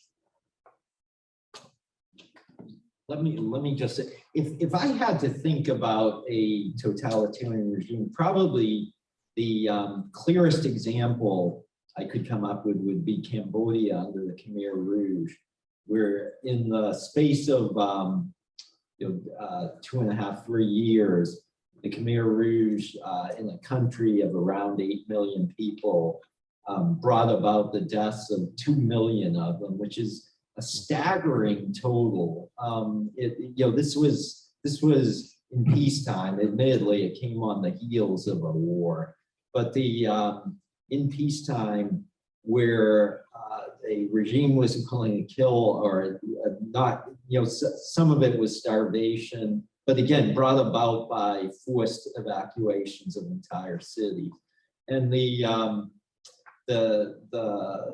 that's unprecedented. I really can't come up historically with other examples of countries that have had that kind of death toll created by an explicitly millenarian regime. They renamed the years as had been done in France after the revolution. So the millenarianism was an intrinsic part of it, but you also, it does take a great deal of state capacity to get people to kill. It's not as easy a thing as it might sound. Some of it, there were some ethnic elements, Vietnamese, ethnic Vietnamese, for example, but that wasn't the thrust of it. This wasn't the classic definition of genocide. This was autocide, or an internally directed destruction of society to bring about what was thought to be the utopia that was coming. There have been other countries in which similar ideologies have prevailed, but not to the same degree there. That's why when I was working on the Black Book of Communism, I initially had proposed to limit it to Soviet Union, that is Stalinist Soviet Union that Nikolai Wirth did, and then Cambodia, which was shown, and East Central Europe during the Stalinist period, but partly because of the publisher, we had to put out the full edition. And so I think that if you read the chapter in there on Cambodia or many other works that have appeared about Cambodia, it's truly such a dispiriting reminder of the enormous cruelty and murderous actions that human beings are capable of if driven by that kind of murderous ideology that then results in the capacity to kill such immense numbers of people. There's nothing really that I would disagree with that Bill said. I mean, again, from the perspective of society, there were things that went on during the Stalinist period. People got married, people celebrated birthdays, people would collect stamps, people would engage in other activities that seemed pretty normal. But I would still go back and argue that the defining feature of Stalinism was not these ordinary activities. It was instead that there were millions of people being killed at the same time. And that's where the Stalinist system would be very different from the post-Stalinist system, that there were a lot of ordinary things going on in the post-Stalinist system as well, but there weren't millions of people being killed. Right. Can I add anything? Yes, please do. Yeah, just to sort of also respond to Mark and elaborate a little bit further on this. I mean, the thing is, with the post-Stalin period, what people faced was getting fired, being fired, being dismissed from school, from university, loss of career opportunities, for sure. Maybe some jail or prison time, And there were, cases of prisoner abuse for sure. And then we can talk about the psychiatric wards that were used against dissidents. But primarily, it was just it was a very different. There wasn't the kind of terror that existed. But then there was also the self-policing and the self-censorship and attempts since Khrushchev's time to really get grassroots informing and policing around the so-called druzhiny, these sort of like street patrols or street militia types that would make sure that people in places like Lviv behaved themselves, didn't do the wrong thing on the dance floor, didn't congregate and desecrate the sanctity of the city or whatever. There were ways of patrolling and censoring and looking out for any ideological deviations, but people learned to play the game, and there wasn't, yes, the kind of violence on the scale that you would see in the Stalin period, for sure. It seems like then two things that keep cropping up are first of all, the utopianism or millenarianism as being really at the core of what we would call the ideological part of it. Brzezinski and Friedrich talk about. And also the mass atrocities, mass murders, genocides, and so forth, that both of these seem to be almost necessary parts of what we would call totalitarianism. Would you agree? And are they connected in some way, in the sense that it requires a kind of to get people to commit mass murders like that, you have to have them properly motivated, which would require something more than just an ordinary game to be made, but something truly revolutionary, utopian. And at the same time, to bring about some kind of a utopian mentality, or revolutionary mentality, also requires murdering into it. Does that make sense? In some ways, that if we talk about totalitarianism, we have to kind of combine these two things? I let me very quickly start, but I vehemently agree with that. That is, I think that is the defining feature of a totalitarian system, is one in which there is this millenarian ideology that causes a regime to want to get rid of or to destroy all those who stand in the way of this millenarian vision. And there's long been academic work done on what it takes to get people to kill other people. Now, I'm not talking about murderers per se. I'm talking about killing in wartime and then killing internally. Killing in wartime is difficult enough. To get soldiers to kill people is not as straightforward as it may seem. There's been extensive research done on this, on why, there are numerous cases that I could cite, but why it's sometimes very difficult to get soldiers actually to fire their weapons. But internally, it's even more the case that it is difficult to, unless again, there's an ideological ethnic element, to say there was in Rwanda in 1994. That makes it a somewhat different case, but or in Yugoslavia in the 1990s. If you're talking about simply getting rid of those in society who oppose your vision, that can be difficult, and that's where I think that ideology plays a crucial role. And that's why, again, the ideology did begin to dissipate even during the Stalinist period, and in the post-Stalin period, it's not to say that officials didn't continue to believe in it, but they no longer had that millenarian goal of what was going to be achieved. Even Khrushchev, I mean, Bill's right about Khrushchev's notion, but it wasn't one in which opponents of that vision had to be destroyed. That was under Stalin, under Mao, under Risch. There's one certain feature that also links and connects with this mass terror and ideology.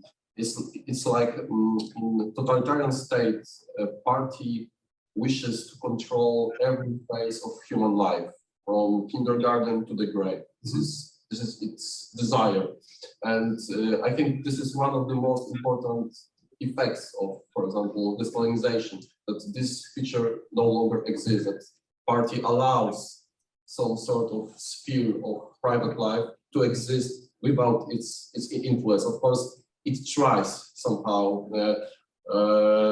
For example, in the communist system, there was this system of nomenclatura, that there are some certain positions in economy which can be claimed by individual only if the party allows him to work at that place.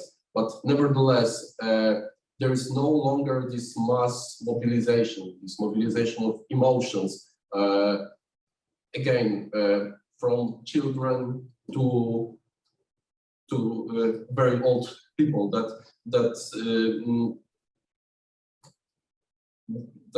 somehow allows party to control the whole society. And I think it's also maybe an answer to the question why this very totalitarian phase that everyone agrees that yes, this is a totalitarian phase of a regime, why it cannot last very long, because it's very difficult to manage all those overwhelming human emotions that are flowing within a society. For example, when mass terror and mass ideology is one of the foundations of the regime, there must be some point at which people can breathe, because otherwise party loses control. We can see it, for example, in 1956, that in Poland, because there was an uprising in Poland, uprising of the workers against the party, and the first reaction of the party was like during the Stalinist time, let's crush them. Yeah, it's because it can be done. But on the other hand, and they of course used force to crush the uprising. On the other hand, after the uprising, there was a meeting of the party committee, and they were discussing the outcomes of this event.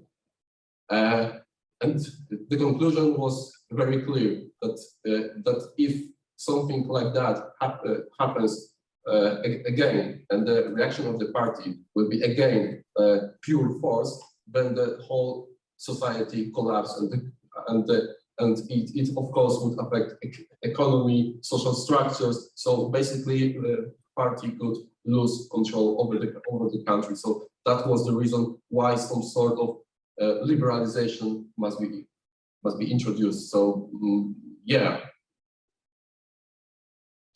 Let me add one qualification though to what you said. In North Korea, a totalitarian system has survived. It's now survived for what, almost 80 years, and that has, you know, in the mid 1990s in North Korea, not as a result of deliberate policies, but as an inadvertent result of policies. There were close to between 1.5 and 2 million North Koreans who starved to death.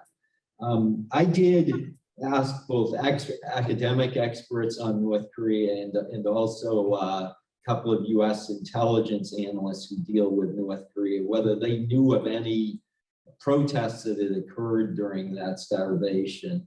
And they said there is no evidence that there were any protests, which just strikes me as an astonishing indicator of the extent of totalizing control that the North Korean regime maintains, even though, again, the ideology that is in place there now is a weird one. It's no longer the kind of millenarian vision that was at the start of the North Korean regime. It's been replaced by the Juche ideology, which is much more a kind of strange ultra-nationalist ideology, not fascist, but nationalist in the sense of talking about North Koreans as a unique kind of human beings and the like. So it's again that it does add some qualifications to this notion that totalitarian regimes always dissipate or weaken or die out. But it's rather a theory, but I wonder whether it might be valid, because I see one big difference between, for example, the Eastern Bloc during the Cold War and North Korea, because one of the goals of Khrushchev and all those regimes was that socialism is superior to capitalists. So they really, especially after 1956, they really believed that they can build a system which can compete with capitalism. And North Korea, I think this is not the case. So maybe it's much easier, I would put it very brutally, it's much easier to starve all population if you don't have that sort of goals, because the goal of Kim's is just to preserve the regime, and the goal of the communist regimes in Eastern Europe was to beat capitalists, even economically. Absolutely, but at the same time, North Korea has a major problem that there is a South Korea, which both became democratic at the end of the 1980s. It had been a repressive dictatorship of its own, but equally important, it's also become highly prosperous. And so to shield North Koreans from that knowledge is very difficult, but it has been accomplished. That is, the North Korean defectors, of whom there have been a considerable number, but have always come out and testified that they knew almost nothing about South Korea when they lived in North Korea, that they were amazed to see how prosperous South Korea was.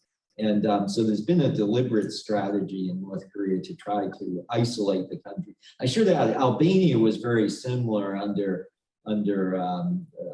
Hoxha, Enver Hoxha, who ruled there until his death in 1985. That it basically took Albania and set it up as a autarkic, isolated country. And that was designed to keep Albanians from knowing what was going on elsewhere in the world. Fortunately, that regime came to an end in 1991. So Albania now is a member of NATO and aspiring member of the EU.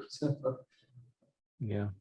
Oh, I was just going to say that I think that this control of information does seem to play a factor, as well as what has been mentioned regarding ideology. I mean, I think about the Soviet Union under Stalin and the notion of capitalist encirclement, made worse by the rise of Nazi Germany.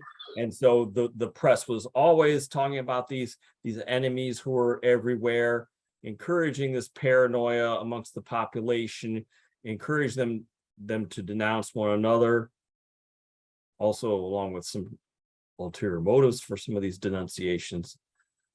But so I really believe that this isolation from alternative sources of information and this exposure to an ideology that talks about enemies being everywhere, the reason we're having problems getting grain from the peasants is the kulaks as a class, you know, the elimination of the kulaks as a class being one sort of slogan I remember. But when it comes to Ukraine, the idea that Ukrainians are deliberately holding back their grain and that Ukrainian nationalists are to blame for this people start to see certain conspiracy theories as we talk about them today, and the ideology is stressing these conspiracy theories, reinforcing them. So I think that does make a difference regarding totalitarianism. Yeah, and what's especially dispiriting over the last 9 months is to see the return of all of the features you just described, Bill, to Russia, where the encouragement of students to inform on their teachers and the other way around, on people to inform on their siblings and on their parents, if they criticize the war or even call it a war, on the severe control of information with the drastic tightening of censorship, the various laws that have been passed to prohibit any discussion or honest discussion of the war, at least by those who oppose it. So all of those features, that were very much a part of the Stalinist system have been brought back. It's really disconcerting to see. Yeah, I just wanted to add this, not to take us too far off track, but it is deeply disturbing to hear from friends who contact aunts in Moscow to inform them that their brother, a guy's father, died in Mariupol, and the aunts say, well, we just meant the best for you. We're trying to do our best for Ukraine. That dissonance is just really striking in 2022. It is quite possible to isolate, or at least to play on those elements that Mark has mentioned. That brings me then to ask one thing, is in talking about, especially about Russia and the current situation, and this tightening of censorship and all of that, we're tempted to talk about current regime as totalitarian in some ways, but without that sense of millenarianism, which does seem to be absent in all of these new authoritarian regimes. Does that make it impossible to talk about them in terms of totalitarianism? I mean, I think exactly as you mentioned about North Korea, that I think Putin's goal is simply to maintain his regime in power. I think it is all about power, not about per se about transforming society in any kind of image that he has. To the extent that there is an ideology under Putin, it's this weird mishmash of reactionary social, the sorts of things that Bill was alluding to before, but brought to an extreme, and a high degree of homophobia, of other socially reactionary policies. And Putin last week, I think it was on Wednesday of last week, signed a decree that refers to традиционные ценности, traditional values. And it was all about, a quite strange decree for a president to be signing, president of a country, to be signing a decree on traditional values. This sets forth, this decree that he signed sets forth a number of penalties, very severe penalties for those who, there had earlier been a law against gay propaganda for children, and now that's been extended to the covering the whole population. So you can no longer talk about homosexuality, at least in any open way in Russia, or at least in principle. This decree hasn't been put to the test yet, but in a whole series of other topics that are mentioned in the decree. It also, and this is what I was particularly focused on, it also dealt with historical memory. There have been laws in place going back to 2013 to prevent honest discussions of the Second World War in Russia, and in general about the performance of the Soviet army during the war and before. going back to the start of the war in September 1939 with the occupation of Poland, which under the 2013 law, you couldn't honestly talk about the war with Finland and the like. And that's been drastically strengthened again by Putin's decree. That earlier there were already criminal penalties, but now they've been increased exponentially, is what the risks that people will face by talking about such things as collaboration in Russia. You know, they want to talk about collaboration in Ukraine, but collaboration in Russia was just as, the incidence of it was just as high as it was in Ukraine, because there was detailed work done by very good Russian historians in the 1990s that bore that out. But you can't talk about that anymore. You can't do research on it anymore. It seems almost like the revolutionary impulses of totalitarianism have been replaced by conservative impulses. Are we in a post-ideological age then? Or post-totalitarian?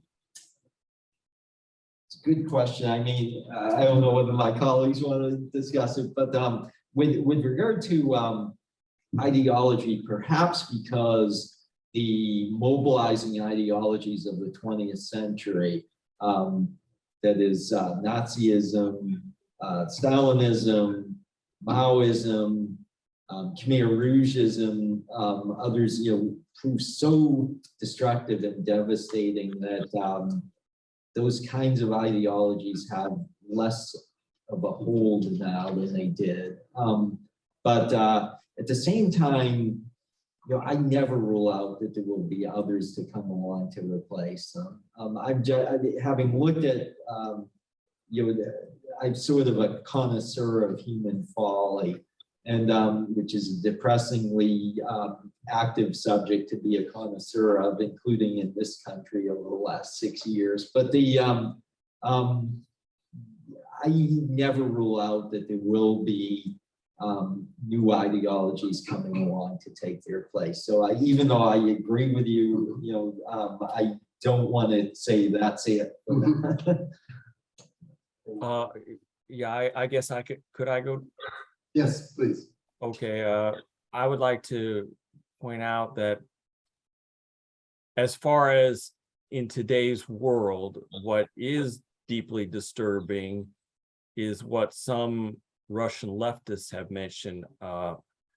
If I'm not mistaken, his name is Ilya Budraskaitis, I think.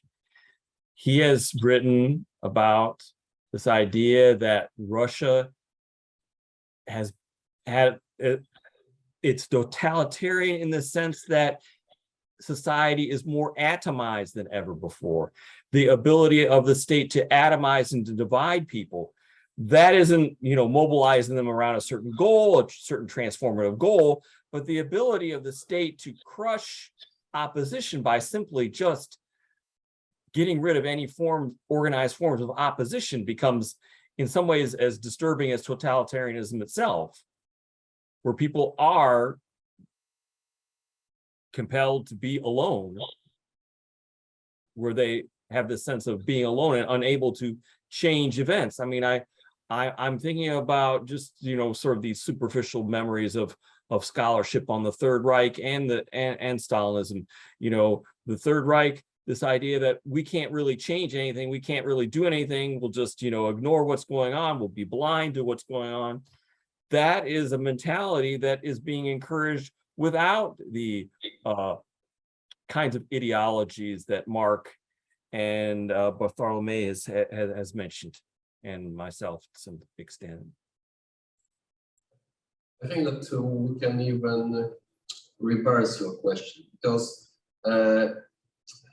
because what we think about totalitarian ideology, there is always one particular factor that it had its own universal dimension. For example, communism. Communism was very appealing because of its universal dimension.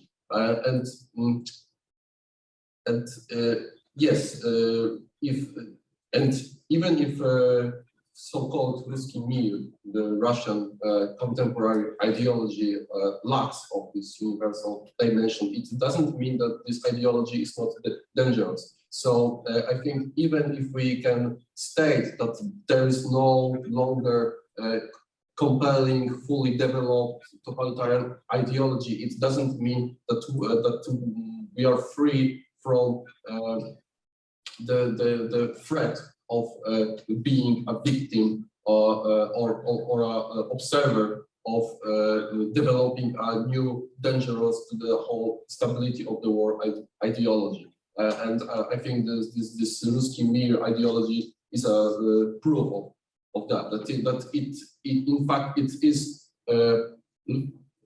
located and focused on Russia and its neighbors, but in fact it threatens the stability of the whole world. So we can argue whether this Ruski Mir is totalitarian or it is not, but it doesn't change a fact that it's really dangerous and we must be aware of it.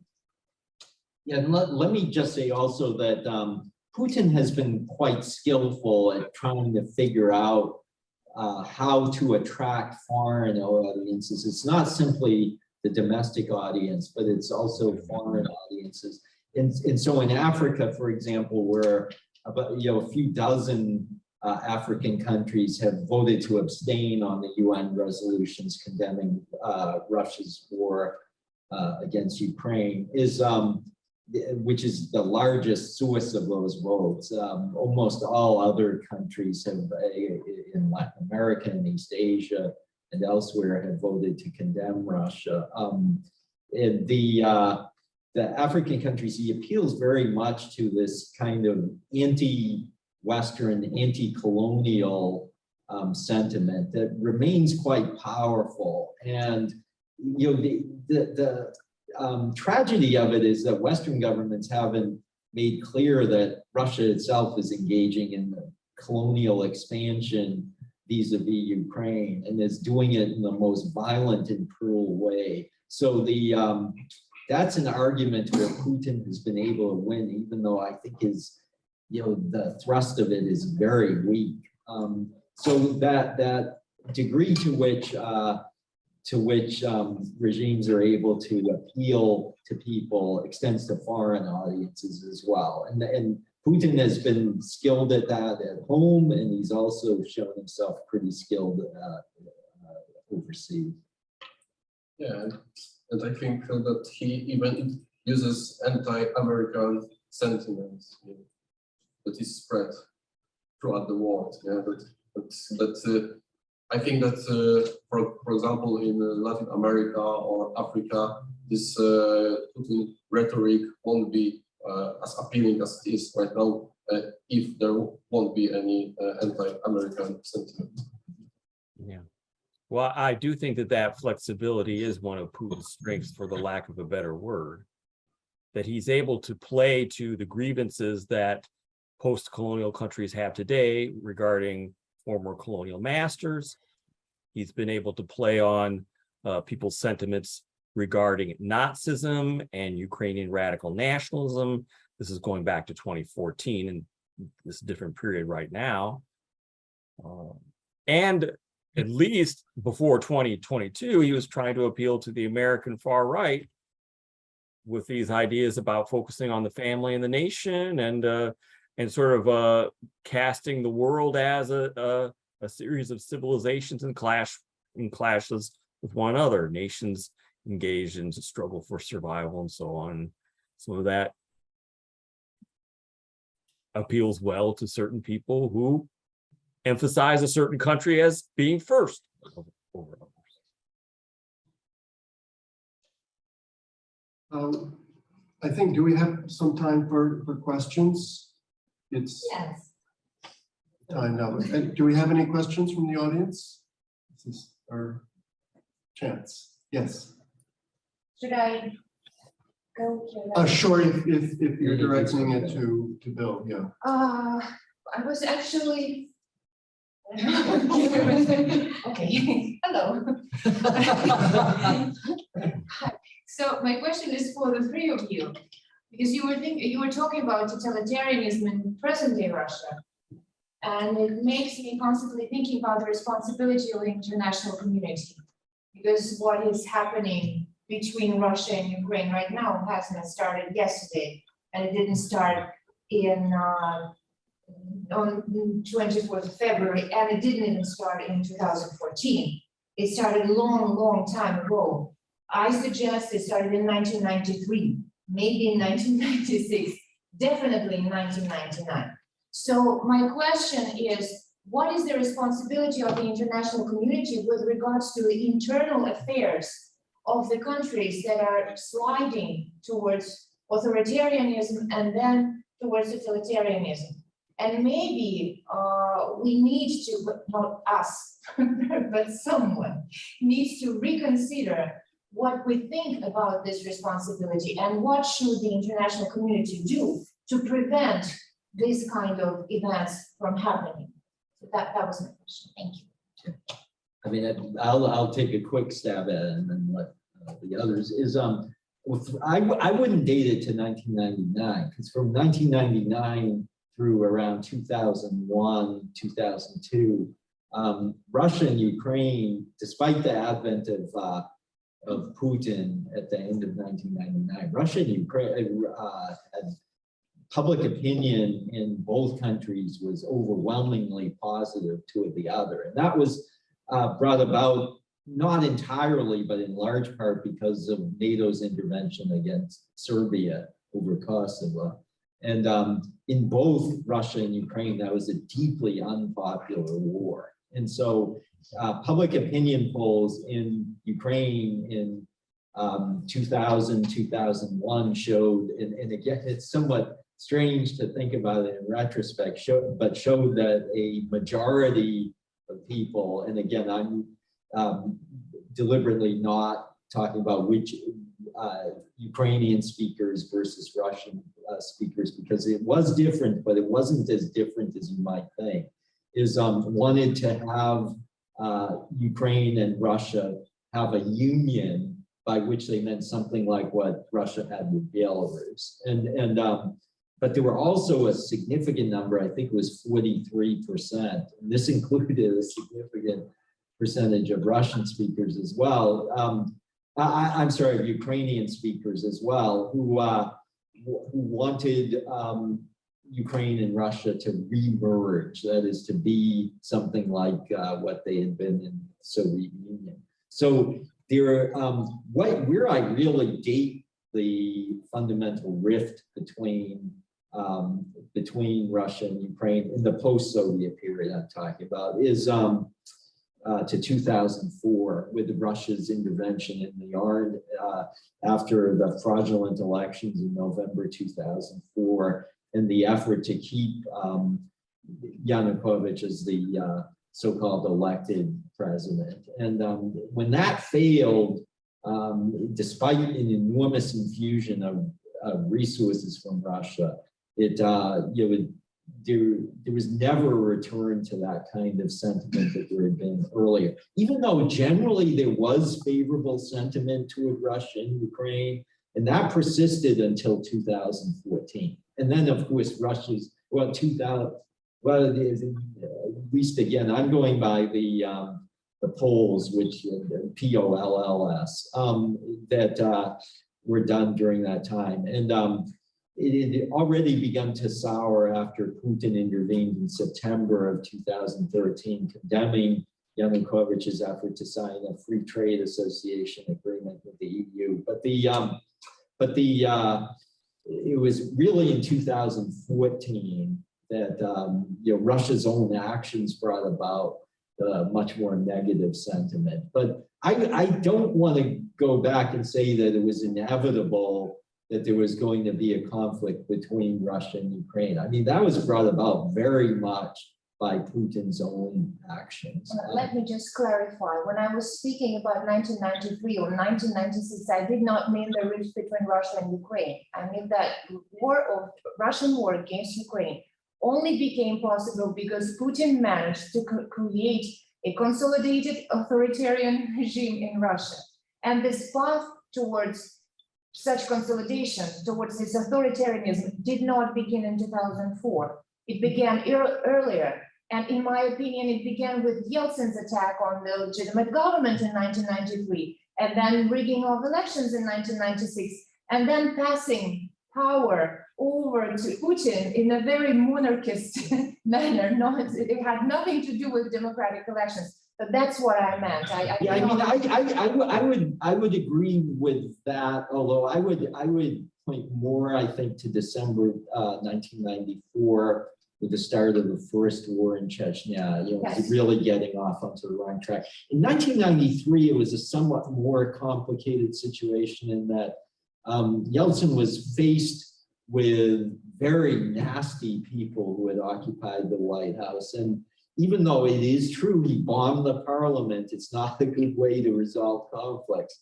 I'm not sure what the alternative would have been, because the people who were occupying the White House were themselves armed. They were, this combination of national Bolsheviks, as they call themselves, and communists. And so I think it was a more complicated situation in 1993. Where I do think it went off track in 1993 was when Yeltsin insisted on pushing the referendum in the election in December 1993 to get approved a constitution that set up a much more centralized system in which that paved the way for a leader like Putin. But that still leaves the question, now what are we to do about it? How do we, is there any sense in which we can guard against the return of totalitarianism? And since if we can look at that and we know what's going on, we know that it's sliding towards that. This goes back to Dick Pipes's argument about patrimonialism and that overweening deference to state authority is back again in Russia. So it's hard for me to see how there's a foolproof way to guard against the return of it. I think the best way is to ensure a vibrant civil society, to provide for private property. But those are big, those are features that many societies have had problems in doing. And so, in Russia, I think there's no ironclad way to do it, to guard against it. I guess I can take a stab at it next. Sure. Okay, I do agree with the idea that with the claim that in 1993 it was a great tragedy for Russian democracy. What happened when they attacked the parliament building? Granted, the coalition in charge was a red-brown coalition, and we talk about Ukraine now. One of the people that was in that building was Alexander Borodai, who then in February 2014 chides Yanukovych, saying that what you did to those people on the Maidan is like what happened with us over at the White House, and that he's a part of that coalition that was talking about reclaiming Crimea in the summer of 1993. But I think that storming the parliament and crushing it with force, well, I mean, as my advisor used to say, Alan Wildman at Ohio State, the late Alan Wildman, history is a fickle goddess. And the attempt to sort of deal with that threat through force, it came back to haunt them. We have Vladimir Zhirinovsky and his so-called Liberal Democratic Party winning the elections in 1994. We have a constitution that gives all these tremendous presidential powers. As far as what could have happened later, I mean, I do think that the geopoliticization of Ukraine's politics, this choice between East and West, between Russia and Europe, it was going to cause problems.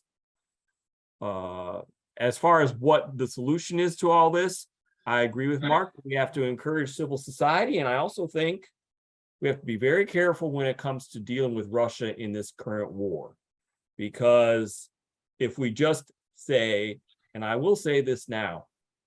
If we continue to say that Russians are collectively responsible for what has happened and that we should decolonize Russia, we are playing into the hands of Putin and consolidating opposition to us.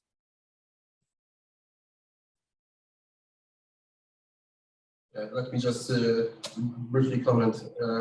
I think that there is always a danger when we are trying to appeal to a non-democratic states. When you were mentioning about the responsibility of the West about International community. Oh, okay. International community. Let us put it that way. I've been thinking about the so-called Ostpolitik during the 1970s. Yeah? It was also fueled by the hope that there might be some sort of normal relations with Russia, yet with the Soviet Union. Yet the Soviet Union invaded Afghanistan. Yet there was a threat of the Soviet Union invading Poland after the Solidarity was created in 1980. So I think that there is always this tension between deterrence and trying to normalize relationship with authoritarian states. So yeah. So I think it's never something that can be predicted in a 100%. And yes, we should have done this better before. I mean, one thing I am encouraged by is that in Russia, despite the severe risks that people incur if they seek to protest the war, there has been a considerable degree of protest. There have been tens of thousands, probably hundreds of thousands by this point, of Russians who have left the country. It has been increasingly an effort by Russians to carve out leeway to criticize the war in ways that won't result in their dismissal from their jobs or their imprisonment. So it hasn't been enough. But at the same time, I very much agree with Bill. This was a war that was ultimately driven by the Kremlin. That's not to say that the Russian public doesn't bear some degree of responsibility, but to say that Russia, that people don't want, at least in Ukraine, there's some who don't want people to read Pushkin anymore or Lermontov anymore. I think that's silly and in fact offensive. And this was a war brought about by decisions made in the Kremlin, and that's where the real responsibility lies. Yeah, I mean, I would like to just add a quote from the political scientist Mark Galeotti, who spoke recently. He said, the initial war aims were regime change. And so trying to assume that Russia wants to destroy Ukraine completely, that wasn't an initial war aim. It can be disputed. It can be disputed whether or not we can use the term genocide, but I don't want to get us off track into that territory. But I just think that we have to be aware of the fact that decision-making was limited in this war, and that the power vertical has changed, and that the masses aren't driving this conflict. Have any other questions? Perhaps it's time to leave it at that. People are getting fatigued. Okay, well, thank you very much. Thank you. I really appreciate it. See you, Bill. All right. I don't know which direction I should face. Yeah, thanks, Mark. Thanks, Bartolome. Good morning. Welcome to the second session of our today's conference. The title of this session is Terror Narrations Between History and Modernity. And apparently one of our lecturers will not be present, so we have to skip this part. It was Israel Abayomi Saibus, Anchor University, Nigeria, was not able to contact with us, so we have just 2 lectures in this session. We have more time for discussion, and I think it is an advantage. You always should see the bright side of the circumstances. And our first guest, our first lecturer is Pierluigi Bollioli from University of Pisa in Italy, with the presentation the role of concentration camps in the definition of fascism and authoritarianism. And Mr. Bollioli will appear on the screen. I can see his face, hopefully you too. And hi to everyone. Mr. Bollioli, I give you the floor. Okay, thank you. I share my screen.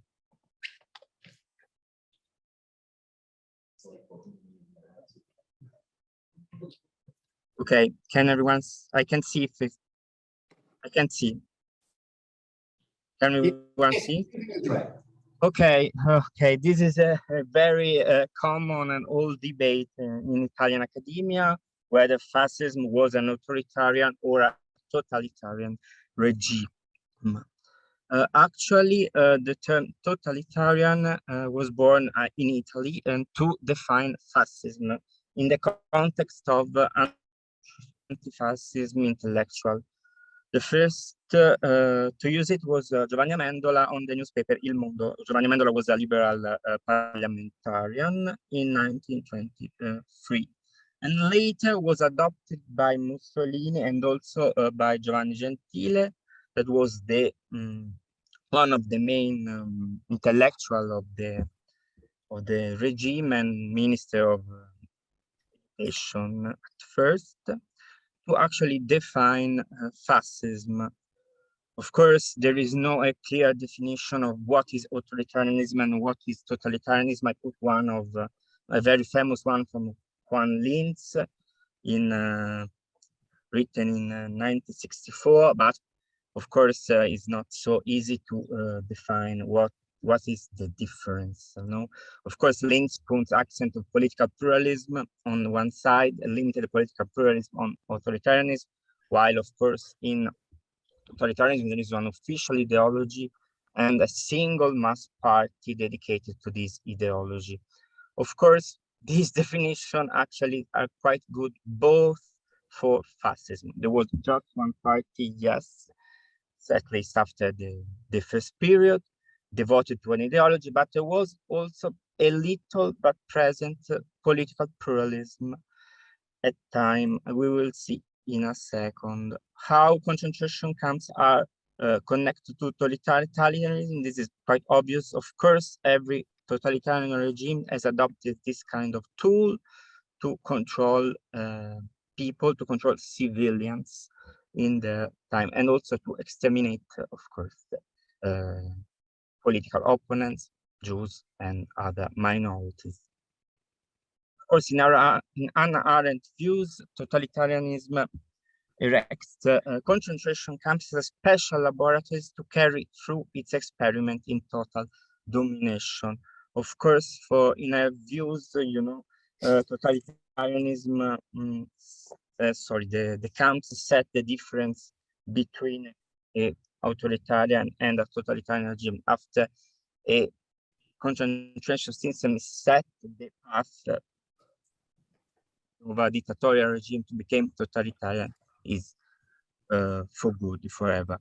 So, of course, she points out the importance of the use of a concentration camps to eliminate spontaneity and expression of human behavior, in order to get a total domination of the society, not only on bodies, but also on minds. Okay, so I told you this is a very old debate. The supporters of, can you hear me? Yes. the supporters of authoritarianism said that, of course, there was a regime, but a king was still present. And there's an important role, especially because aristocracy and the army were more faithful to the king than to Benito Mussolini and fascists. And of course, another important factor is the presence of the Pope and of the Catholic Church that give this little spark of political pluralism. Various Catholic associations were released free, and they can continue to operate during all the fascist period. They were never suppressed. Of course, other liberal and I don't know, Masonry was suppressed, but not Catholic association. So a lot of the Catholics can actually somehow do a sort of political speech and somehow and a little bit of pluralism. And of course, a third important part is the bureaucratic and legal continuity. As for example, in the Statuto Albertino, it was the constitution of the Kingdom of Italy. The word that was not a modern constitution. There was no judicial, neither constitutional review of law. So any law approved by the parliament was able to change it. But still, and maybe for this reason, Statuto Albertino was conserved as the Constitution of Italy, also under fascism. On the other side, there is a very important scholar, above all, as is Emilio Gentile, is an historian, and who stressed the role of the National Fascist Party in creating a totalitarian regime. In fact, the goal of the party was to destroy liberal democracy. The point is how liberal was, how democratic was Italy before fascism, and to affirm the primacy of politics over everyone, over individual and over the collectivity.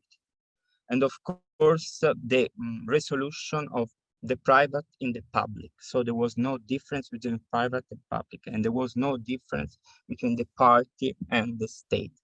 That was not so completely true. So again, of course, every politician, every official has to be fascist, but there was not the fusion between the state and the party. It never happened until the collapse on the regime. Okay, I think the more brilliant point on this debate has been made by Enzo Saverso in his book Totalitarismo. This is my translation. Fascist Italy was probably, according to a definition shared by many historians, an unfinished totalitarianism. To a large extent, also due of its socio-economic backwardness towards Germany, which objectively limited its ambition. But that do not forget that it was also the laboratory of this new phenomenon of the 20th century. Of course, fascist Italy was the laboratory of the authoritarian turn of the 20s and the laboratory for the development of a totalitarian state, as we will see in Germany in a few. Of course, how was structured the fascist concentration system? Okay, this is not so easy to understand. It was not an integrated nor logical system. Let's say it was divided in various institutions, similar one to each other. It's difficult in practice to distinguish it. It's only a legal distinction, not a practical distinction. But many internees do not know if they were internees or confined, and also bureaucrats were not so keen on what is confinement and internment. Okay. So the first of all is confinement. It was the first established in 1926, and it was aimed at Italians, at political dissident.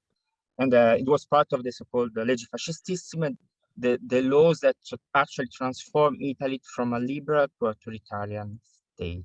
That were the means through fascism transformed Italy into a regime, a dictatorial regime.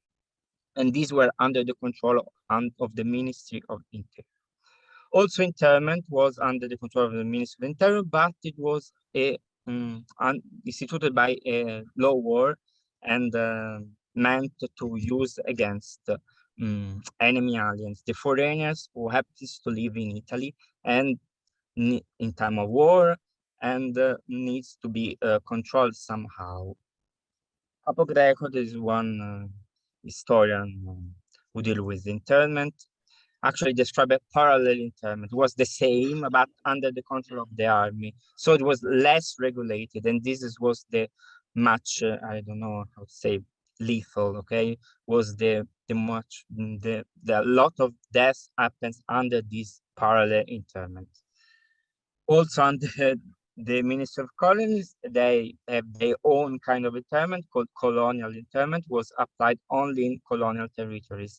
At time, in 1939, only the Africa Orientale Italiana, that was Ethiopia, and then Somalia and Eritrea, because Libya was annexed to Italy. And this is a huge black hole still right now in academia. What is free internment? Free internment is something similar to house arrest. It's regulated probably under the same law, but is not so studied. I cannot clear picture of what is free internment. Basically, is similar to house arrest. These internees were living in houses like normal houses, but they were not allowed to leave. But they can go out to buy food and to receive medical assistance. So you see, this is as a not very similar to what we intend for a concentration camps, but still this is part of the polyphascist concentration system. Also POV camps that I put in a separate point, because POV are prisoners of war, they are soldiers, while all the other kind of internment were aimed at civilians. The difference is important because, of course, the internment or the imprisonment of soldiers is something that goes way back in history to the very beginning, of course, while internment of civilians is something connected with modernity, with the development of colonial empires and imperialism. And after the invention of barbed wire, it was possible to control large amount of people and large amount of land, of territories, as those who came under the control of the modern empires in the 19th century. In fact, the first concentration camps were those in the colonial Cuba, or according to others, those in South Africa during the Second World War. Okay, and also there was some peculiar case I will show you at the end of my presentation. Okay, why Italian concentration camps are in contrast with the definition of a fascism as a totalitarian regime. There was a low mortality, and some authors say under 5% of the internees actually dies. And no extermination or death camps were established in Italy prior to the collapse of the regime. It was in July 43, and the Nazi invasion of Italy. Only Nazis actually built the first death camps in Bolzano, Trieste, and its Bozen. Okay, the free internment camp, of course, is a huge black hole in an idea of a total control of bodies. And also those interned in camps, were actually allowed to go out of these camps, so to buy food or receive medical treatments. Again, so they were not so close. And in one case, it's a peculiar case, a medical student who happened to be an internee was granted the possibility to do medical practice in a local hospital. So he can exit the internment camps to do practice in the hospital. Okay, this is maybe too long to explain, but there were a lot of rules, and some of them were confusing. For example, at first, it was forbidden for non-Catholic to receive the assistance from a priest. And then there's but this law, this rule was actually violated a lot of times, and in the end, also Jews was at first Christian, and then also Jews were allowed to receive assistance from a rabbi and to celebrate Jewish festivals. Okay, the fastest concentration camps at max, including POVs, could probably only accommodate 30,000 people. So this is a huge different number from Nazi concentration camps and gulags. We are talking about millions of inmates in that. Okay, Jews were not interned during fascism period, only when the regime collapsed, as I said, before Nazi interned Jews. Foreign Jews were interned as foreigners because they were enemy aliens, but Italian Jews were not interned. When the regime collapsed, Nazis pick up all the Italian Jews, or all they can find, and bring them to Germany. Okay, so this in the end, this system has a lot of similarities with other internment systems like those in democratic countries like United States, United Kingdom, and France. They were not properly concentration camps. They were interned in hotels, schools, monasteries, asylums, villas, and others. The use of barbed wire was very limited and was widespread only in the camps run by the army. And also internees received a daily allowance also in confinement to be used for food and other expenses. And Jewish internees received this support from the LASEM. It was an Italian organization allowed by the regime to support poor Jews in camps and in other difficult situations. While enemy aliens, foreigners received support from their governments. United Kingdom support English internees, France, etc.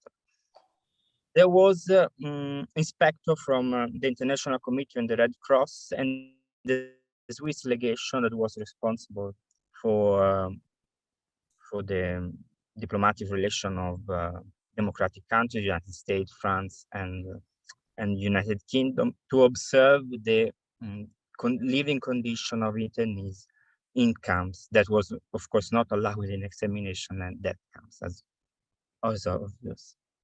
Okay, and confinement, that I told you is a little different from internment, was usually on little islands on the Italian coast, and in some cases, these confined were allowed to spend time at the seaside. So this is, of course, not. This is a general picture. There were some cases more harsh. I told you the one of the camps under the control of the military or the army. And also the Chinese were treated harshly because China was at time was not able to protect them, and there was no risk of retaliation against Italian, and the same of Roma people. They were interned in special camps. Okay, imagine maybe speaks more than my words. This is a tray. I don't know if it's clear from the image, but it's a very famous artistic production from Confinato, from Confined. That is Ernesto Rossi, is these ones and these ones. Okay, he's a politician and also of the Ventotene Manifesto. I don't know how famous it is outside Italy, but it's not important in this case. This is a reproduction of the living during confinement time, and it's actually depicted during the confinement period. And this is a picture of Ernesto Rossi and other dissidents in Ventotene at time. This is a little bit controversial picture in my view, because it's a sketch by an architect interned time in Italy. And this is the sketch of the reproduction of the concentration camps of Toledo. And this is a picture given to Mussolini to actually thank him for the daily allowance they received at time, because it was augmented just in that period. So I don't know how this picture was actually inspired by fascists or not, or is a genuine artistic reproduction of these internees. This is the other part of the picture with the signature of all the internees. This is a colonial internment camp. I told you this was, of course, in Danane in Ethiopia. As you can see, it's very different from the images we use used to see from concentration and death camps in Germany or from Gulag. Same, this is an internment camp in Italy. This is Le Fraschette. This is 1942. Okay, this is one of the peculiar cases I was telling you before. This is a camp in a spa town that was hosted in the luxuries or less luxurious hotels of the spa city. This is a strange case of this peculiar group of Maltese that Italian government try somehow to attach to the Italian nationality, but they refused. Okay, this is one of the free internees in Montechiadugo. This is his house. As you can see, is a poor house, but of course, for the time it was kind of common. And this is a POV camp in Abruzzo. Yes, in Sulmona. This is actually a picture from the ICRC archives. So this is not fascist propaganda. This is an actual camp. This is a photo from the inspectors who visits the camps at the time. So in the end, fascism was an Italian regime, but also an incomplete and potential totalitarian regime. The fascist concentration system was incomparable with Soviet Gulag and Nazi concentration system in terms of mortality and size. On all, I already told you. And it was more like other concentration systems set up in democracies during World War II to contain enemy aliens, like in United States, United Kingdom. And thanks. Is it all? Yeah. Yeah. Thank you very much. Thank you very much, Mr. Boglioli, for your interesting lecture, offering us an insight to the peculiarity of Italian fascism as a totalitarian form of power, and to origins of the terms of totalitarianism on the field of Italian political reflection. This is very, very interesting. Actually, I was wondering during your presentation, I was wondering during your presentation what Emilio Gentile could say about the concept of fascism as a narrative tool of Stalinist propaganda. That would be very interesting. Maybe you could add something at the end. Okay, I have a good news. Our third lecturer has been found. And so we have 3 lectures as previously foreseen. And our second lecturer is Alina Nowobilska, my colleague from Pileckiego Instytut. She is a historian and researcher working at the Center of Totalitarian Studies of the Pileckiego Instytut. She completed her MA in European history at Birkbeck University, London, specializing in Polish political prisoners in Auschwitz. And Ms. Nowobilska will provide a lecture on Auschwitz on TikTok. The floor is yours. Didn't think you guys didn't come here to realize that you're going to have Auschwitz and TikTok in the same sentence. And I just got tweeted that on Twitter, by the way.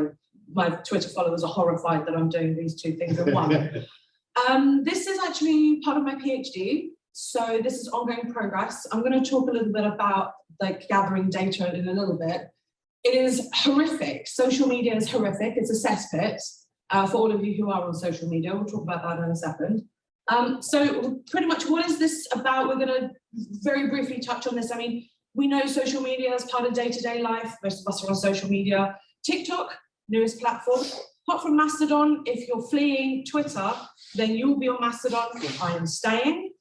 Apparently it's supposed to fall in the next couple of weeks. We'll see. So the question is TikTok a positive influence on the history of Auschwitz? You can make that judgment yourselves. Is there a point to all of this? I don't know, we'll find out. And does it educate or cause harm? Looking at some of these lovely people on social media, how many of you are on social media? Please put your hands up. Everybody that's on social media. Okay, so pretty much nearly everybody. How many of you are on TikTok? 1, 2. Okay, 3. Okay, interesting. So I will still explain a few things on TikTok. So with this sort of thing, you've had a large surge, especially on posts about Auschwitz. You can see the very interesting people behind me. I thought I'd give you all an example. We look at social media as a form of memory, which basically there's a tendency for people to go, for example, on Instagram, and they will show themselves in Krakow. This is amazing. I've gone to Krakow. Oh, and by the way, I've also gone to Auschwitz. So you've got these beautiful photographs of the town square, Wieliczka, and then right at the end, you've got the photos of Auschwitz. So they kind of condense going to Auschwitz a little bit in a Disneyland way, if we've all had that term Auschwitz used as Disneyland. But this also allows people to tell their story in their own way.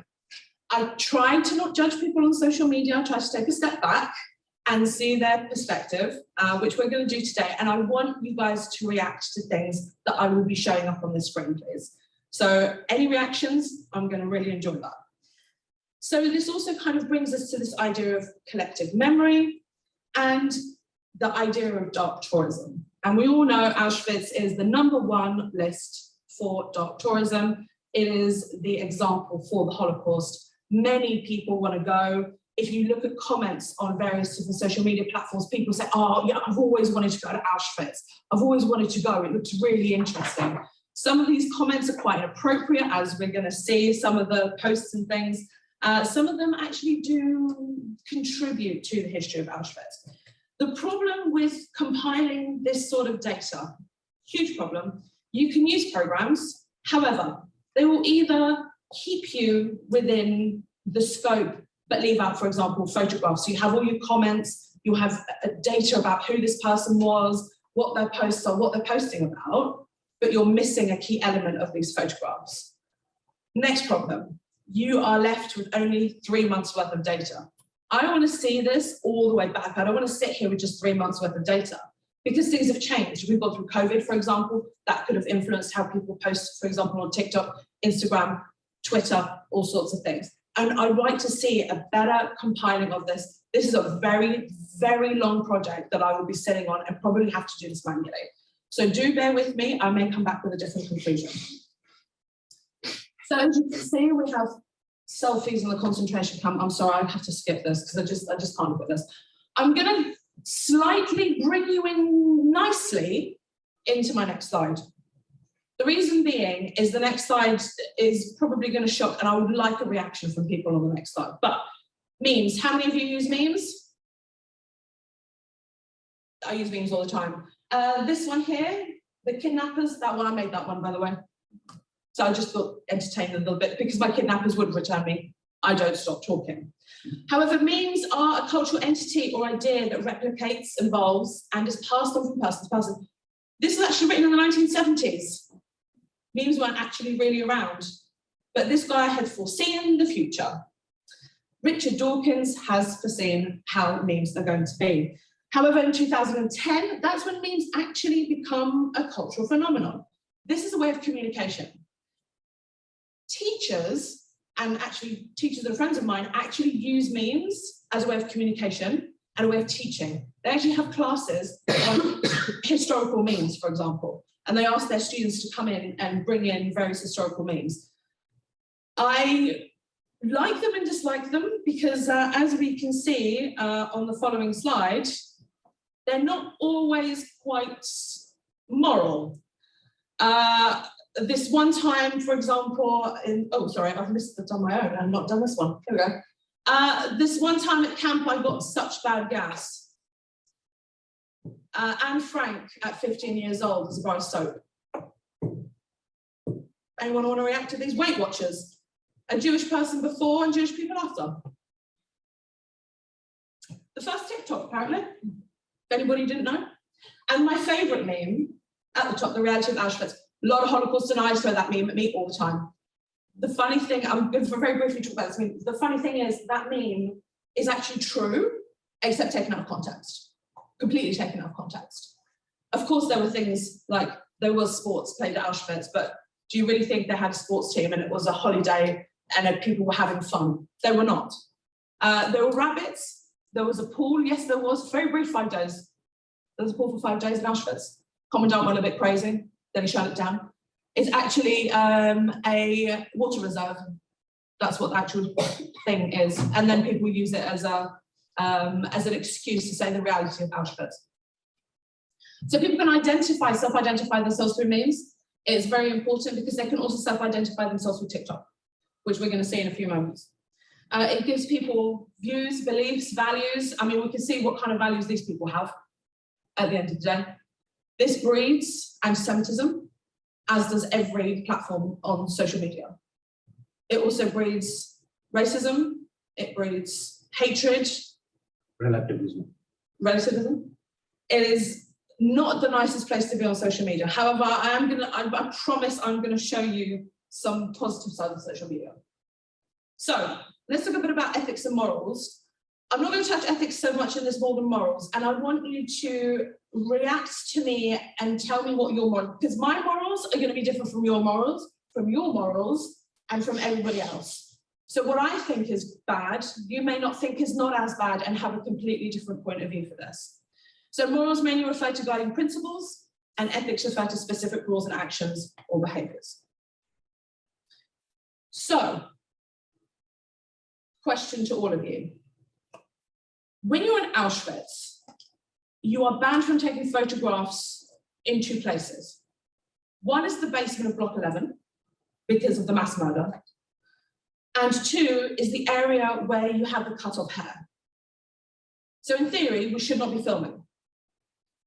Are there any other places within Auschwitz that people think that you should not be filming in?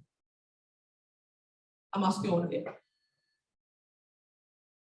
Anyone? No? I think it depends on how you're commenting or what context you put that in, right? You can film anywhere, basically. Exactly. I personally, from my moral objective, I personally would never ever film in the gas chamber. I think it's disrespectful unless it's used purely for educational purposes. There are also other places I wouldn't film. I wouldn't film in the upstairs in Block 11. I wouldn't film at the death wall either, out of respect for the victims. But like I said, morals are different for every single person. And we're talking, I've just popped up a very quick map of Auschwitz. So this is a very old map because it's the old numbering system. So Block 12 here at the bottom, and that's where Block 11 is, and the death wall. And there's another place that I personally wouldn't film, but many people don't know about this. And if you see the sort of orangey spot up there, number 10, that's actually a gravel pit, and that's where they worked to death Soviet prisoners of war. A lot of people don't realize that's what happened there, and they just waltz themselves across the grass like it would be nothing, even though there is a big plaque there, even though people can't read. I myself wouldn't take photographs there because of the amount and how these people were tortured basically to death. So my question to you is, should we be filming here? Matching hitters with them.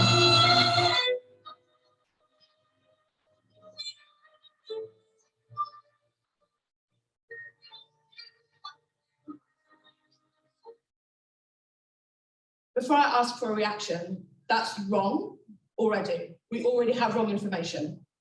There are no claw marks. That's not real. That was done post-war. Basically, people would go in there for fun and run their fingernails. That's not actual, that people were not clawing their way out of this gas chamber. It's false. So this is actually very repeated a lot, not just through TikTok, but throughout the whole of social media. This is a myth that is being repeated and repeated. And it doesn't matter how many times tour guides say, these are not marks made by victims. These are marks made post-war. Anybody want to react to this? Is this educational? Is this just, hey, check out these claw marks? Look what we can see. I don't think this should be posted on social media, personally. I myself have taken photographs in the gas chamber for one reason. On the 9th of February, every year, I go and lay flowers on behalf of my great uncle who died in the first transport. That is the only time I'll ever go. I ask permission. I do it very respectfully. I take a photograph of his photograph with a rose, and that's it. Does anyone know what POV stands for? Anyone tell me what POV stands for? Point of view.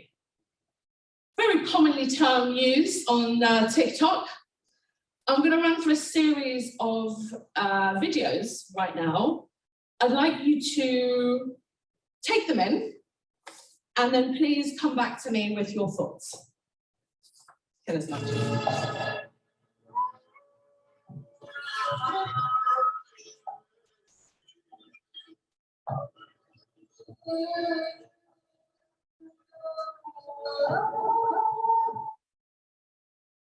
And the next one.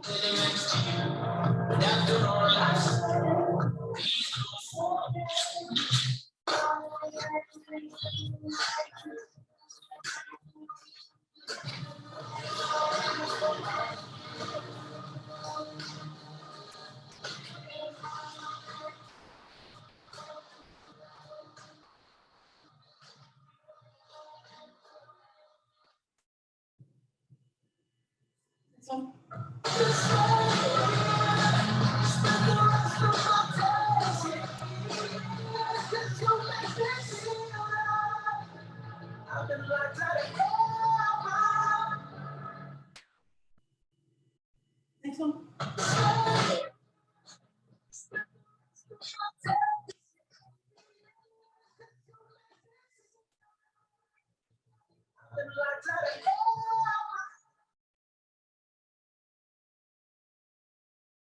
Next one.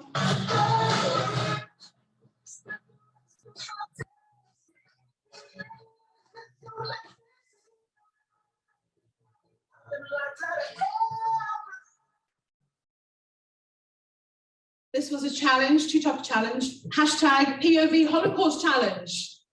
Sounds exciting, doesn't it? Shouldn't we all dress up as Holocaust victims and put ourselves on social media? My own opinion, I think it's completely disrespectful. I think it's horrific. I am looking at certain people in the crowds who are laughing out of shame because it's that bad. These are, we can look at this very different views. I actually spoke with someone who had a complete opposite view from me and opened my eyes a little bit. So we'll start with the first one where creators basically post themselves playing Holocaust victims for humor, for likes, for attention, because we all know social media loves attention and we all like our likes. I mean, come on, here someone has posted something just to get likes on their profile. We've all done it. I know I have. And they do it because they think it's funny. They don't understand the concept of what they're doing because everyone's doing this challenge. Let's jump on the bandwagon and also do it ourselves. However, on the flip side, in a way, in an odd way, this is also educating people about the Holocaust, but without context. Because if you're going to watch this, I mean, selection in 1941. Who was being selected in 1940? First of all, the history in this is just horrific. I'm not even going to start that. There were no selections. Auschwitz wasn't doing selections in 41. Auschwitz wasn't doing it until the summer of 42. And Auschwitz was predominantly the only one that did selections. So, mistakes already in this. There's also a theory that people are doing this to be able to deal with what they've learned, for example, at school or at university. It is a way for them to kind of release what they've known, all of these emotions and their understanding of this, pretty much. But can you explain all of this in 20 seconds? 10 seconds, 5 seconds, however long these videos last? Can you explain the Holocaust in such a short video? I mean, I don't think so personally, but they did give it a good go. This doesn't exist, by the way, anymore. This has been wiped off of TikTok. This happened in 2020. No more does this exist, it's gone. I had to pull this off Twitter. Somebody posted up all the videos, and the Holocaust challenge just doesn't exist. So moving on to a narrative. Is it important, we're all historians in here, is it important to have the correct narrative? And I'm guessing most of you are going to say yes. Because if I turn around to one of you and say something with a mistake or a statement, you're going to get your back, oh no, that's not what it was. You got it wrong. You're like a bit of a debate. You're all historians, you can do this. Is it important? Glad you can hit it.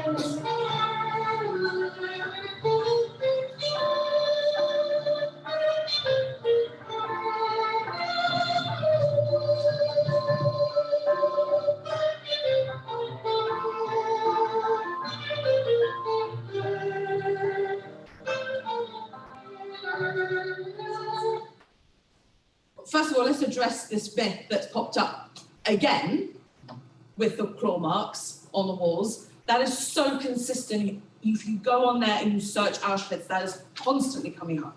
Really winds me up. About 70% of that's inaccurate. Complete and utter mistakes. For example, they're showing the prisoners in the stripes. That's actually Polish prisoners. That's in the Polish prisoner block. That's about that. It's not about the Jewish prisoners at all. You have the women's barracks. That was not the women's barracks. That was the men's barracks, first of all. Completely inaccurate. There's public hanging. We know that Kate's going to do something later on about public. Was that where all the public hangings happened, Kate? Well, exactly. One hanging happened there. So we have constant inaccuracies. You go through TikTok,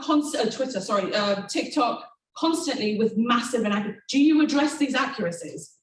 Is this important where you could already see a pattern of a myth being repeated and repeated and repeated, and it's constant? And I've gone through so many of these videos over the past few weeks where the content is just inaccurate, or it gives you one line and it talks about that Jews were murdered from 1940. I mean, yeah, in theory, yes, they were, but not en masse. It wasn't direct extermination at that point. It was indirect extermination. So people are not getting their facts right. And it's so important to be able to correct these people. So is there anything positive that can come out of this?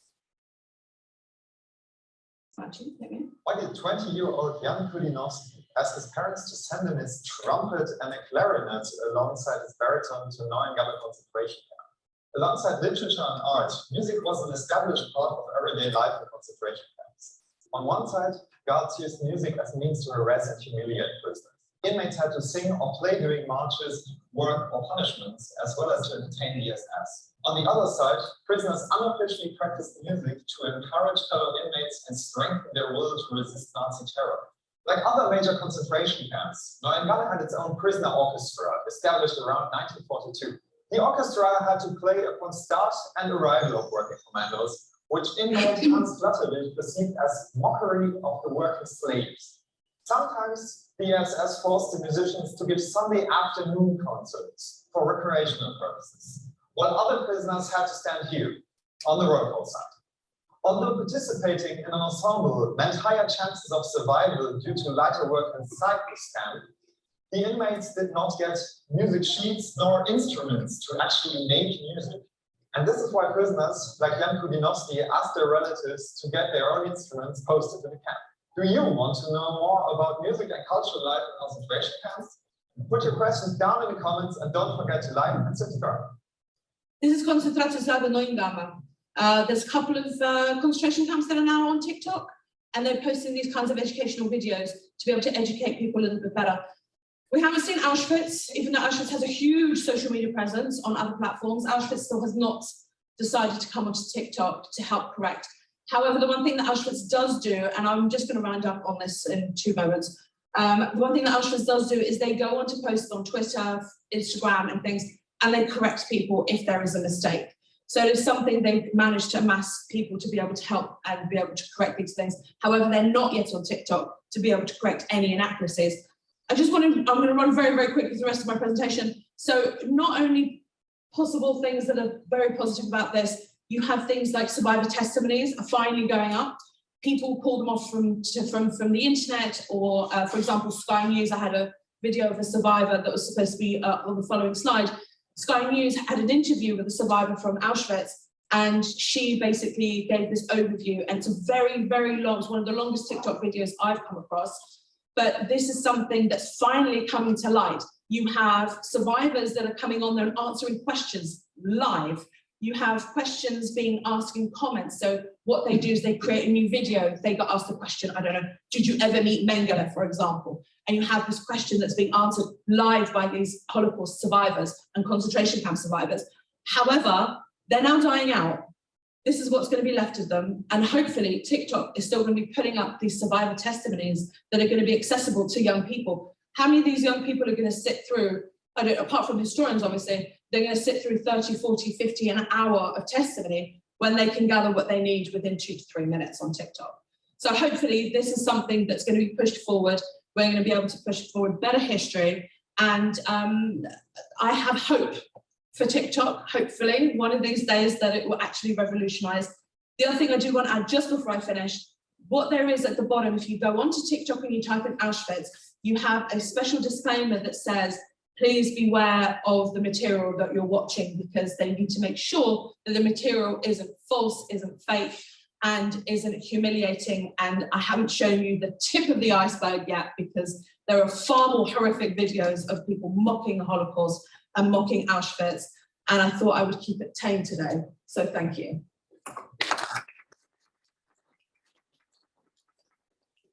Thank you, Alina, very much for your passionate and very spontaneous but ordered lecture. I think it is really important, this question for me, how to teach, how to educate about genocide, and Auschwitz is a benchmark of genocide and Holocaust in times when young people use all those electronic tools which are very fast and limited. So this is a legitimate question, important question. I hope we have a chance to discuss. Do we have a connection with our next lecturer, Mr. Saibu Israel? Can you hear us?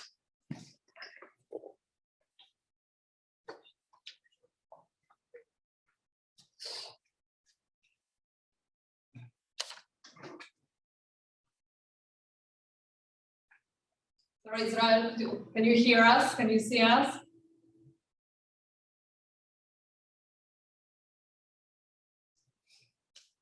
Is he currently in Nigeria? Yes. Oh, then we have really international conference.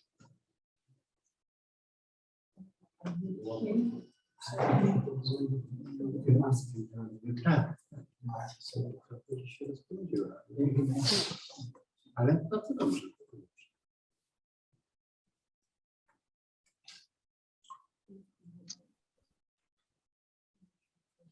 Can you hear me? Hello? Oh, hello. Hello, Israel. Yeah. Yes, I can hear you. Okay. So our next lecturer is Israel Saibu, as I said, from Anchor University in Nigeria, and he will deliver and provide us with a lecture, Junta in Civilian Toga, Authoritarianism in Nigeria, Fluid Political Space, 2015-2021. Mr. Saibu, the floor is yours. Oh, thank you so much. Well, thank you so much for having me here. Well, I'll be discussing on Nigerian politics and specifically looking at the current administration in Nigeria. And so the title of my presentation is A Junta in Civilian Toga, Authoritarianism in Nigerian Free Political Space from 2015 to 2021. And the paper is divided into 6 sections. I'll be talking on the brief introductions to the study, the background history of President Muhammadu Buhari military rule from 1983 to 1985. And then I'll also discuss on President Muhammadu Buhari's journey to civilian rule from 2015 to 2021. And then I'll also look at the authoritarian practice and its policies in Nigeria, which are tailored towards authoritarianism in Nigeria. And then I'll also talk about the response of Nigeria towards the authoritarian policies he has implemented in Nigeria so far. So really, I'll start with the introduction. Now, the exit of colonial rule in Africa brought about emergence of new independent states that is bedeviled with ineffective government, institution, and modern national identity. With the attainment of independence, African leaders encountered the double-edged challenges of state building and nation building. Some follows the pattern of democratic constitution in line with their European colonizers, but then rapidly descended into various forms of authoritarianism. Many reasons account for this, and this includes the bequest of authoritarian instinct in colonial rule, the ideological conflict of the Cold War, the structural advantages of the military, ethno-political competition, and even traditional patterns of political culture. These are reasons that provide the platform for authoritarianism in Africa. However, authoritarianism became the dominant norms in African politics during the Cold War era, down until the third waves of democratization in the year 1990s.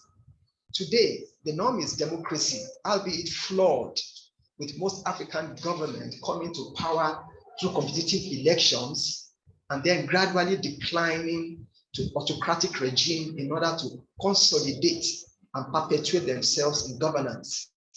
There's no doubt that Nigeria saw the exit of military regime in its political space in 1999, after many years of military rule, and since then have continued to transit successfully to civilian rule.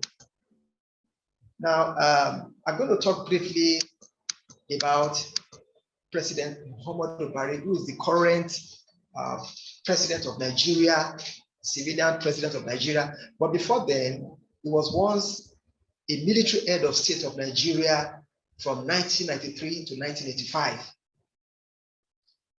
He came into power then in 1983 during the military coup, and immediately his assumption of office as the military head of state in 1983, he promulgated some draconian laws including the infamous Decree number 4, which is the Protection Against False Accusation Decree, which became a nightmare to journalists and media houses in Nigeria.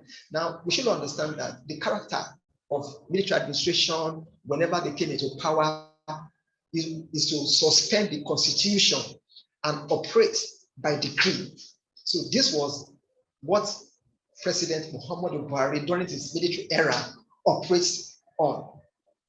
There was another draconian law, the Decree number 2, which gave the Buhari military government power to detain any Nigerians for up to 3 months without charges.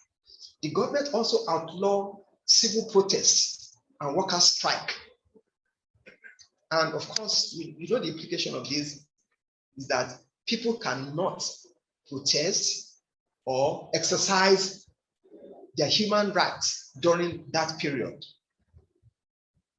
Now, after his exit as the military head of state, he retired. But with that, Nigeria political climate had been so turbulent. We've experienced military taking over from civilian administration through coup d'etat over the years, not until 1999, when we Nigerians, had a little bit of relief by having electing a civilian president in 1999, and ever since then, Nigeria has been transiting from one civilian administration to another. And that was what brought Muhammadu Buhari into governance in 2015 to 2021. But before he actually became the civilian president of Nigeria, he had attempted to become the president of Nigeria for about 3 times, and he failed, not until in the election of 2014, when he eventually won the election under his political party, All Progressive Congress. And since then, he has been ruling Nigeria. Now, with successful peaceful transition to civilian rule, Nigeria became a beam of ray of hope to sub-Saharan Africa.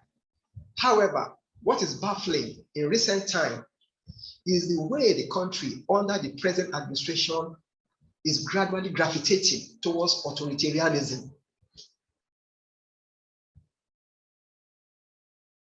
As the present administration came into power under the leadership of President Muhammadu Buhari in 2015, he appeared to have allayed the concern about his past. As it then began to unfold, and with socio-economic political challenges and insecurity in the country, the administration began to see its political position deteriorating. Effort in the fight and bringing to an end the activities of the Boko Haram terrorist group in Nigeria Northeast has failed. Crisis in the Middle Belt has continued unabated. Banditry and kidnapping and other crime waves have soared, and more Nigerians are living in extreme poverty than ever before. As criticisms and opposition mounted, the present administration responded with repressive and authoritarianism. This is tantamount to gagging Nigerians from exercising their right to freedom of expression. A critical examination of the present administration in Nigeria revealed so many striking cases of authoritarianism acts by the present administration. The present administration's tactics of authoritarianism discussed in this paper are copious, from the clampdown on the press and social media platforms, Twitter, violent repression of the NSAS movement, to the harsh enforcement of the country COVID-19 curfew. The Nigerian government has a clear track record of abusing its security infrastructure. The arrest and ill-treatment of Mr. Omoyele Sowore an activist and publisher of Sahara Reporter by the Nigerian Secret Police, the State Security Service, SSS, has attracted outrage without and within and outside the country. The current administration is notorious for disobeying court order and rule of law.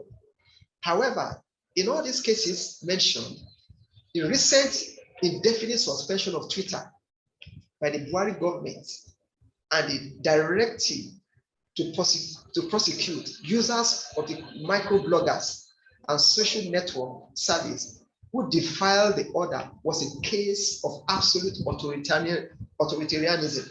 However, the ban on Twitter has been suspended after much protest by Nigerians. But then we know that this is actually something that is not right for the government to have, implemented. This move was hinged on the assertion that Twitter was persistently used as a platform to undermine Nigerians' corporate existence in a show of an arbitrary excessive of power. No constitutional or legal authority could be established to support the suspension of Twitter in Nigeria. Now, as all these autocratic policies were implemented, they didn't go without resistance from Nigeria. And as Nigeria resisted these autocratic policies, they were also met with armed forces repression. Many people were killed as a result of protests against most of the policies that the present administration has implemented in Nigeria. And even when courts summoned the government to come and address some particular case, we find the government outrightly disobeying court order. And this has signal to show that the present administration do not have respect for human rights. And it's something that is very glaring, both even to the local and international media. Now, my conclusion is that with this autocratic rule, it has made the government to become so infamous in Nigeria. And as election is approaching in 2023, the Nigerian people have actually made up their mind that their votes is going to be used en masse to remove the present administration and the party out of governance, and then usher in a new life for the people of Nigeria.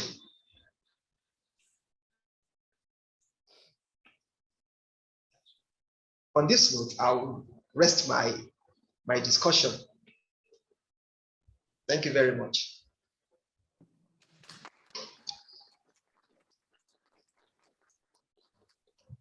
Thank you very much, Mr. Israel Saibu. I hope our discussion is available for you. You can take part in it every time you want. I open discussion. We have still like 20 minutes, so maybe we could start with Mr. Boglioli. Mr. Boglioli, are you with us? Okay, okay. What do you think? What do you think about this concept of fascism as a narrative tool of Stalinist propaganda, which was established in the 20s, exactly in the moment when Emilio Gentile conceptualized his interpretation of fascism, what it should be and how it looked like?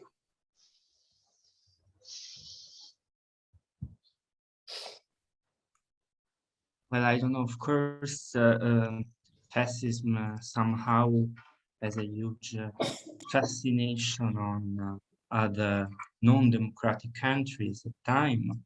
And for this creation of this secular religion of the state and supremacy of the state on the individual somehow was interesting also for the Soviet Union.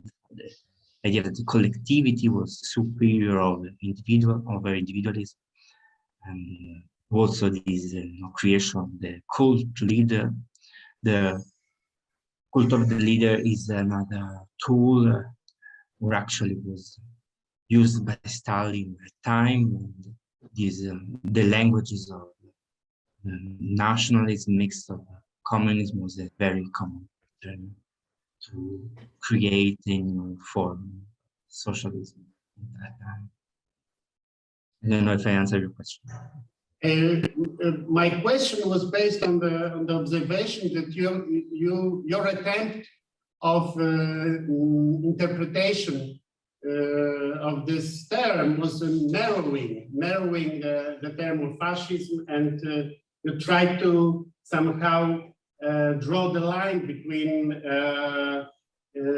particular Italian form of authoritarian state, authoritarian power, from the general understanding of totalitarianism, and Stalinist narrative was the other way around.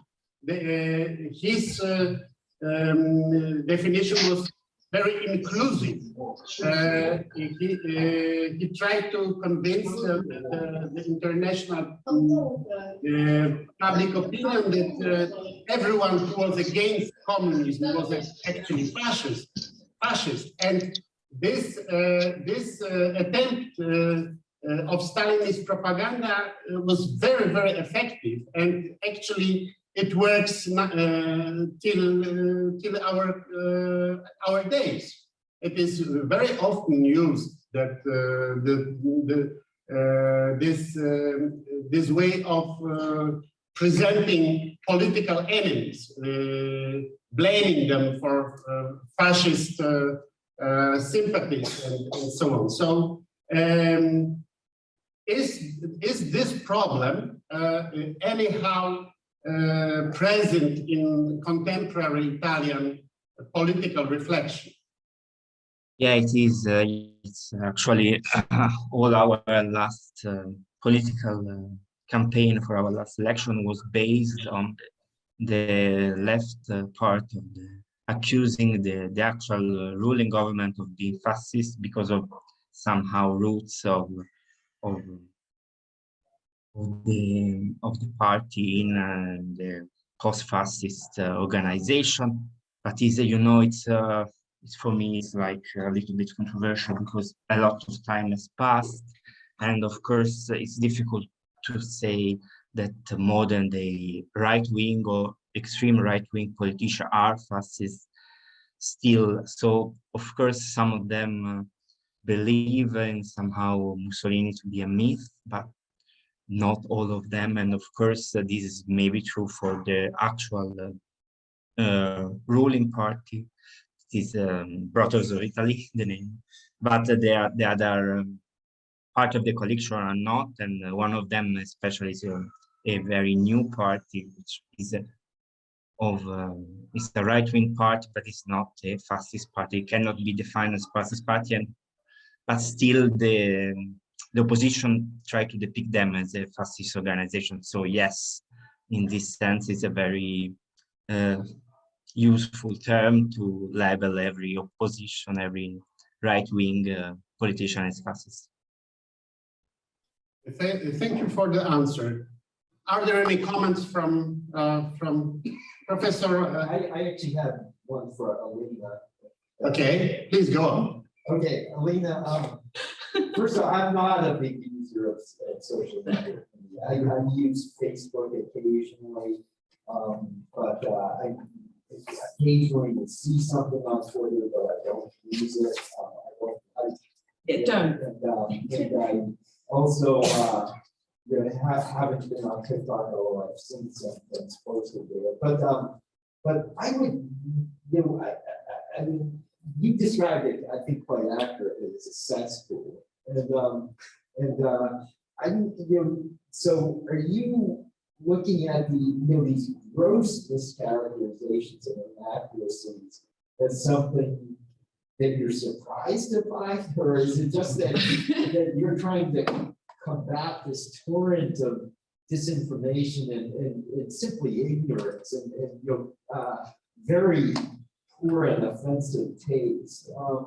I mean, those traits have existed long before the internet existed, and disinformation about the Holocaust predates that as well. But it's not surprising to me that those vehicles for ordinary and young people to express their views leads to this cesspool. So I think what you're doing, which is to try to combat the inaccuracies, is a valuable function, but I'm not sure doing it on those same platforms is the best way to do it. So could you comment on talking about that it happened before the internet? Funny enough, when we were in Chicago, we went around a tour for crime.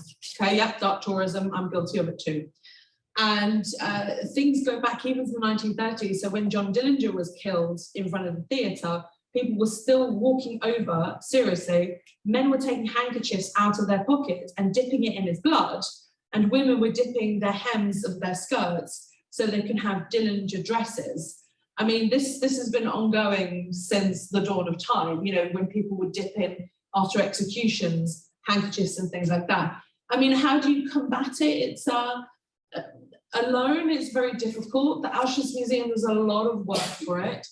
They spend a lot of time. I don't know how these people sleep and when they sleep, because they're literally online 24/7.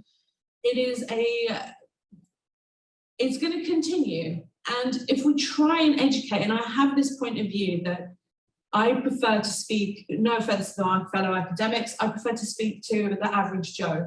And what I have done, I've managed to at least change one person's opinion or inspire another. I've managed to inspire some students to go on and study history at university. And for me, that is one teeny minute step forward than we were anywhere before. I have sat on Twitter, because Twitter is my predominant platform. I have sat nights where I haven't slept to be able to inform people. So for example, my most recent project was looking at the Warsaw Uprising. I do a lot on Auschwitz still, but the Warsaw Uprising was the new project over 63 days. And I just pushed and pushed and pushed and pushed. And I can't explain to you the feedback that I got. The amount of, for example, average Germans who were coming back to me and saying, wow, did not know this. Thank you for, we did not know this at school. We were never taught about this. This is amazing. You've just educated us about something. I was getting constant DMs every day, messages on there saying, thank you. We've learned something new. It's a tiny step forward. And I think it's worth it. And if more historians had the time, not that we ever have any time for anything, it would really help bring these things to light.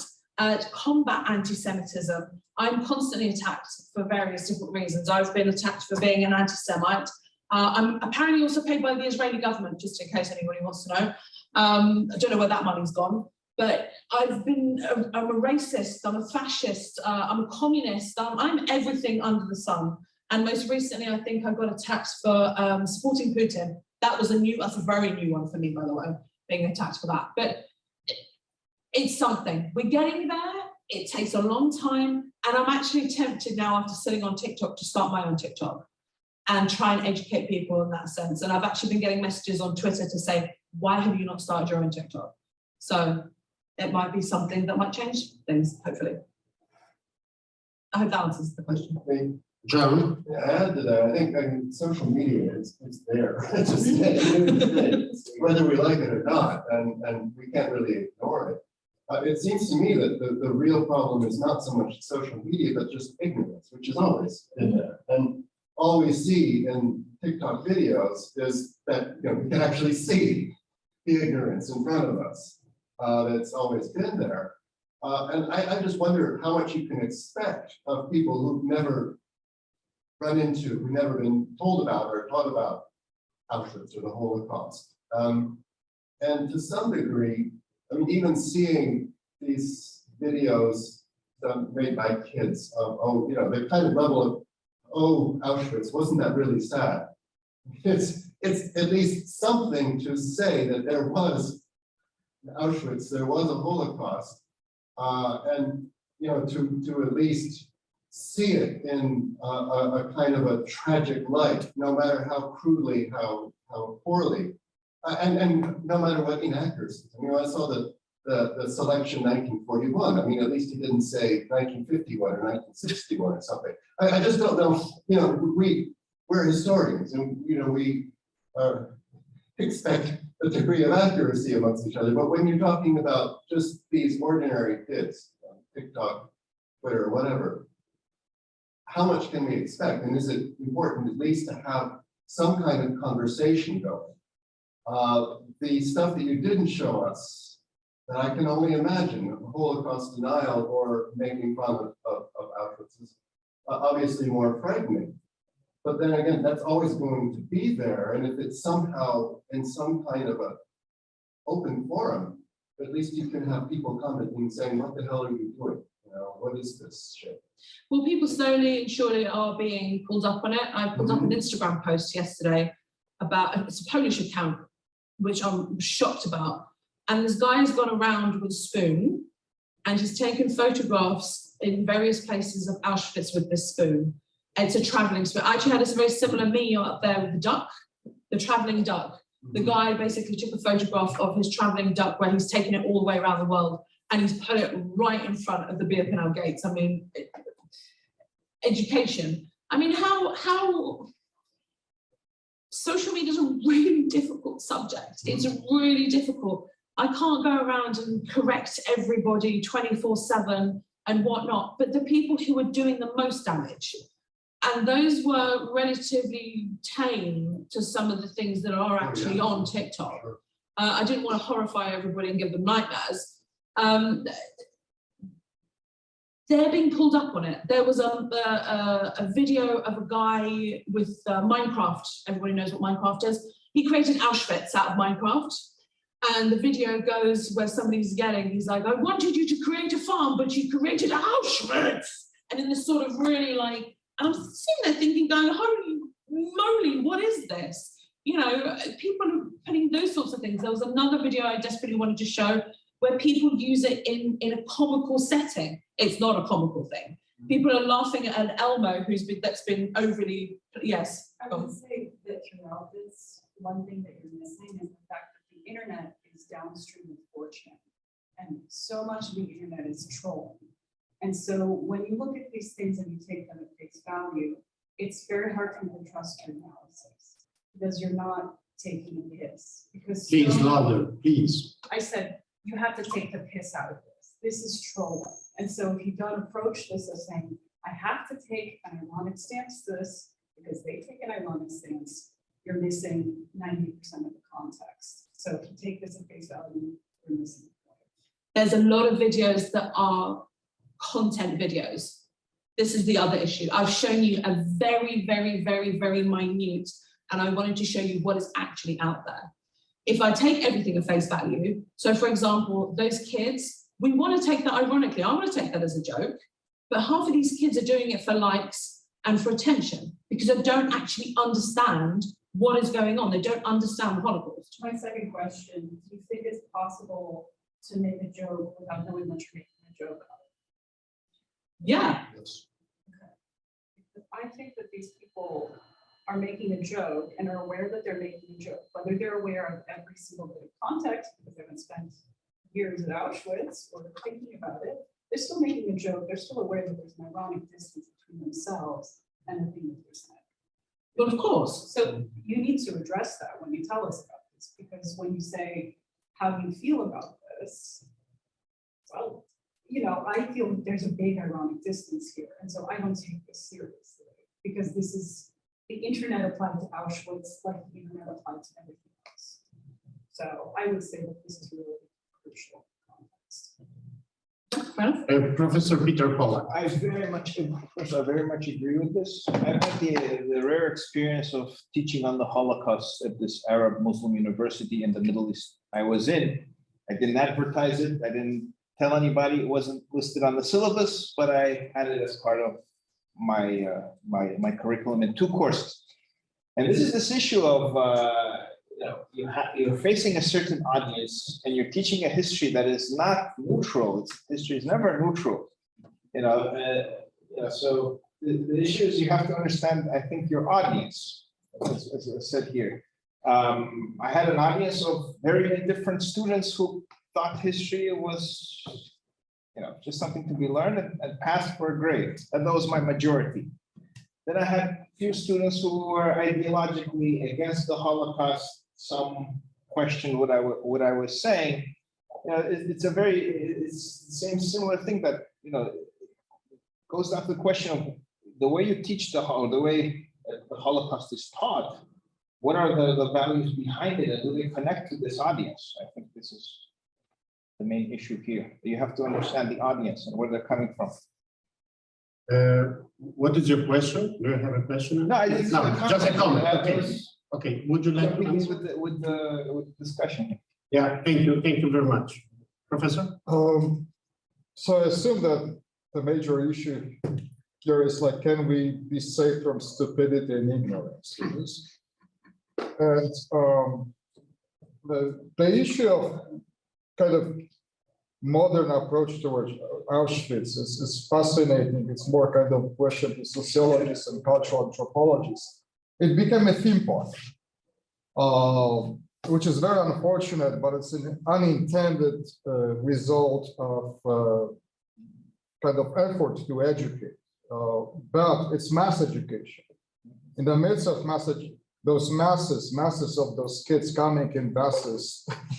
That's a whole different other issue, but yeah. Well, it's not because those TikTok clips are produced exactly by kids who are in the midst of those masses. You always find such individuals. And you mentioned that morality is some way understood individually, which is, very true. I agree with you, but also it's very unfortunate.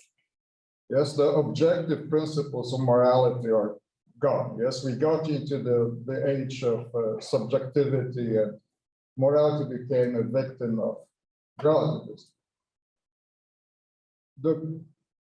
My problem is like, okay, so who is to judge? Because ultimately, yes, it's like, what's the solution? Yes, and I agree with you. The solution is to join TikTok in a way with, short, concise kind of format of information. Was to become part of the TikTok culture. But I would always argue that we have problems with censorship. The effort to remove those always trouble me. I mean, the problematic pieces, no matter how offensive they are. Because ultimately we go into this very shaky ground of who the censor is. And what's offensive, as you said, because exactly we start kind of frame morality in subjective terms. Once we disagree what morals then supposed to be, we always run into the danger of Spanish Inquisition, yes. Because ultimately, who would be the judge? So, if I understood you correctly, the approach would be to kind of understand TikTok's success and be part of it. Well, this is the thing. This is the very beginning. I have not even touched the tip of the iceberg with this. I have to run through programs. I have to see what more is out there, because this is difficult. I mean, imagine I've sat for the past 4 days on TikTok just to gather that amount of evidence. Now imagine me having to go all the way back to try and be able to collect all of that.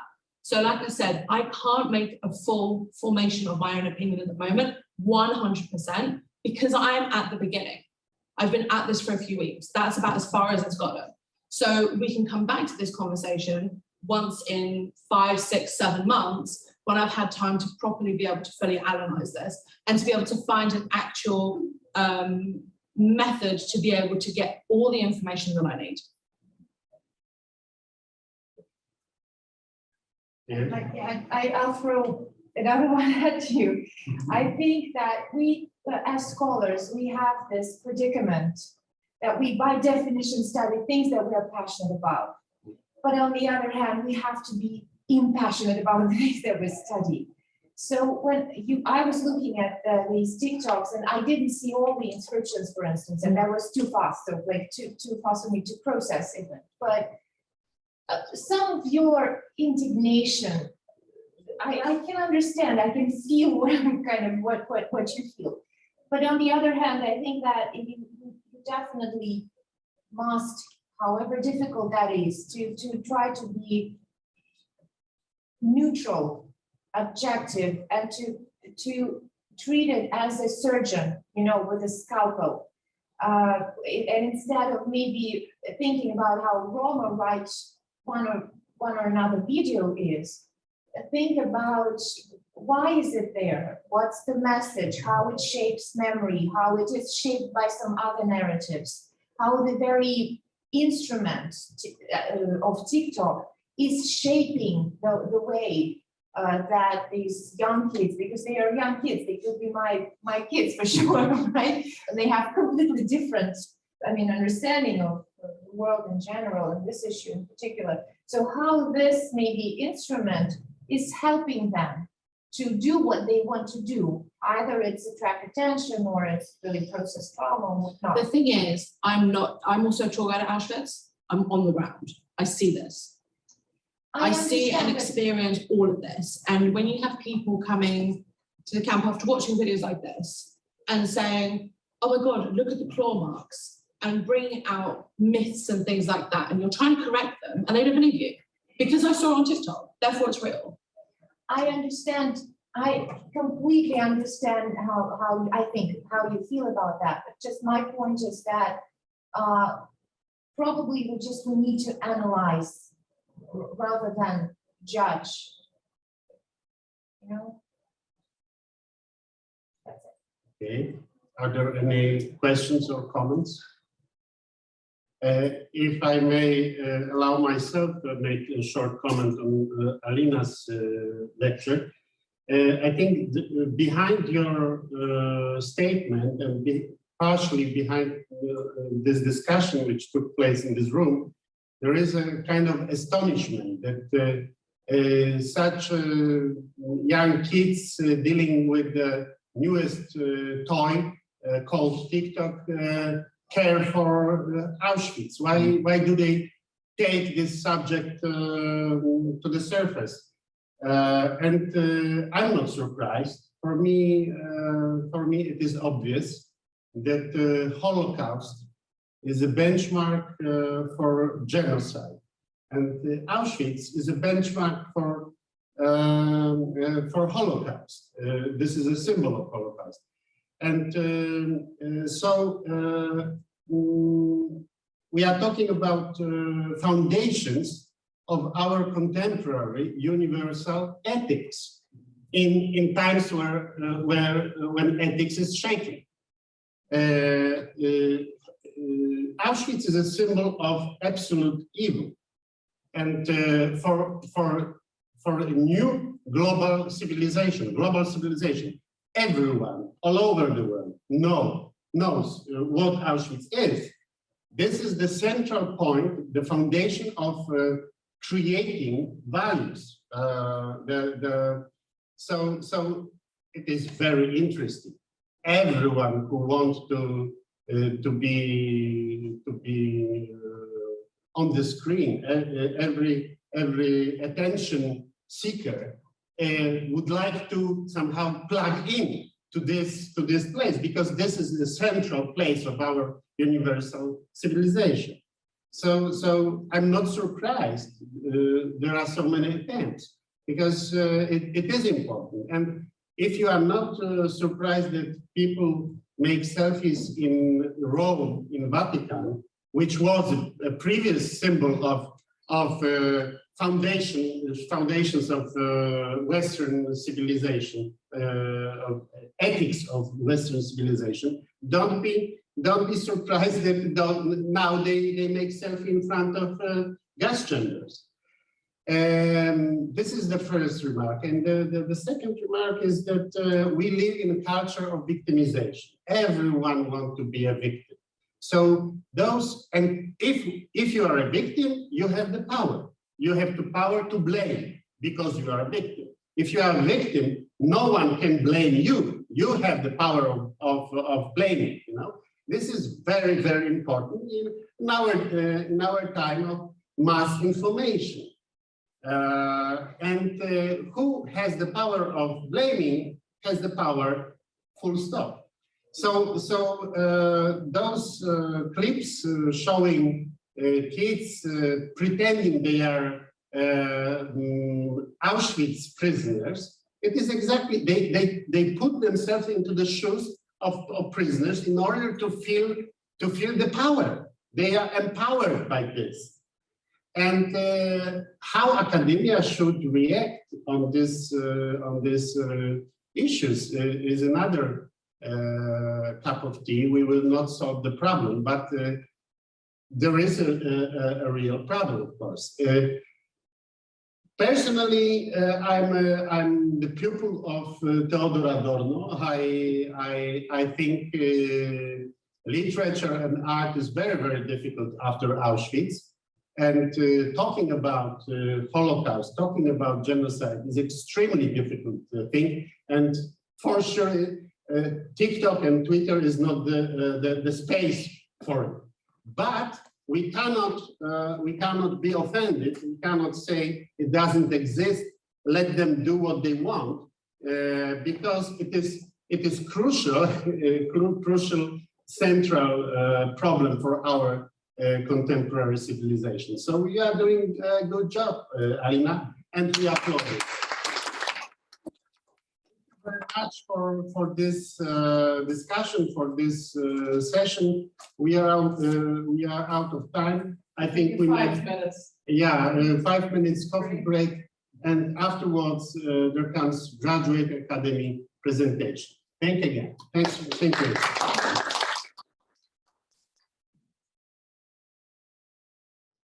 Ladies and gentlemen, a few of you, but I hope more people will come. Welcome to our panel that is dedicated to the Graduate Academy. We are honored today to witness the presentations of the first students. I'm sorry. And they're going to present us their products, or projects that they were working on during the Graduate Academy program, and the first one will be presented by Caitlin Martinelli, who is going to tell us about the test trial. Remember. So, thank you. Caitlin, the floor is yours. Thank you. So my name is Caitlin, as you said. I'm a master's candidate at Wayne State University in Detroit, Michigan. And I just wanted to briefly thank the Graduate Academy for this experience, because it's really been an amazing opportunity to do all of this, to travel to Poland, to research something that I actually care about, that I'm actually passionate about, and to work with really great people. I especially want to thank Dr. John Cornell. He was my advisor, and he was really patient with me and put me in contact with a lot of really amazing people. And she's not in this room right now, but Alina is going to spend just of immense support. So thank you, Alina, you're in the hall. My research interest has always lied with post-war war crimes trials. I started out obviously doing the Nuremberg trials, because that was the most infamous of them, arguably. And like Alina, I like to talk to the average Joe about this stuff, because I think that all of this, obviously, as we all do, is extremely important to keep the memory alive. And it's just always astounded me that a lot of people just think that Nuremberg was all there was, that they tried these handful of Nazis and they got the sentences that they did, and that was just kind of it. It wasn't really a question of was there justice, why weren't the many other thousands of Nazis tried? It was just Nuremberg. And obviously, if you look at these trials, there's thousands more of them, like beyond the Auschwitz trials, beyond the IG Farben, beyond the doctor trials, there's just thousands of them. And in all of them, obviously the verdicts are different, and was justice done is different. So I really wanted to look at a leader in one of the camps and his trial, which took place in Warsaw. And the more I got into this research, the more I kind of realized how complex of a figure he was, and just how complex his story is. So I wanted to kind of stand here today and tell you his story and how unique he made these trials that he was in. So that is, of course, Rudolf Höss, who is the commandant of Auschwitz during 2 separate times. So just a little bit about his background. He was born in 1901 to a very Catholic family. His parents raised him on very strict religious principles, and his father raised him on very strict military principles. So he joined the Nazi Party in 1922 after hearing a speech from Adolf Hitler, like many of them did. He was very inspired by that.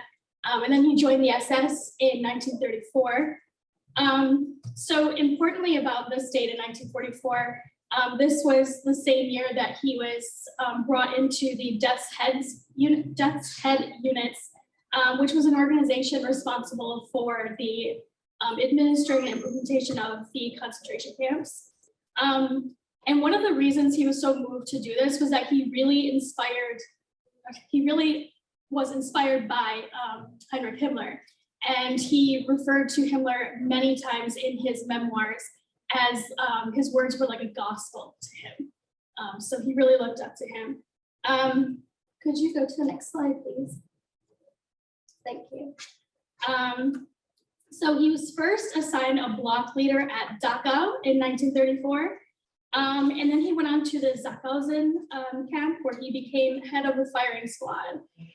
So this is actually really important, that will become really important in his trial, that he was head of the firing squad, because, I mean, what do you think of when someone's head of the firing squad? I don't really think they just sit there and watch things happen. I think they kind of like order things. They might even do things themselves.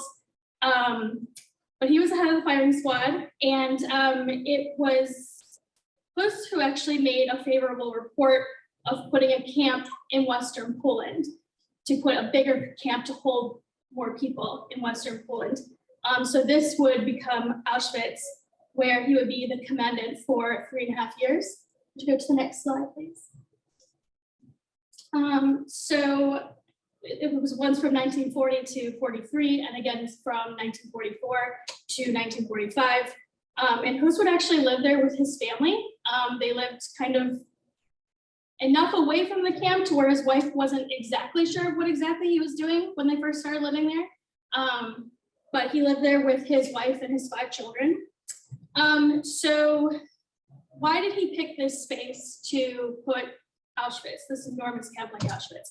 So for one thing, there was existing infrastructure there.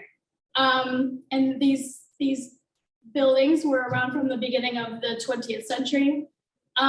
It was also supposed to be a transit camp, so it wasn't supposed to be this big Auschwitz 1, 2, 3 camp that it ended up being. It was just supposed to be a transit camp.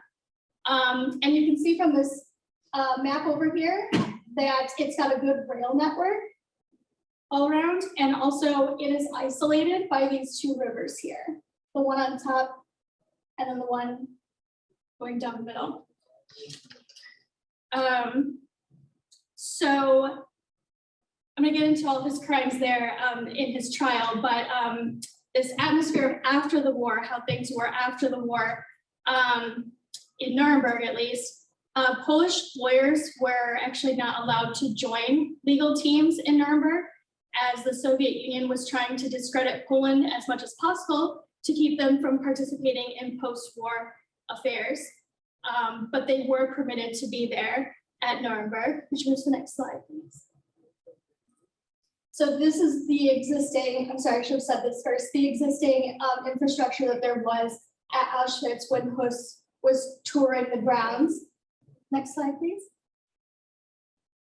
And then this is Kuss on the right, next to Dr. Joseph Mengele, who infamously conducted the medical experiments at Auschwitz. Next slide, please. And then this is the summons for Huss to be the commander of Auschwitz for the second time. Next slide, please. So this is part of his affidavit that was at Nuremberg. So he actually evaded arrest for over a year. When he was finally arrested by the British in March of 1946, he was actually under a disguise of a gardener. He was gardening in his home, and he refused to give up his identity. And the guard that was arresting him saw that he had his wedding ring on. And so he forced him to take it off because he knew that he had his last name inscribed on the inside of the ring. So that kind of gave him away. And the British basically interrogated and tortured him there, and then handed him over to be tried to give a testimony at Nuremberg. So he gave very detailed accounts of his crimes, which would be used as evidence in his trial in Warsaw, as well as the IG Farben trials. So I just wanted to read a bit of what's on this affidavit here, because this, as I said, will be used in his trial in Warsaw. It says, I commended Auschwitz and estimate that at least 2,500,000 victims were executed and exterminated there by gassing and burning, and at least another 500,000 succumbed to starvation and disease, making a total of about 3 million dead.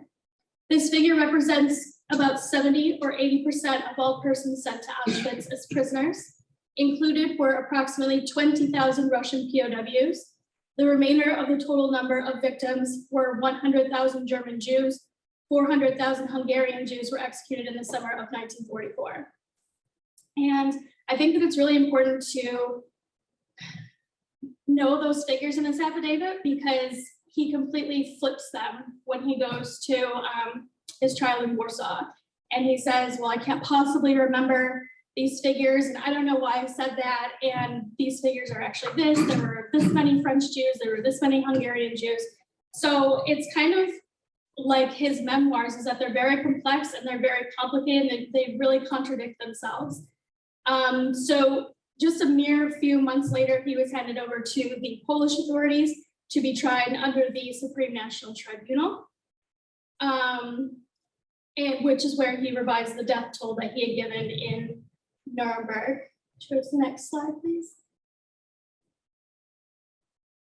Yeah. So while I was in Warsaw, I was taken to where he was tried, which is this building here.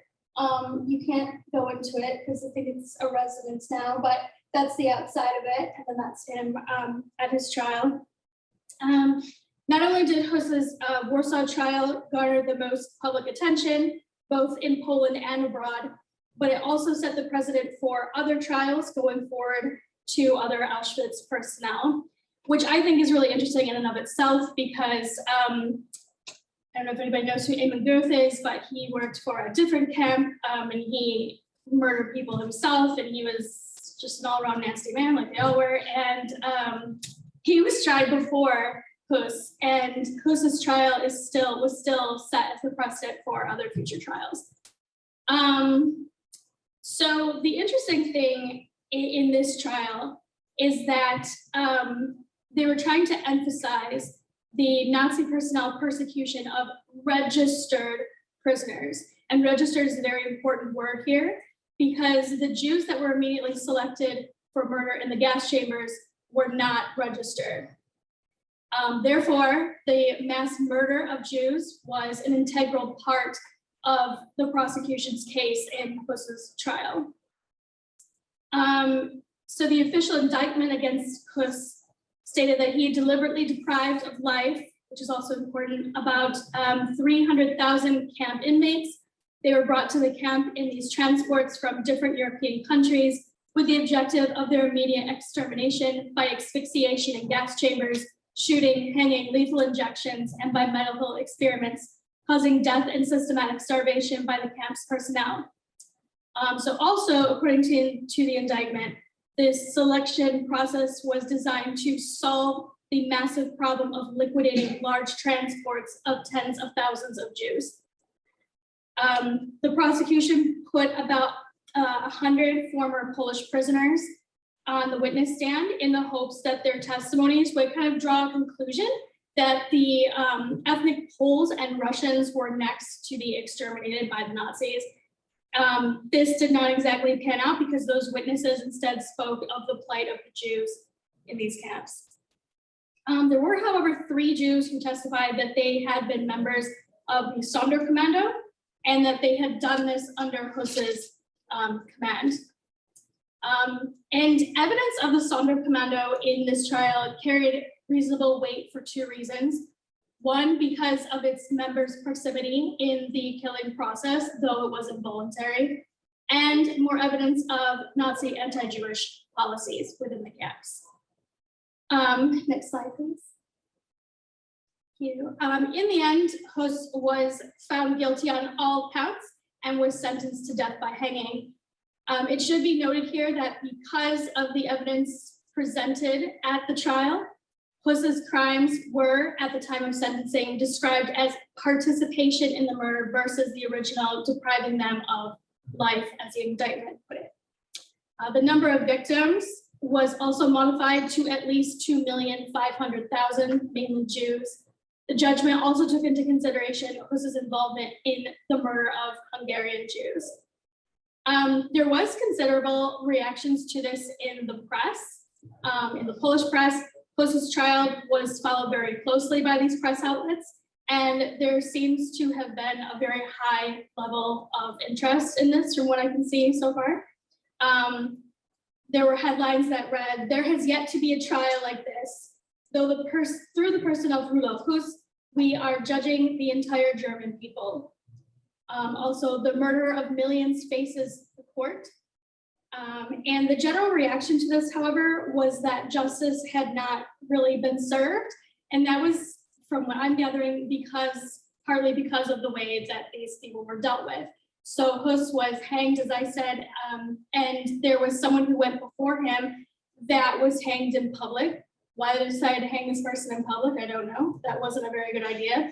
This execution was like a medieval execution. There was people selling ice cream, there were children, there were people hooting and hollering all over the place.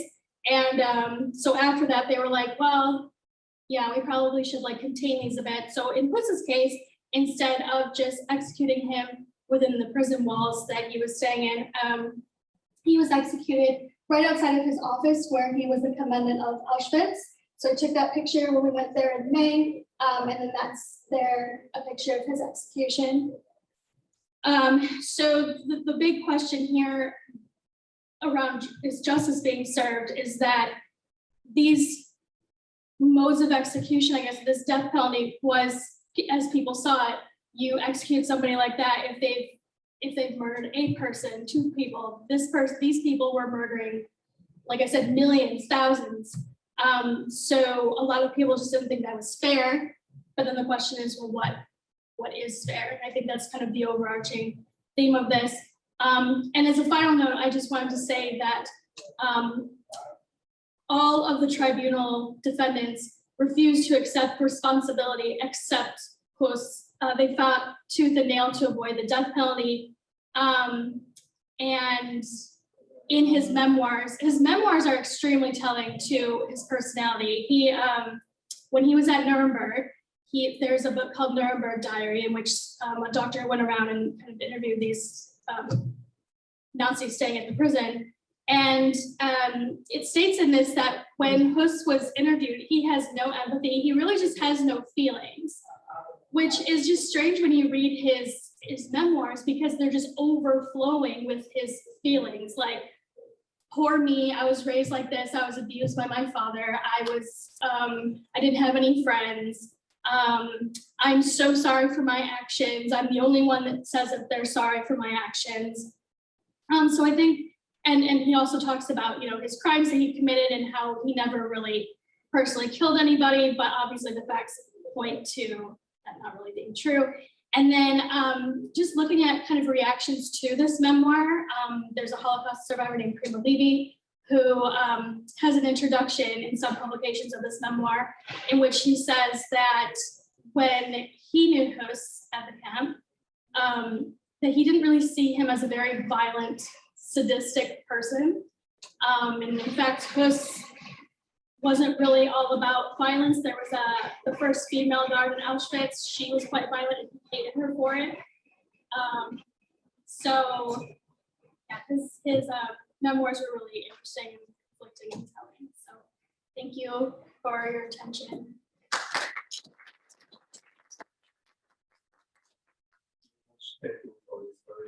Informative, insightful presentation.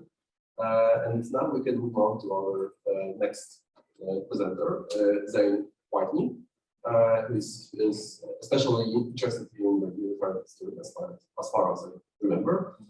So Zane, the floor is yours. Thank you.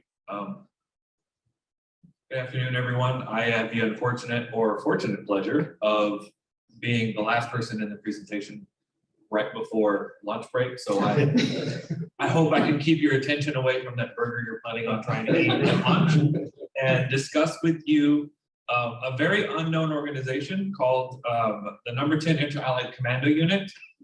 Specifically, I want to focus for this project and for this presentation on the 6th Troop, or the Polish Troop. I titled it Names Without a Face, simply because in the research, I always start as a military historian with the war diaries, and then I can find collections of photos.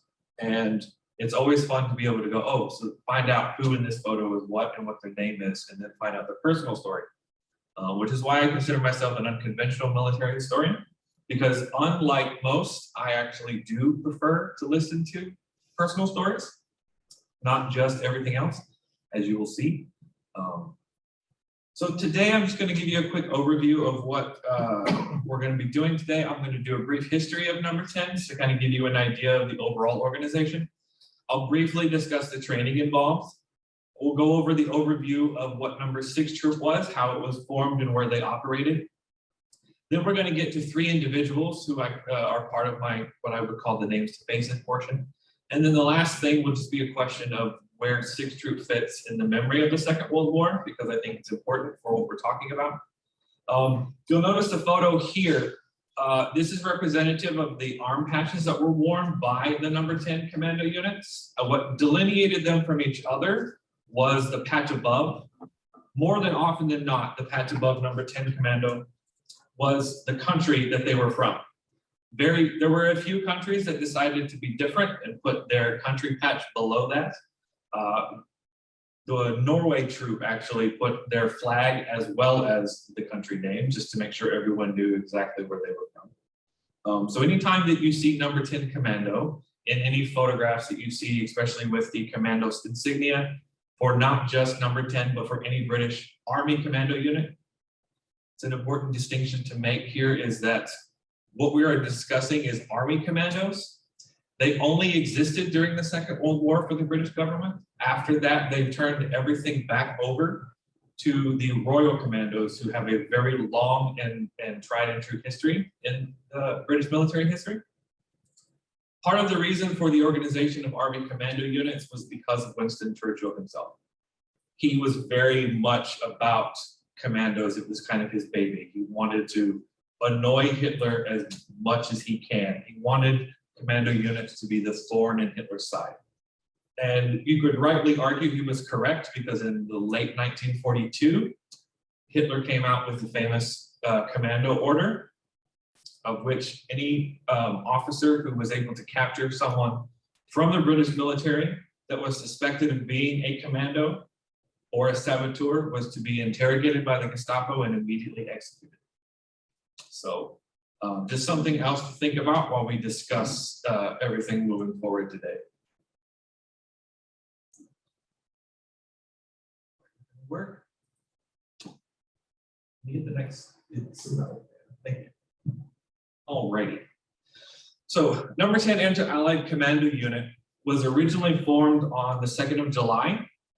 It was established by the British government as a national security necessity because the number 10 anti-ally was actually a way for the countries in exile to fight back against the Germans, not just on their homeland, but in general.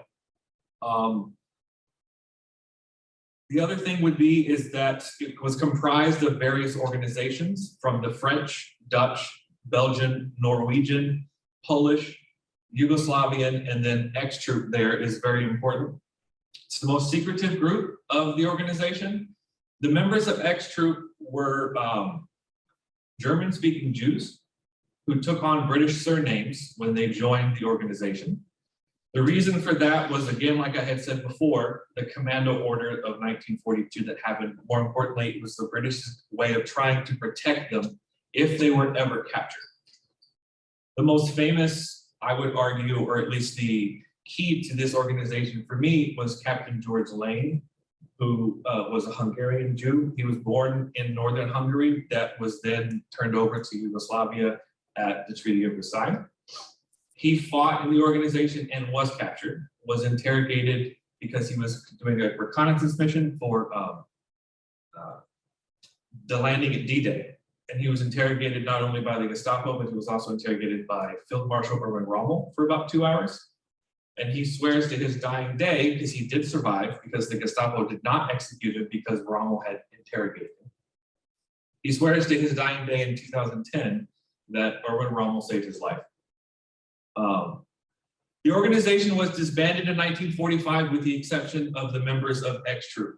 There was a fight back and forth between those in charge of number 10 and General Eisenhower on how best to use them during the occupation of Germany.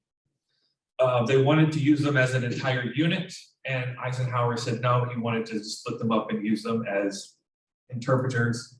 They were actually involved in evidence collection for war trials and everything else. So while not known, they were used extensively. The photo here that you can see is of 2 Polish troop members that are in a training situation.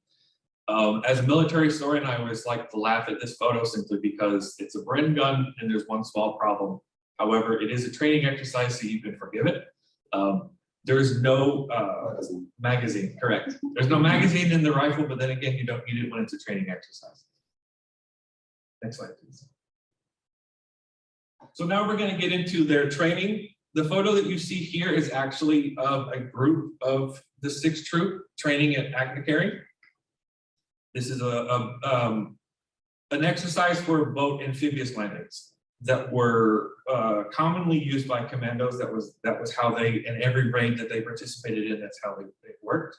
Next slide, please.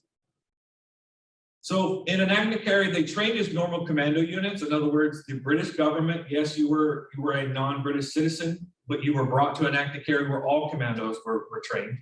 You were trained exactly like you were a regular British soldier. However, because of being in various countries, you were allowed to train as a unit. So those members of 6th Troop, or the Polish troop, were training together as an organization. They were allowed to keep all of their national ranks, and they were allowed to embellish the uniforms in any way that they saw fit as a nation. So for instance, the French wore the classic French beret and had their French flag ascot when they marched during training exercises. The difference between number 10 and normal commando units was that after their military training happened at Agnikari, what was interesting is that number 10 troops were then immediately sent to their troop headquarters without any question. It was an automatic, you're going in here, but we know where you're ending up. Everyone else that joined the organizations, that joined commando units, were put in a holding unit until their orders were dispersed of this is the commando unit you're assigned to. But anybody in number 10, that wasn't the case. So the photo here that you see is actually a quite famous one, simply because there have been 2 books written about the organization as a whole. And this photo is on the back jacket of the most recent book that was written in 2010, I believe. And it's a cliff training at Cornwall. Next slide, please. So this photo here, I felt important to show to you because this is the 2nd platoon of number 6 troop, the Polish troop, while they were training at Akmakary. This was every member of the 2nd platoon that participated in their training while they were there. Next slide, please. So number 6 has a very interesting organizational facility here, unlike the rest of the organizations within it. So there were 2 divisions of Polish soldiers who were evacuated from France, evacuated to France after fighting the Germans in the beginning of September of '39. Eventually, those divisions made their way to Scotland and were continuously training and being involved with the Polish government. It wasn't until 13 of March 1942 that Lord Louis Mountbatten and General Sharkovsky agreed to form a commando unit that would operate under a British commanding officer, but they were assigned and remained under the Polish order of battle, and they would be subject to Polish military law. Specifically, they could not be tried under British military law. They were only subject to Polish military law. It wasn't until the 20th of September that General Sharkovsky actually signed the order, in which what's interesting here is that he made the troop the first independent commando company. So they had technically 2 names. In the organization that we're talking about today, they were known as the number 6 troop. And in the Polish military, they were known as the first independent commando company.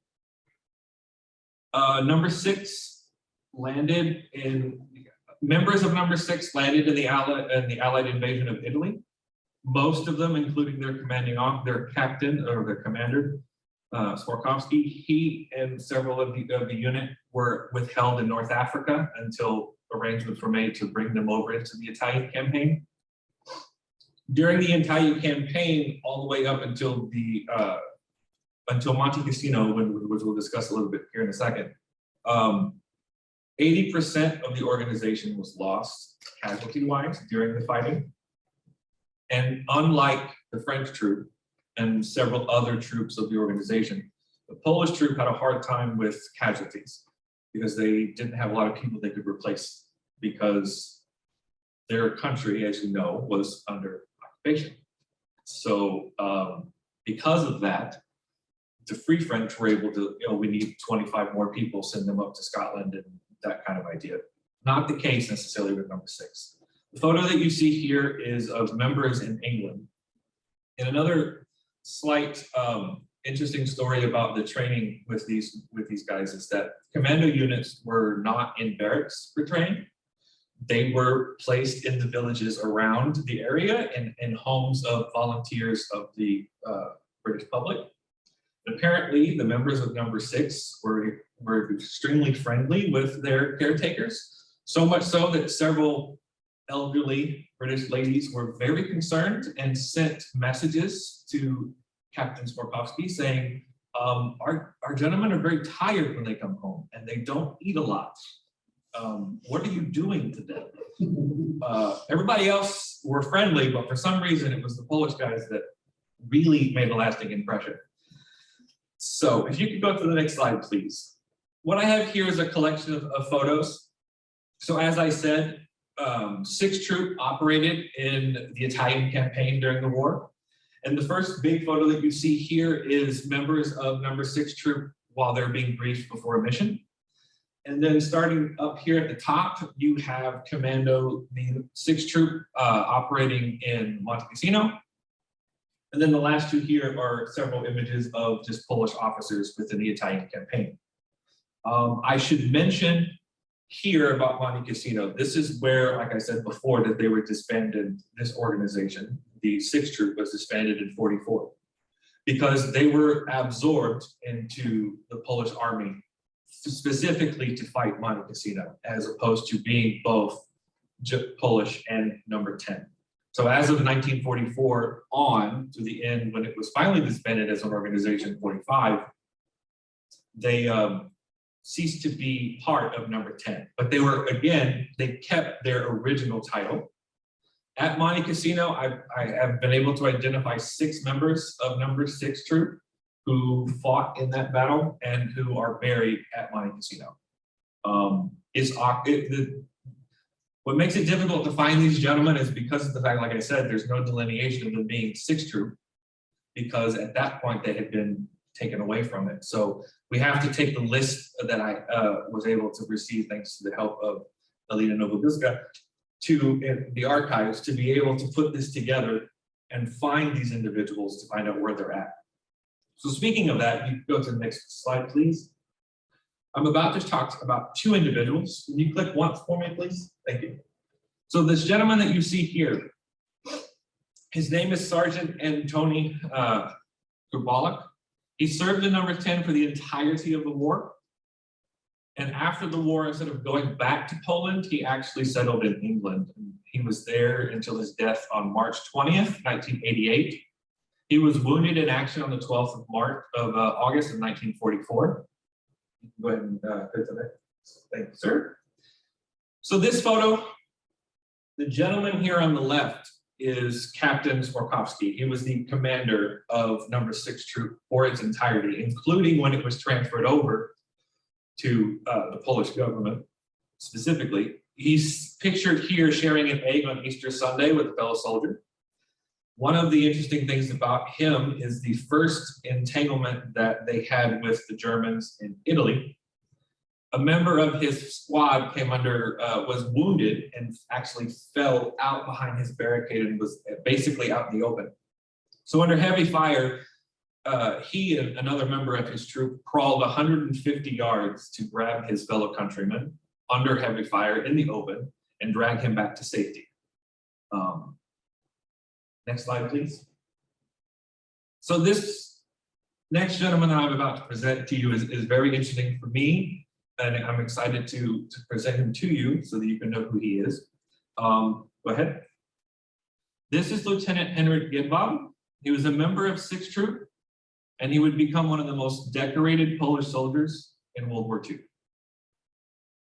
He was wounded in action 3 times. He was decorated for bravery 24 times. Among the medals that he received was the Virtuti Militari, the Monte Cassino Cross, and the Polish Cross of Valor. He was born to Jewish parents in Kalisz, Poland in 1918. Before joining 6th Troop, this is the part that I find fascinating, is he was a member, before he joined 6th Troop, of the Cichociemni, or the Silent Unseen. Several people know of the group, and I can at least confirm one member of 6th Troop was also a member of that organization. They operated simultaneously, but had 2 different objectives. As we know, the Silent Unseen, if you're familiar with them, operated mostly on the ground in Poland. 6th Troop did not. They fought against the Germans directly. However, this gentleman was one, and I'm hopeful that later on in my continuous research, I can find out more members like him. He and his wife immigrated to Canada. He chose not to return to Poland because his parents were killed. His father died of starvation in the Warsaw Ghetto, and his mother was gunned down on the streets of Warsaw. And his wife was very afraid of Soviet occupation and was like, I do not feel comfortable going back. And so they immigrated to Canada, and he would later die in 2005.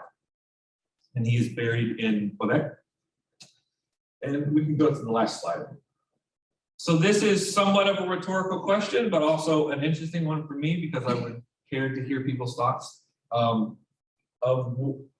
figuring out where number 6 Troop fits within the memory of the Second World War.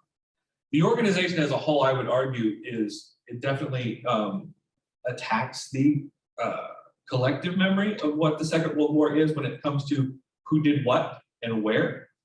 It's a direct challenge, I feel like, very unknown. And I feel like for number 6, part of the issue would be in relation to what we're discussing here today in the last couple of days has been totalitarianism and the that conversation of dictating who did what what the history is, didn't allow for these members, because most that I have been able to identify, most never returned to Poland because of the occupation. And most went to England, or they went to the United States, or they immigrated to Canada. And it wasn't until 1981 that the Polish government in exile finally acknowledged and had a public ceremony in London for any survivors of Sixth Troop, and also invited family members of those who may have passed on already when they presented them award for the unit as a whole. I am unaware at this moment in time of the Polish government after the fall of, after '89, I am unaware of the Polish government acknowledging the existence of these men and what they accomplished during the war. I'm only aware of the government in exile in 1991. So I hope you enjoyed it, and I'm interested in your questions or comments.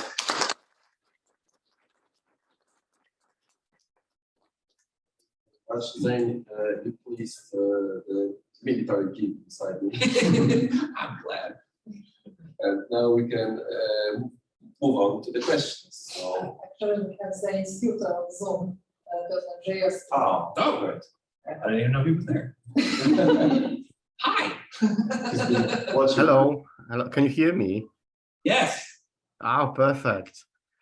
It's evening time here in Poland, and I'm. What can I say? I was very fascinated from the beginning, from the topic that Zane chose, and in the Instytut, Pileckiego Instytut, several people have encouraged Zane to pursue this topic, because at one point he wanted to change it. And I'm glad that he did continue, because as was said in the ending of the presentation, this the history of this unit of the 10th Allied Command is widely unknown, and it is completely forgotten in Poland. Therefore, I find huge value in this research, and it's basically filling a blind spot in Polish military history. Therefore, I'm also very happy that some connections between other units like the Cichociemni was already found, and I'm really curious to see how it develops, and will this will this research take us further? Because as I said, this is I don't want to always say like use two big words like groundbreaking, but nevertheless, this is I find this research very valuable. And it will probably spark a lot of interest in Poland once it takes its final shape. So I can only commend highly and positively the topic and the research and the work that Zane is doing, and let's see how it develops.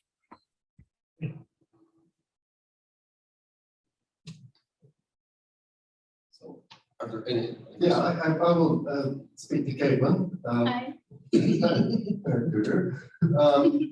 I'm very interested by a couple of things. One thing is all of the kinds of changes that went through Huss's testimony regarding the numbers and regarding his sort of attitude towards what he did. Whether his lack of empathy and that sort of general collection of memoirs that we talked about that Dr. made versus his very emotional memoirs and so forth. I think it's curious that you have to be very guarded about what are the purposes, what are the contexts of these particular moments of testifying. In Nuremberg, he's providing testimony. He's not so worried about what is going to happen to him personally, Exactly. whereas it changed, So, but the question particularly of how he regarded his actions, whether he felt any kind of remorse or anything, it's very difficult. I don't know if it's possible to really say, or to look at his memoirs and get a sense of whether it's all completely just an effort to exonerate himself, knowing that he's going to be hung for posterity, or what? How do you deal with that? How do you? Is it even possible to believe anything from these? So just kind of, I feel like when you research a person, you want to like climb inside of that person's brain, be like, what were you thinking in this moment? But obviously all we have are these writings and some video evidence of this. And I can say that in his memoirs, he wrote the parts about, I'm sorry for what I did, may God have mercy on my soul. He wrote that in the hours or few nights before his execution. So I mean, he knew that he was going to die for his actions. But you're right, when you look at what he said at Nuremberg and what he said at Warsaw, they're completely different. You're looking at the Nuremberg trials, and he's just, the things that he was saying were just completely like, yeah, I did this. Never once did he say I was following orders. He said I was following orders under Himmler when I was in the Death's Head units. He never said that. He was just like, yeah, I did this. And what I think is telling is the survivors' testimonies of him. Yeah. How they're like, well, I never thought of him as a sadist. There was one survivor who said that somebody accidentally in the camp spilled some water on him and his face was just blank. He just shrugged and walked away. So it's almost like he's got this zombie persona. But yeah, he's really hard to read. And because everything is so contradictory to each other, it's something that I hope I'll be able to grasp like when I research this further.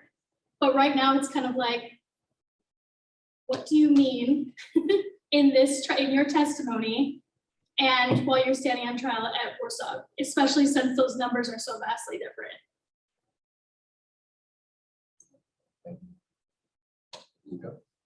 Following that question, I would like to ask about the witness testimonies or memoirs of persons who former prisoners, victims of Valdosta or Auschwitz concentration camp staff. Which sources are you using? Are that interviews collected at Holocaust Memorial or written memoirs? Which sources are available in English for English-speaking scholars when it comes to the reconstruction of the image and personality or its reception of Rudolf Hess? That would be the first question. And the second concerns this time in Polish prison preparation for trial. Did you have a chance to come across the name of Jan Zen? And I will maybe follow that question when you answer the first part. Whether the Jan Zen is a Polish lawyer, did you find any information about his contacts with Hess, his influence on the trial? Not a whole lot. Although maybe if I saw the names spelled out, I might be able to, because a lot of these names, I didn't even try to pronounce the city that Auschwitz is in, because I'm like, I don't want to butcher anything. And I'm so sorry, what was your first question? About the witness testimonies and Yes. this image of Hess in Yeah. the mirror of memories of the victims. Which collections are you using? What are the sources in English that you can? So one of the biggest tools that I've used for this is the Shoah Foundation with the oral histories of the survivors. A lot of them that aren't in English have subtitles on them, so I've used a lot of those. I have used the archival database for the United States Holocaust Memorial Museum, used some of that. And then I've tried to look for just overall reactions to his memoir after it was published, which was really helpful when I came across one memoir that Primo Levi had like written an introduction about. So I thought that was really telling. But it is in English. So I'm very grateful for the Shoah Foundation and the Holocaust Museum for that. But if you have other sources, I'd love to talk to you. We will find some for you. Yeah. And certainly, yes, the person of Janssen, so the prosecutor who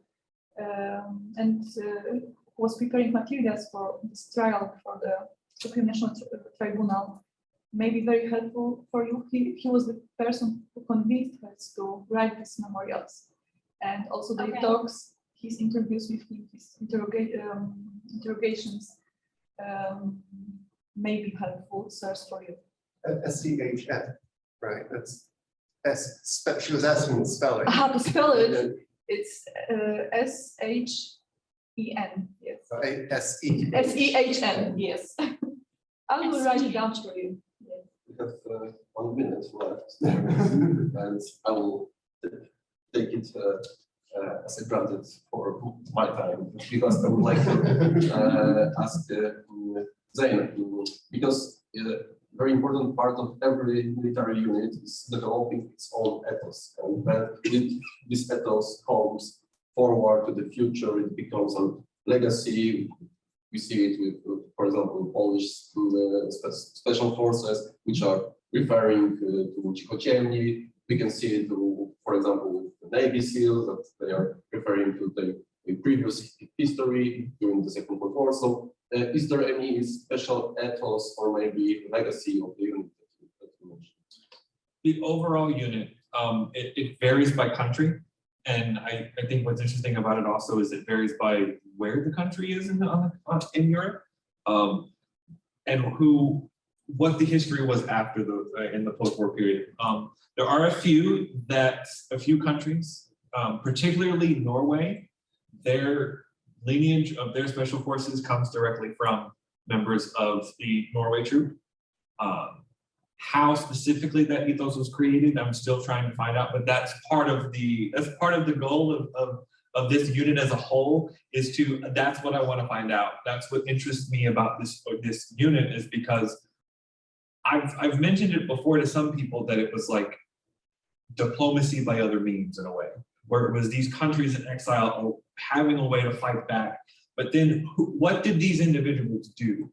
And the unfortunateness of 6th Troop, but the Polish group troop, is because of what took place post-war, most of these men did not go back. And it almost begs the question of what could have been had they been able to go back in some capacity.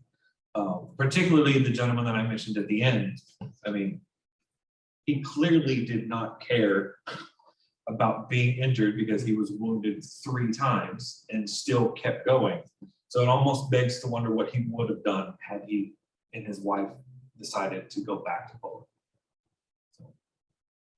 Thank you very much. I think that if I may, can I also have a question for Zain? Very brief, because we are okay. Okay, I just want to ask, because the question really comes to mind: how are you planning to conceptualize your work?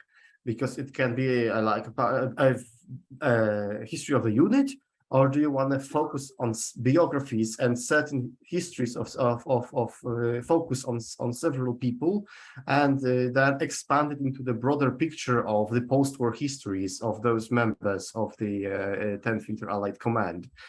What is your methodological take on this topic? I feel like you're in my head right now, because that's essentially kind of how I'm approaching this. So this unit as a whole is actually going to be my dissertation topic. And part of the reason why I really wanted to present 6th Troop was because I'm essentially getting to do a chapter of my dissertation ahead of time and present it to people and get feedback and get critiques. And the goal, I think, is definitely for me is to, organization as a whole is a very quick interpretation, kind of like I did here. And I think it's taking what this is and expanding it out and finding those individuals from every location that I can within the time I have. And then more importantly, looking at, okay, what did they do after? Where did they go? And especially for this group, the 6th Troop, I actually would like to find those individuals, families at least, that are still around, particularly in the States, and have a conversation to see if there was a discussion. Like, did the memory of this group die with those individuals when they were put in the ground, or were they able to share their experiences so that it does live on for other generations as an example. Whether that will happen or not, I don't know, but that's definitely the trajectory I'm taking. Thank you very much. And you did really great job. And now the lunch break begins, and we will meet here again. In an hour and a half. Yes. Yeah, So this presentation is about the early years of the Auschwitz-Birkenau State Museum and its struggle to preserve the material remains of the camps. As I will show, the memorial site faced many conservation challenges. Auschwitz-Birkenau State Museum is one of the earliest museums to Nazi atrocities, declaring from the onset its commitment to preservation as early as 1947. As I will show, after drafting its conservation principles and procedures, the museum struggled to control, maintain, and conserve the vast terrains. As a result, it had to update and adjust its principles of work. 1947 till 1959 are years of considerable financial struggle at the memorial site. However, the authorities finally allocate funds for the conservation of the site beginning in 1959. By 1962, almost 40 million zlotys are spent on the conservation of the site. 1959 to 1962, then, are the years when the majority of the conservation principles of the memorial site are being drafted and applied. In this presentation, I deal mostly with the years preceding 1959, when the site was at its most dire state, and which define the future trajectory of conservation efforts. In my larger dissertation, I return to the authentic landscapes, faces, and objects, and reveal the political and ideological project which shapes them as objective or authentic witnesses to history. The political underpinnings of the preservation project may be legible on the objects in the many layers of preservation choices inscribed on them over time. In this presentation, I show how by the 1960s, the Auschwitz-Birkenau landscape became the object of attempts to petrify and congeal it. Over the next 4 decades, influenced by the rising value of authenticity in museum work and in tourism, the museum developed highly sophisticated and innovative strategies for prolonging the life of artifacts in its collection, culminating in the erection of a preservation lab in 2003. The museological framing of material remains and the techniques of preserving them served as inspiration for other memorial sites and museums across the globe, which adopted and adapted the Auschwitz model for their own needs. With the dying out of survivors and the disappearance of personal connections to the history of the Nazi past, its material traces are becoming the most important factor in shaping the meaning of this history in the future. At a first glance, these traces appear as things frozen in 1945, but the year is 2022. How is this fixing achieved? What are the cultural meanings of this labor? What are its dangers? My project strives to draw out the labor of creating something which seems authentic, untouched, and untamed. My presentation asks what initially drove the project of preservation and what were the major challenges it faced and how it was shaped over time.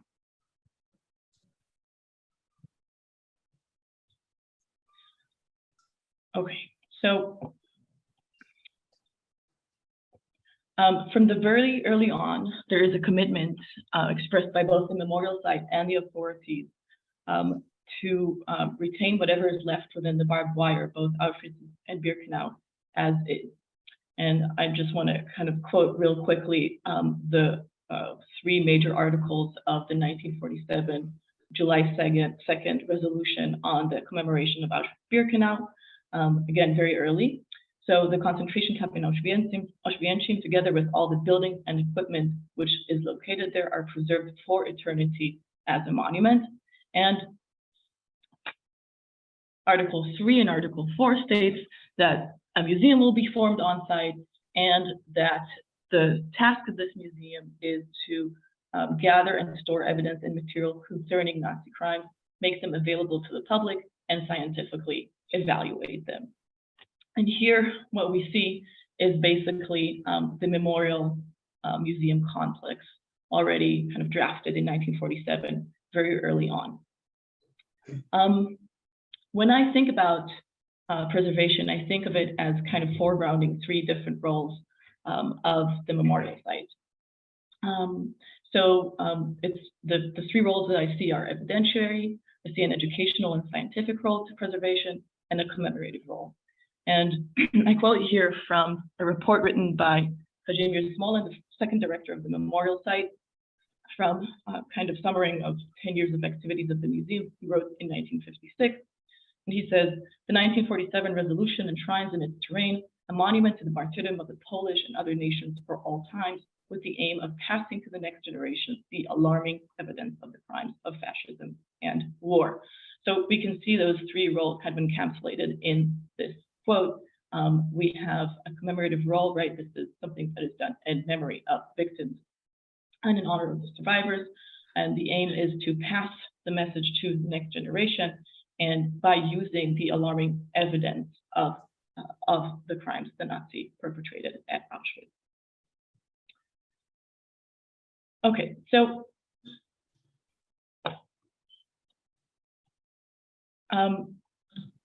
I think about these things using what I call historical authenticity, which is a concept that's kind of widely used and applied already in the world of conservation and museum, beginning in the 1960s.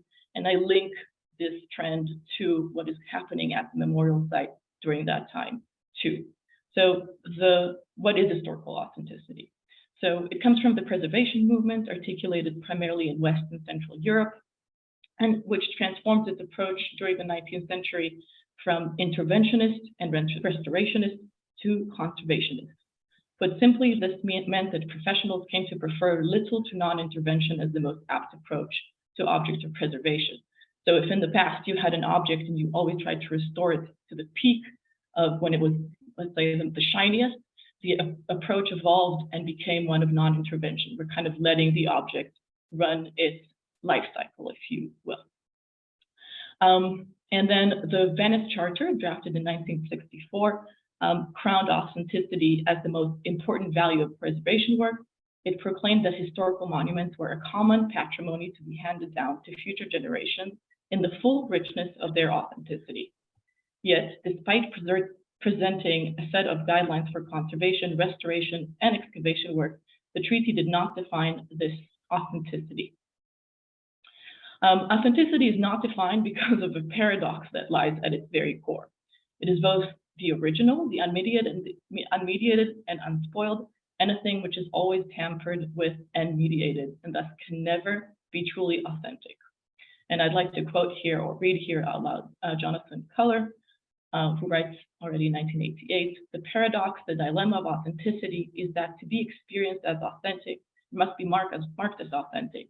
But when it is marked as authentic, it is mediated, a sign of itself, and hence lacks the authenticity of what is truly unspoiled, untouched by mediating cultural codes. So it appears both as essential and intrinsic to the object, and thus universal, and at the same time it is the result of historical processes, mechanical manipulation, and the labor of mediation. This paradox of authenticity is the core problem of my dissertation, which I try to explore, and the theoretical guide that helps me identify the tensions that I'm presenting to you today.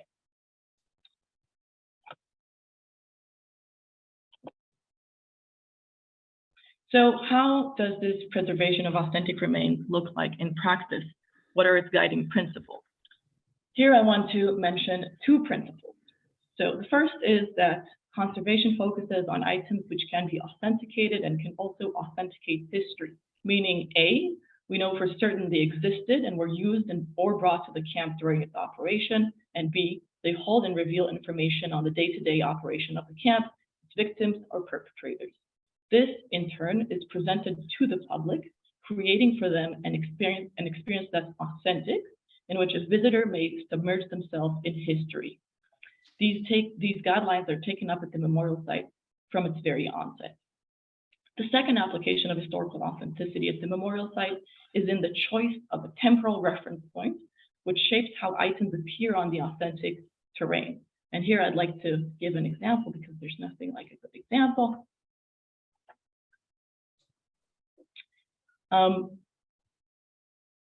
So what you can see on the left is the picture of the site in Birkenau in 1959.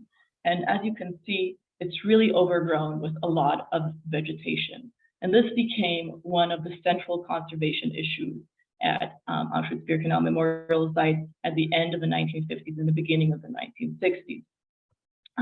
It became so bad that visitors constantly approached the memorial site staff and said, this is not how it looked like when the camp was operating. And the problem was that so many people were stomping the ground during the camp's operation that there wasn't a blade of grass that could grow there. And this overgrown of vegetation, which happened when the space was just left open and empty, became something that was really interfering with the appearance or the authentic appearance of the camp, and so had to be largely conserved. And a lot of the resources for conservation still are actually invested into maintaining that ground empty. Okay, so going back to the, okay. At Auschwitz-Birkenau State Museum, two moments are chosen as a guiding reference point for shaping the appearance of the demarked space. These moments are recreated either through preserving, reconstructing, accentuating, or alluding to the original movable and non-movable objects which existed in the space during the camp's operation or in its immediate aftermath. The paradox of authenticity already appears in the choice of temporal reference points. On the one hand, 1944 is chosen as key.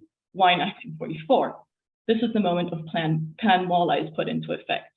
This plan was devised by SS officer Mola and was meant to destroy all incriminating documentation, prisoners, buildings, and above all, the mechanisms of destruction both in Auschwitz and Birkenau. This moment is chosen as a reference point because everything had been standing right then, and maintaining it reflects how the camp looked in its full capacity. This moment guides the work of preserving authentic remains in two areas of the museum's activity. The first is the collection of documentation, which strives to bring back all the documents that existed in the camp before they were destroyed. However, this reference point is unachievable. By January 1945, only 3% of camp documentation survived. The rest is held later by the Soviets. Thus, to create that moment, a tremendous amount of labor must be invested in it. 1944 also served as a reference point for the movable collections of the museum, the so-called mass objects. This includes everything found on site, which was a remnant of the mass deportation of Hungarian Jews in the summer of 1944. These were found on site by the Soviet Commission after liberation. On the other hand, we have 1945, January 27, 1945. Why 1945? The moment of liberation is in many ways more convenient for conservation as it requires little intervention in the existing state of the site. Everything is simply kept as is. The problem is that in January 1945, large parts of the camps were destroyed by the SS. This temporal point thus doesn't reflect the true nature of the camp while it operated. This destruction included the SS blowing up the remaining crematorium buildings still remaining after the prisoner revolt in Birkenau. They also burned 30 storerooms. During the evacuation, they dismantled barracks at the Mexico section, probably taking them to Gross Rosen for the so-called Auschwitz section there. Upon liberation, Block 26 in Auschwitz was burned to the ground. Both these choices have a claim for authenticity, but they are further complicated by a second set of destructive acts happening after Liberation Day. After liberation, Red Army units remained on site while the Poles abandoned it. Meanwhile, in Birkenau, the social construction company, subject to the Ministry of Construction, began dismantling 200 wooden barracks. The former prisoners had no say and could not counteract the fast pace in which the company dismantled the barracks in the men's sections of the camp, an action guarded by armed men. By 1946, only 38 barracks remained. In addition, local population dismantled other wooden structures and used them as burning materials in 1945 and 1946. Which moment then should be cited as the most authentic? Who should decide and how? At what cost? In what follows, I show the immense complication of making these choices.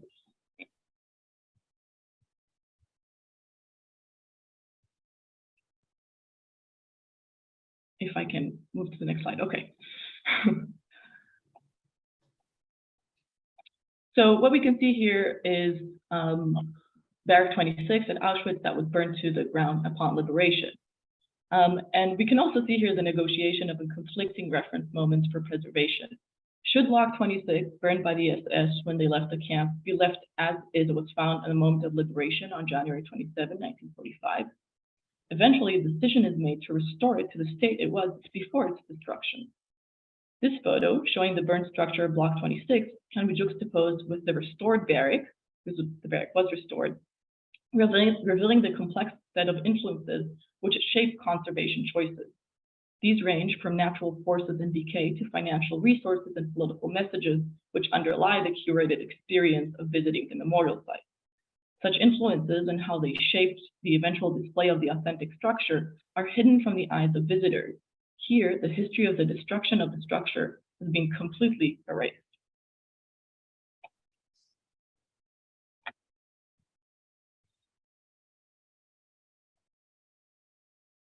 So in what follow, I want to kind of briefly illustrate some of the constraints of the work of authenticity in 2 or 3 examples from the early years of the memorial site. So one of the most crucial problems that occurred almost immediately when the memorial site was established was that its boundaries were in flux. And in short, what these articles of the 1947 resolution say is that the land for the memorial site is expropriated from the local population, mostly farmers, and it goes into the state treasury, transferred to the Ministry of Culture, and the Ministry of Culture is supposed to give compensation to the residents. But the problem is that the Ministry of Culture doesn't really do that. It takes over 10 years to do it, and in the meantime, local population is starting to feel very agitated and have kind of a lot of animosity towards the museum. And here we see a couple of quotes from Smolin on his 10-year anniversary report on the memorial site. And what they do is, as we can see in the picture to the right, they start taking the wood from the watchtower in Birkenau. And the situation becomes or the worst example of it is when barbed wire is cut from Birkenau and some farmers bring in their cattle to graze the ground. And so the local population, because of the situations of the boundaries not being settled, is feeling animosity and is purposefully disturbing the grounds of the camp. Another problem that is no less acute is problems of funds, support from the state in conservation measures, and professional standards of conservation that are kind of missing. There's a missing of professional knowledge. So the museum sends kind of a compilation of photos of the state of the terrain to the authorities, but they receive no reply and no funds.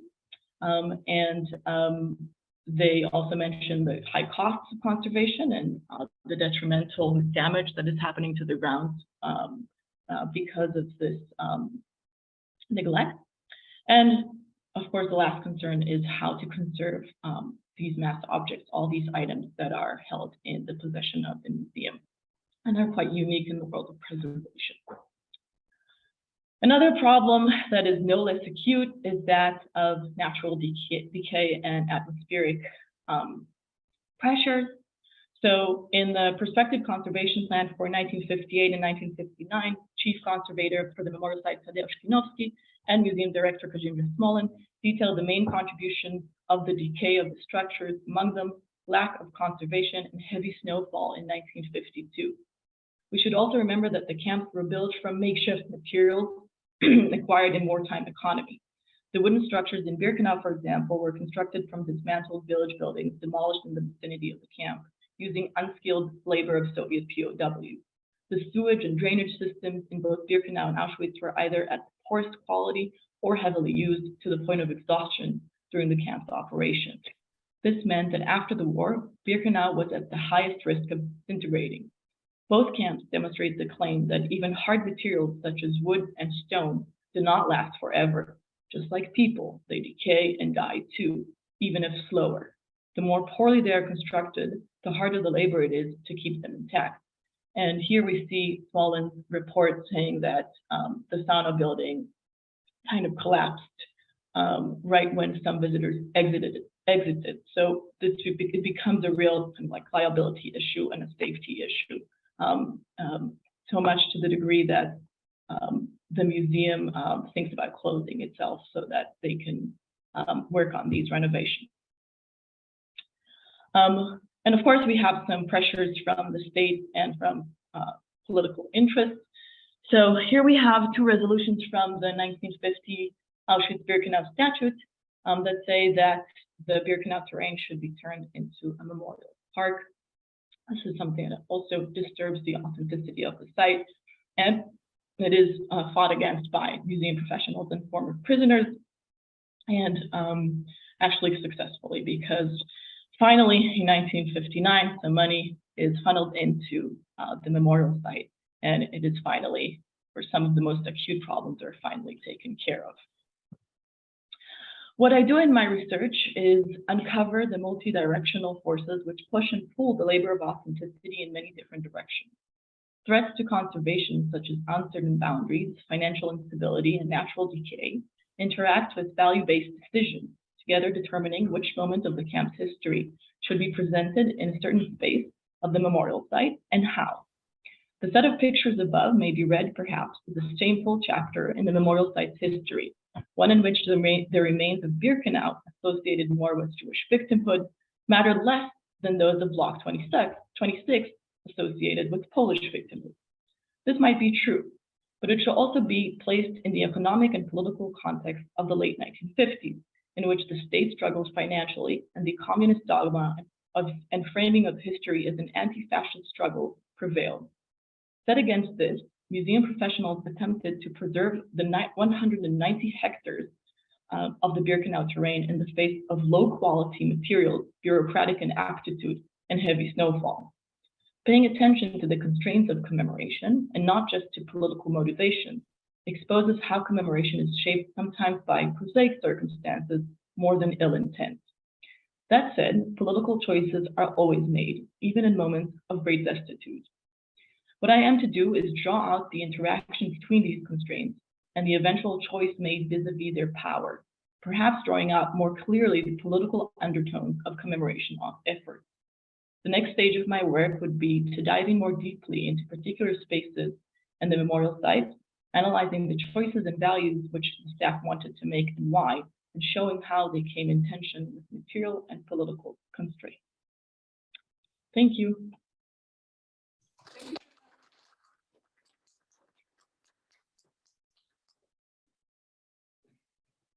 Thank you very much for your presentation. We will move on to the second talk by Lydia Roberts, 20 minutes. Yes, Olga, is it okay? Yes, I just need an IT guy to help us out. Okay. Wait a second. Sure, so let's just working on that. I tell you, this is a documentary that started from my proposal to the Academy, which was to work on the piece of my dissertation that's related to Polish prisoners who are at the Solidarity Special Purposes. Can you speak up a little, Lydia? I'll do my best. So this Solidarity Special Purposes camp is a camp in the Russian north. It's on the White Sea. At this point, if you know, we've probably heard me talk about this, but it's one of the first Gulag camps, and it's one that has a special place in the Russian imagination of the Gulag. And so when I came onto this graduate academy, I said I'll work on the part of my dissertation that's related to this. And my mentor, Alina, thankfully steered me in a much more interesting direction, which was to make a documentary on this question. And so I came in to the project. I think we had this round table. I presented my ideas, and afterwards Zane came up to me and offered to help with this project. So this is really, I think, an incredible production that would not exist without the Graduate Academy, would not exist without Alina thinking of this idea for me. I would never have had this imagination for myself. And so what we try to do here is to ask the question, does Solowki exist in Polish cultural memory? Unfortunately, the video is about 30 minutes long, so I think we'll watch 20 minutes of this video and then talk about it afterwards, unless we have an extra 10 minutes. Maybe? Okay. Okay. So that would be fantastic. Okay, Of course, sure. of the final discussion Maybe, okay, maybe. It would be nice if you could switch off the light because Yes, the quality would be much better. absolutely. We might even be able to move down. Yes, I think. That's like, and, yes. So this is really about the story of one man, Valenti Goranovich, who's sent to Solovki in the 30s, which, as you'll see, is kind of unusual. Most people we think of as coming out of Solovki are in the early 20s. Could you turn on the English subtitles, please? No, it's a little bit of an experience.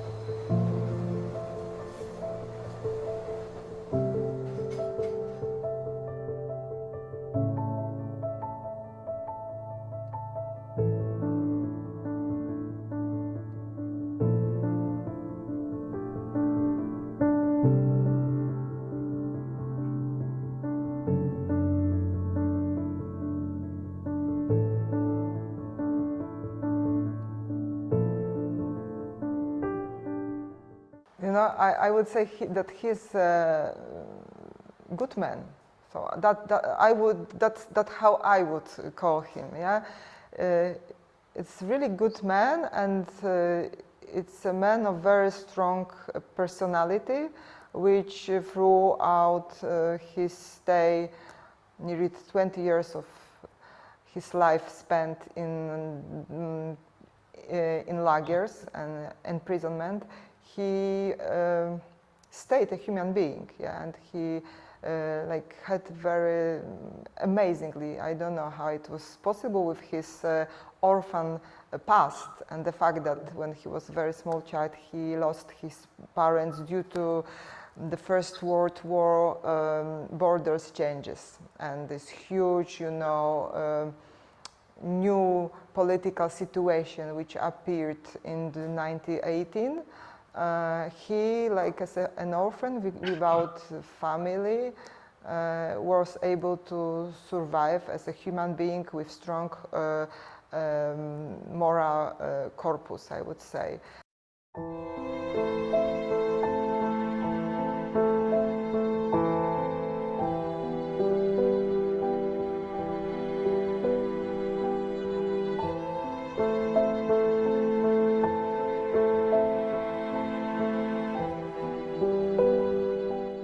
And I think that the fact that he recognized himself as a Pole is first of all because he was like born in the Polish family, and then we have to think about this Russian Empire, Russia, yeah, and not only Russian Empire, it is the situation at the beginning of the 20th century when your nationality matters, yeah, when it is really important if you are from the Ukrainian, Russian or Polish, Jewish, Catholic, Greco-Catholic, it is like, it is the identity, yeah, it is the identity and people recognize themselves.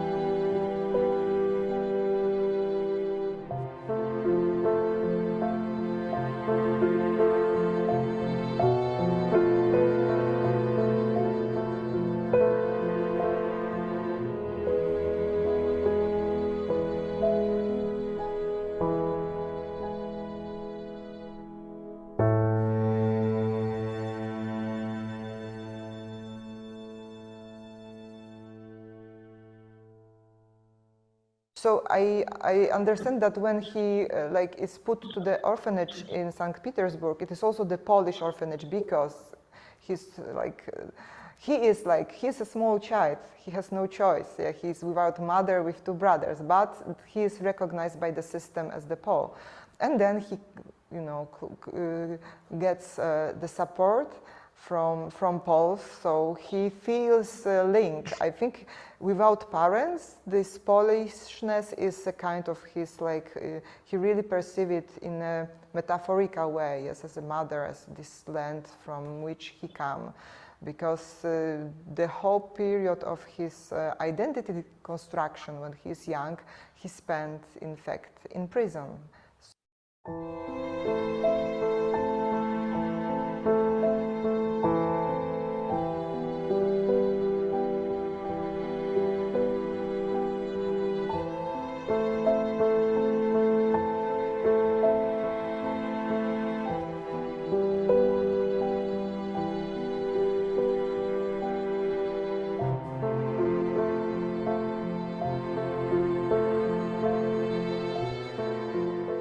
And the only guilt is that they have something. And he writes a lot on these apartments, that those who are arrested are mostly people who had something. His brother was arrested because he had apartment. The second brother was not arrested because didn't have apartment. So it is like you have something and the system wants to take your properties, yeah, and to put this new class to this apartment. But he is like he is a danger person. He already during his studies in St. Petersburg, he wanted to move to Poland. He had some contacts with Polish priest who was like perceived, who was on the Solovki, in fact, at the beginning of the 20s, just at the beginning when the lager started to operate there. And so Valenty had some information on what Solovki were. And then, you know, he had some contacts with Polish embassy. He wanted to go to Poland, and it was enough. He spends some time in the prison. He reminds how people were tortured to sign different documents. And he says that he tried to, like, as all political prisoners, he tries to say that he is not guilty and that he is innocent, but he quickly understands that it is like the game is over. Yeah, he will be sent. So he's like prepared for the etap. It means for being sent somewhere.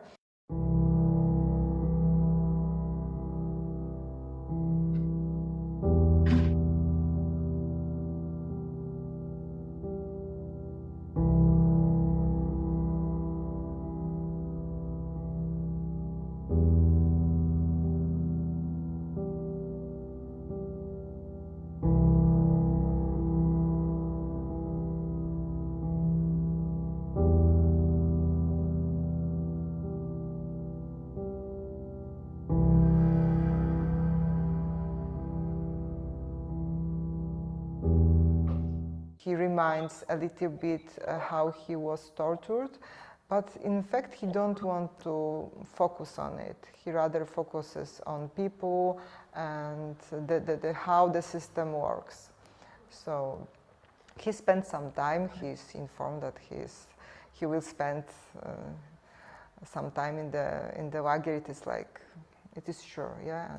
And he is sent to Popowa Island, which is a part of the Sołowiecki archipelago.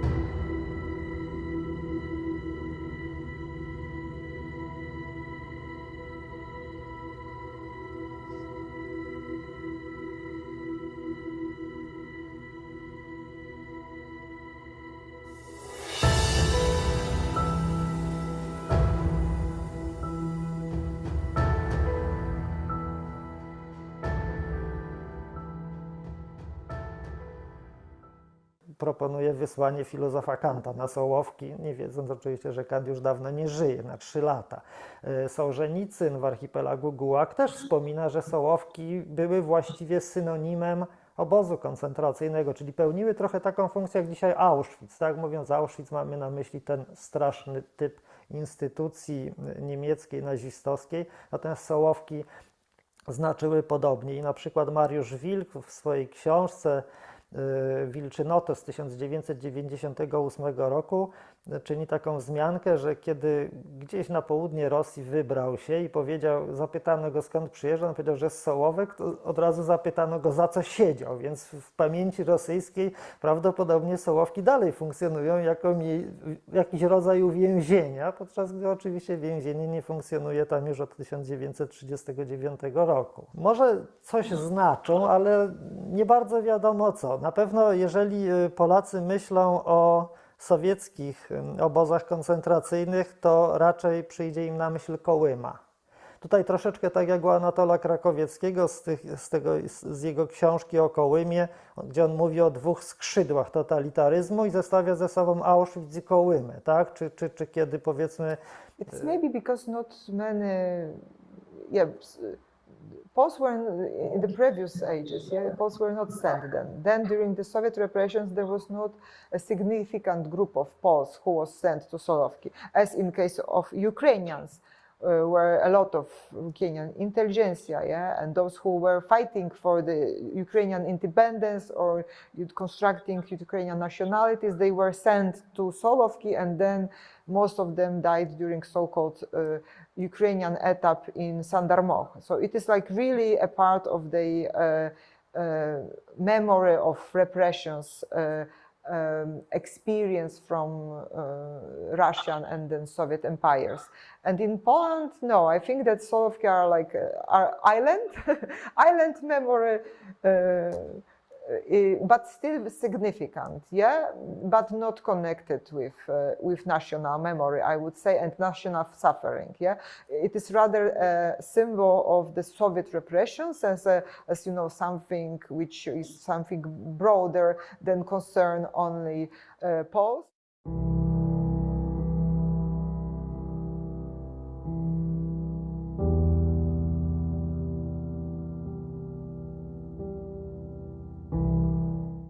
These were Solovetsky Islands because it was the first gulag, as it is remembered and transmitted in the cultural memory already. Then it was Komi Republic and especially Vorkuta, which is also very significant site, especially for the Polish memory. Then it was Perm and Kolyma. So Perm because it was the last island of the Gulag. The really last lager was closed just before in the 88, as far as I remember, just before the Soviet Union fell down. And Kolyma because it is like Kolyma is regarded as the most terrifying site of region even of Soviet repressions. In the sea provokes that these islands are inhabited since the 15th century. So they were always, it was like the Orthodox monastery in the Middle Ages, very important pilgrimage center, but also with time it became one of the most recognizable sites for prisoners, for political prisoners. In the 20th century, what was interesting for the Solovetsky Island and what is always stressed that even during the monastery functioning, revolutionaries were sent to the Solovetsky Island. It concerns not only the political prisoners, but also the monks, and so those who were sent to Solovetsky Island, they always had a lot of independence, and they were quite, we would say, revolutionary. So when to be honest, when the revolution started, the monks who lived on these islands were like looking forward the changes, yeah, but quite quickly it became clear that the monastery was closed. For a while there was a sovkhoz, and then the gulag was, the first lager was established there. But it was very short moment from the 1924 to 1939, when finally even the 1939, when finally even the prison was closed on the Solovetsky Island. So this lager history is very short, and it is the formation of gulag, and I think it is very interesting moment, yeah, because we also see how this post-monastery space is transformed into a new imprisonment space, how places are changed, yeah? That prisoners still sleep in the dormitories in which slept monks, and also they are quite happy with these spaces. It is amazing when Valentovich describes how it was quite comfortable, yeah, for being inmate in these spaces which were prepared for living during the winter, and it is completely different than the situation in, for instance, Kolyma or in Komi Republic, in Arkhangelsk region, where the whole camp had to be developed from the beginning, yeah, to construct the whole space of this place. Here we see, like, you know, it is the slow transfer.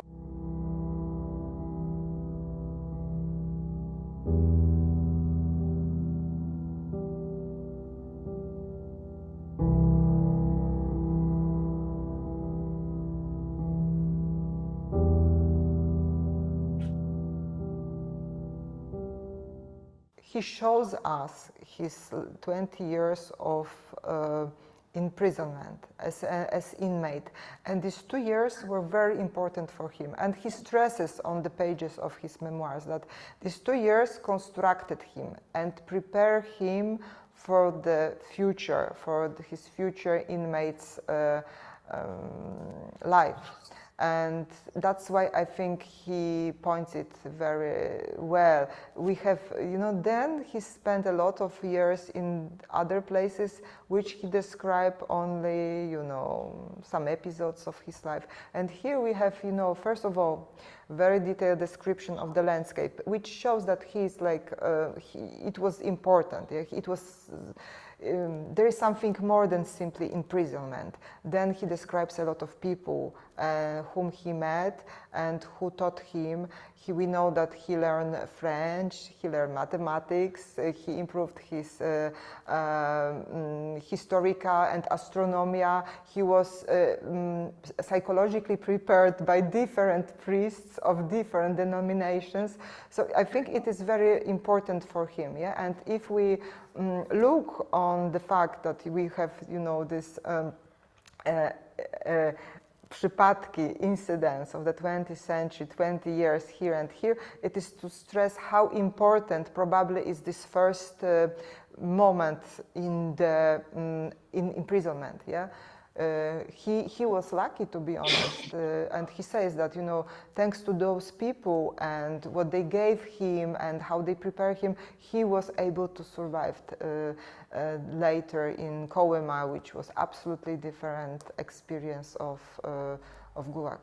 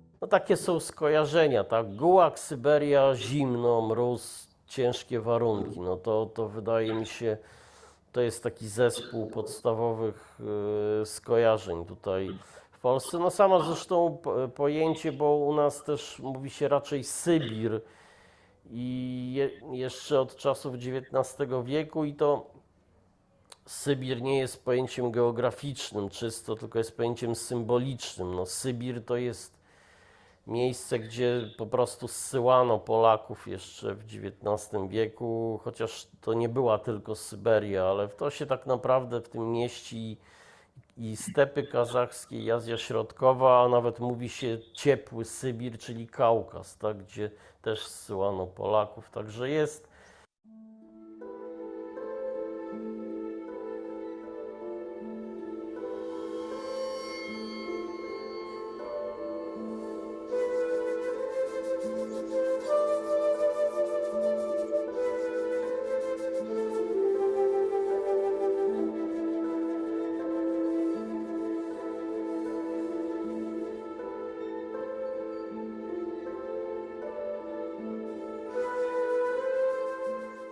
All people wrote their memoirs, and not all of them were of big quality, and that also like a problem. So the writing memoirs was a kind of working through trauma. It was that already in the 80s, Solzhenitsyn books were published in the second object, in the Samizdat. So I think that all of that had influence on his memoirs, and for sure many of the elements that we know from other memoirs we can find also in this book. So, for instance, his fascination, we can ask how much his fascination with Solovki was like is a result of Lihachev memoirs, and the fact that he in fact like associated, yeah, because he also was a Finnish university, some courses of university in St. Petersburg, so he is like we can see this impact of memoirs.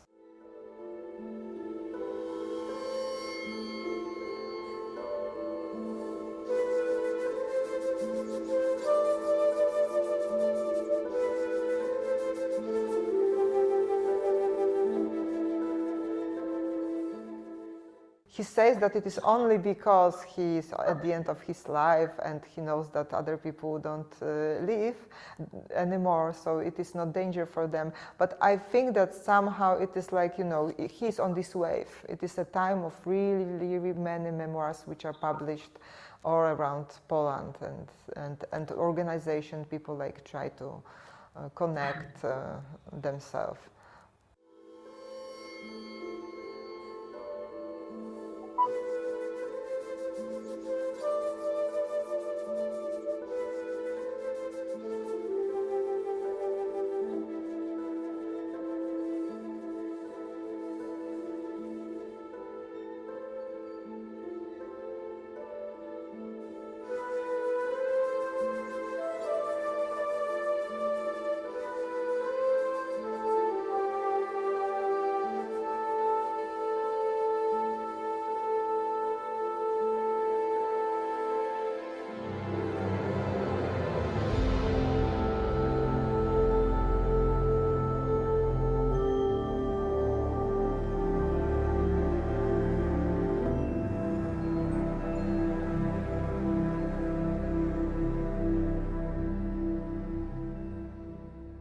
It is also interesting when he described this short moment that he was not a tourist, so he couldn't visit all sites that people presented him. But he still, he's not a tourist, but he was really fascinated. So he described very in details the landscape and the nature of the islands. And in this way, I would say that his memoir affected by the moment of the 90s, yeah, when the islands are presented, you know, how it could happen in so a beautiful landscape. Why Solovki, not, for instance, Kolyma, even if more people? I think the answer is simple, yeah. First of all, it was the first, so it is like always. Then. But it is not the most important, I think, because in fact we know that you know, first comes somewhere else. But we have a lot of documents on this. Some prominent people escape, as Volkov, and wrote, you know, memoirs already at the beginning. And there were a lot of this intelligentsia, yeah, Lihachev, who later introduced us this site. So that's why I think that without this community, without this, let's say, carriers of memory, memoirs, people, yeah, pictures, we have some pictures. Gorky was on Solovki, so we have a lot of, you know, memories, different also carriers of this memory that we can use. While in case of many lagers, we have nothing, absolutely nothing, yeah. People died, or, you know, they don't want to remember, no space, no documents, no memoirs, everything is like forgotten. And then I also think that what is very important, it is this, like, that you had these beautiful islands, yeah, this beautiful, it works on the human imagination, yeah, that it is beautiful, there is this huge history, which, when we are talking from the memory of Soviet repressions, looks absolutely not repressive. Oh, there were some repressions, but it is like beautiful place of full history, well-developed, economically well-functioning, which is destroyed by this ideology, yeah, and turned to this to the Gulag, you know, and this symbolic picture when the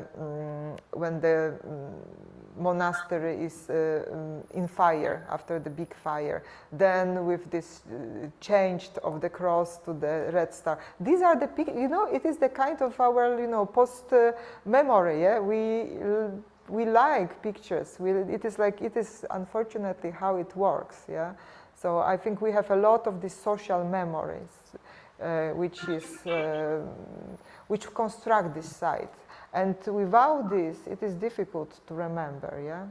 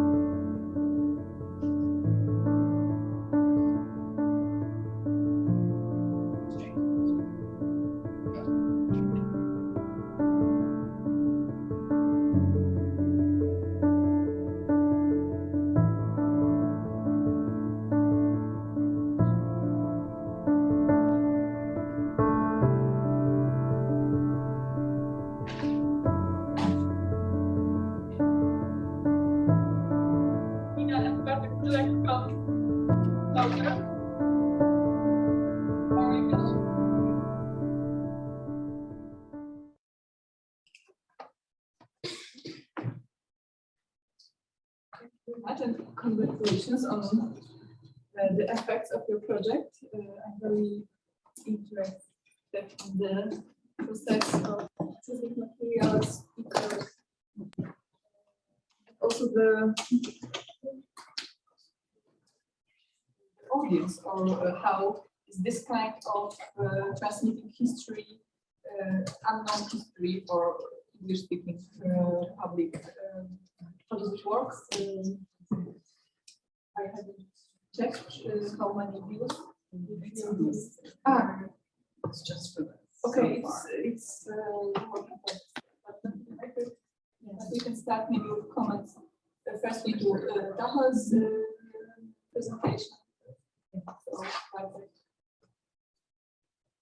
Generally speaking, I think Taha's research is really inspiring, and I especially like that she approached the topic with this deep methodological breadth. She tries to grasp the problem between various points of view, and additionally, she does not only cover the problem of preservation or also construction of the memory in Poland, but she locates that problem within broader international context, and her broad research scope is to compare this Polish case of preservation of the concentration camps with the other concentration camps, which,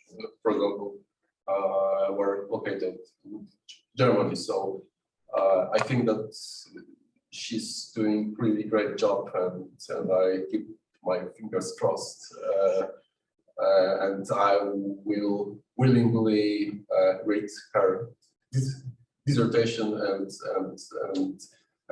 I'm 100% sure that it will be a great job.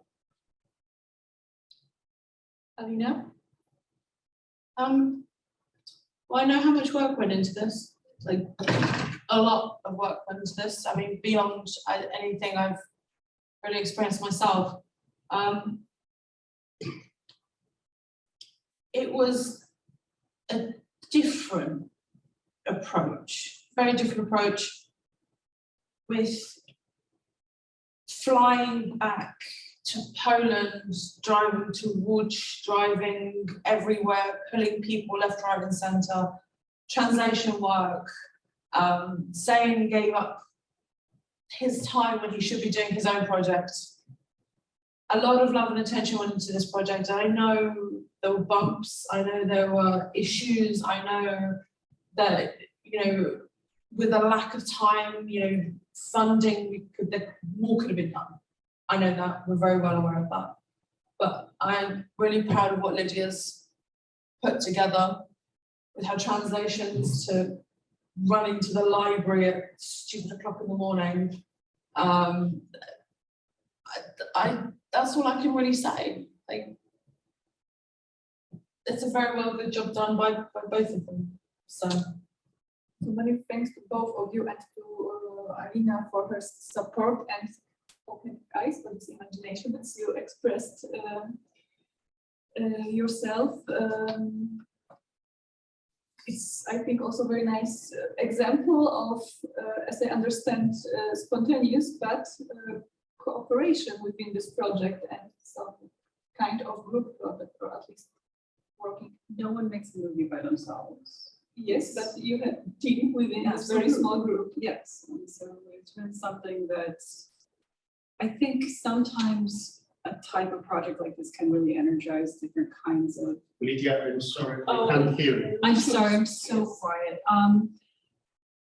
The thing that was, in addition to mobilizing, I mean, Zane offering so much help, Alina, we stayed at her place for like, I think 6 weeks this summer. Like, it really was an insane amount of, you know, and in addition to the funds that Pileckiego provided, I put a lot of my own money into this project, and I will continue to put money into it because, you know, I'd like to get it somewhere to the next stage, because you asked about audience. I have a friend who did a documentary called Women of the Gulag that had a very successful,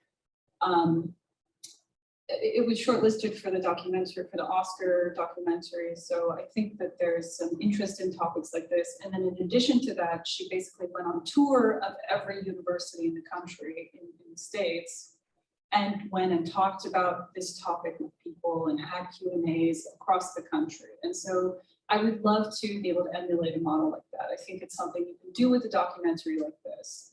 And so that would be really exciting. The other thing that was really exciting about this was, you know, this is my dissertation topic. And when something is your dissertation topic, you need people's writing about that. So everything Susanna has written, I've read, and it was a wonderful and a kind of shocking thing when I emailed her and she said pretty much immediately, yes, of course. And then in addition to that, she read the book. And so that's why she's such a focus in there, because she was able to tell us the book in English, and that made it really easy to pull that together when we edited. We got a lot of really great stuff with Morawiecz, who is someone who works on this topic in the 1930s too. But we did just like, you know, I couldn't translate, I couldn't convey, I couldn't translate, transliterate, and do everything and cut these clips nicely. So the next cut, there's going to be a lot more Polish interviews, and there's going to be a lot more Jerzy, because he was really fun to talk to about sort of general Gulag structure. And so there's a lot more that I would like to say in this piece, and a lot more of sort of a way to convey this story, because one thing that's been so interesting about this topic is how much other academics seem to be interested in Solovki. People who work on this topic, it's not that it's the biggest or the best, like Susanna says, it just is special for some reason. So I think it's worth sort of examining that and seeing whether Poles cared about it at all, because I really had that question when I got to Poland. I was like, do people know what this is? What do they think about it? And so I think I did sort of get a few answers for myself on that question. I have a question. Before you ask your question, or is it related to what you said, please? Obviously, there's a lot more development that's got to go through. Like, we know that it's not perfect. Nothing's ever perfect. I mean, even when you think it's perfect, it's not perfect. Are you going to bring in a narrator, maybe? Narrator, and a lot of the reading was supposed to be read. Yeah. You know, and when that's read, it'll sound better, and that's going to help. So, yeah, I don't know about a narrator, but maybe we'll see. just to read those texts. I you make a understand. big difference, but obviously it's, We try, when we it's in realized, progress. yeah, when we realized it was gonna be, there wasn't gonna be the voiceover, Zane worked really hard to make sure that there would be enough time to read everything on every slide. Well, Even you though did it's a big trial, I very good- understand that, very- Very good job. yes. Lydia, I wonder if you have heard the name of Paweł Florensky, Of course, because he was actually, I think, the most famous Sołowki prisoner, one of the greatest philosophers and theologians of 20th century, who, in spite of those harsh conditions of the concentration camp, he continued his research there as a scholar, but not on the field of philosophy, but on the field of observation of nature. He made wonderful sketches of plants, and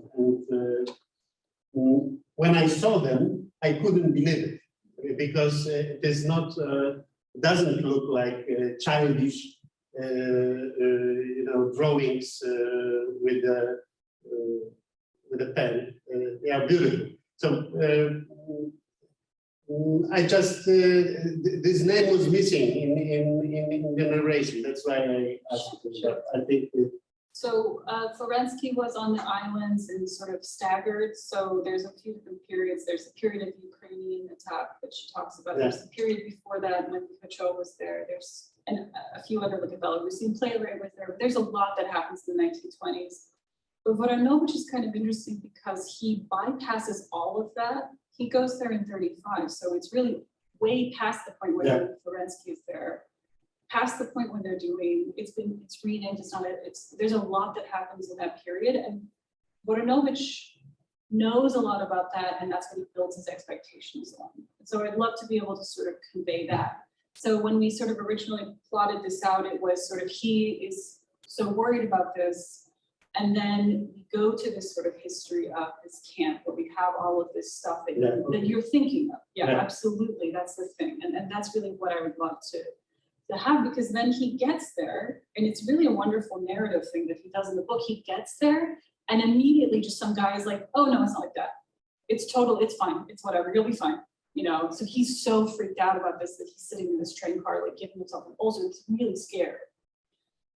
And it's because of the weight of all of this stuff, where he knows that entire intelligentsia have been destroyed by this, So no, you're absolutely right about that. It's something that would be really nice. But one thing that I've been doing a lot, because I study this thing, and so I sort of see how people sort of start from a certain narrative of it. And a little bit in this, I wanted to try to tell the story in a way that didn't have to start with monks and old believers and the labyrinths and things like that. I wanted to start with slightly different aesthetic and expectations, because I feel like in this Polish context, there is sort of more lacuna there. There's less that's known about it. I have a question to Taha. Can you see me and hear me?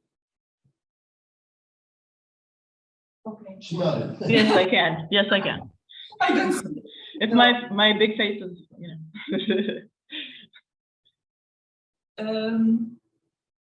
You are focusing on the notion, or on the preservation of Auschwitz concentration camp, how this concept evolved, and on the authenticity. Yes. You have also mentioned or used this concept of multidimensional memory by Michael Rothberg. Is this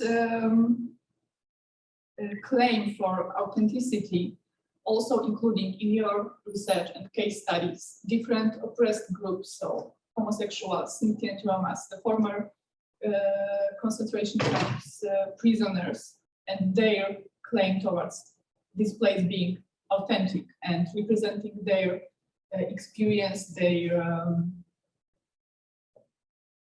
sufferings at the camp. How can your research include these topics? Well, I don't really apply the multidirectional memory here specifically. I was talking about kind of multidirectional factors that are influencing preservation decisions. But I do think about multidirectional memory in the sense that Auschwitz influences other places, and there's a process of mutual learning between those memorial sites. And I actually tried to take a step back from identity politics and the struggle for different groups to kind of ascertain their own memory narratives in different places, and look more at the world of material, the world of materiality, and what that means and how that affects memory and shapes it in ways that are way more significant than we have previously thought. Because previously we thought about political intentions, right? The Poles wanted to commemorate the Polish martyrdom, and they didn't want to commemorate the Jews. And, you know, I'm kind of flattening it out. But, you know, that was what was going on at the site in the 1950s and 1960s. And I want to say, wait, there were a lot of material constraints that were operating here. So let's think about these material constraints. And let's think about how the landscape itself shapes the way that we remember. And that kind of meets with political intentions and creates things that are really deeply shaped by the material constraints that are placed in those memorial sites. However, that said, I don't want to say that people don't interest me, because they do. You look at things and you see people. And those all those places that are kind of become symbolic of different memories of different groups are also important to me. And for example, I do want to look at the so-called gypsy camp and what happens there and how that place is preserved. However, here I'm also kind of constrained by material constraints, which is nothing is left there. And so, you know, that becomes something also that is kind of a question of how to research that, but I can get at it through documents maybe. So even though even in that case there are no survivors, so it's also a pretty hard kind of history to document. But I also have German case studies, and in those places we have different persecuted groups. So hopefully I can bring in also how those different group memory and dynamic interact with material constraints on the level of like on the ground, and the material remains in those places. I hope this answers the question. Thank you very much. I think we can just smoothly move to the final part of our program today, which includes your presence, Taha's, Lydia's, Zen, and Caitlin. So please come to the stage, and John, who will moderate this panel, will replace me. Thank you very much for your presentations. And John, please. Thank you for moderating, and Bartek, thank you for saying such nice things.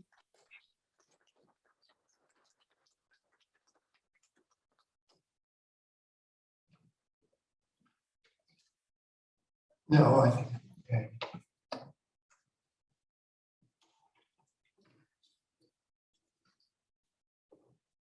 Okay.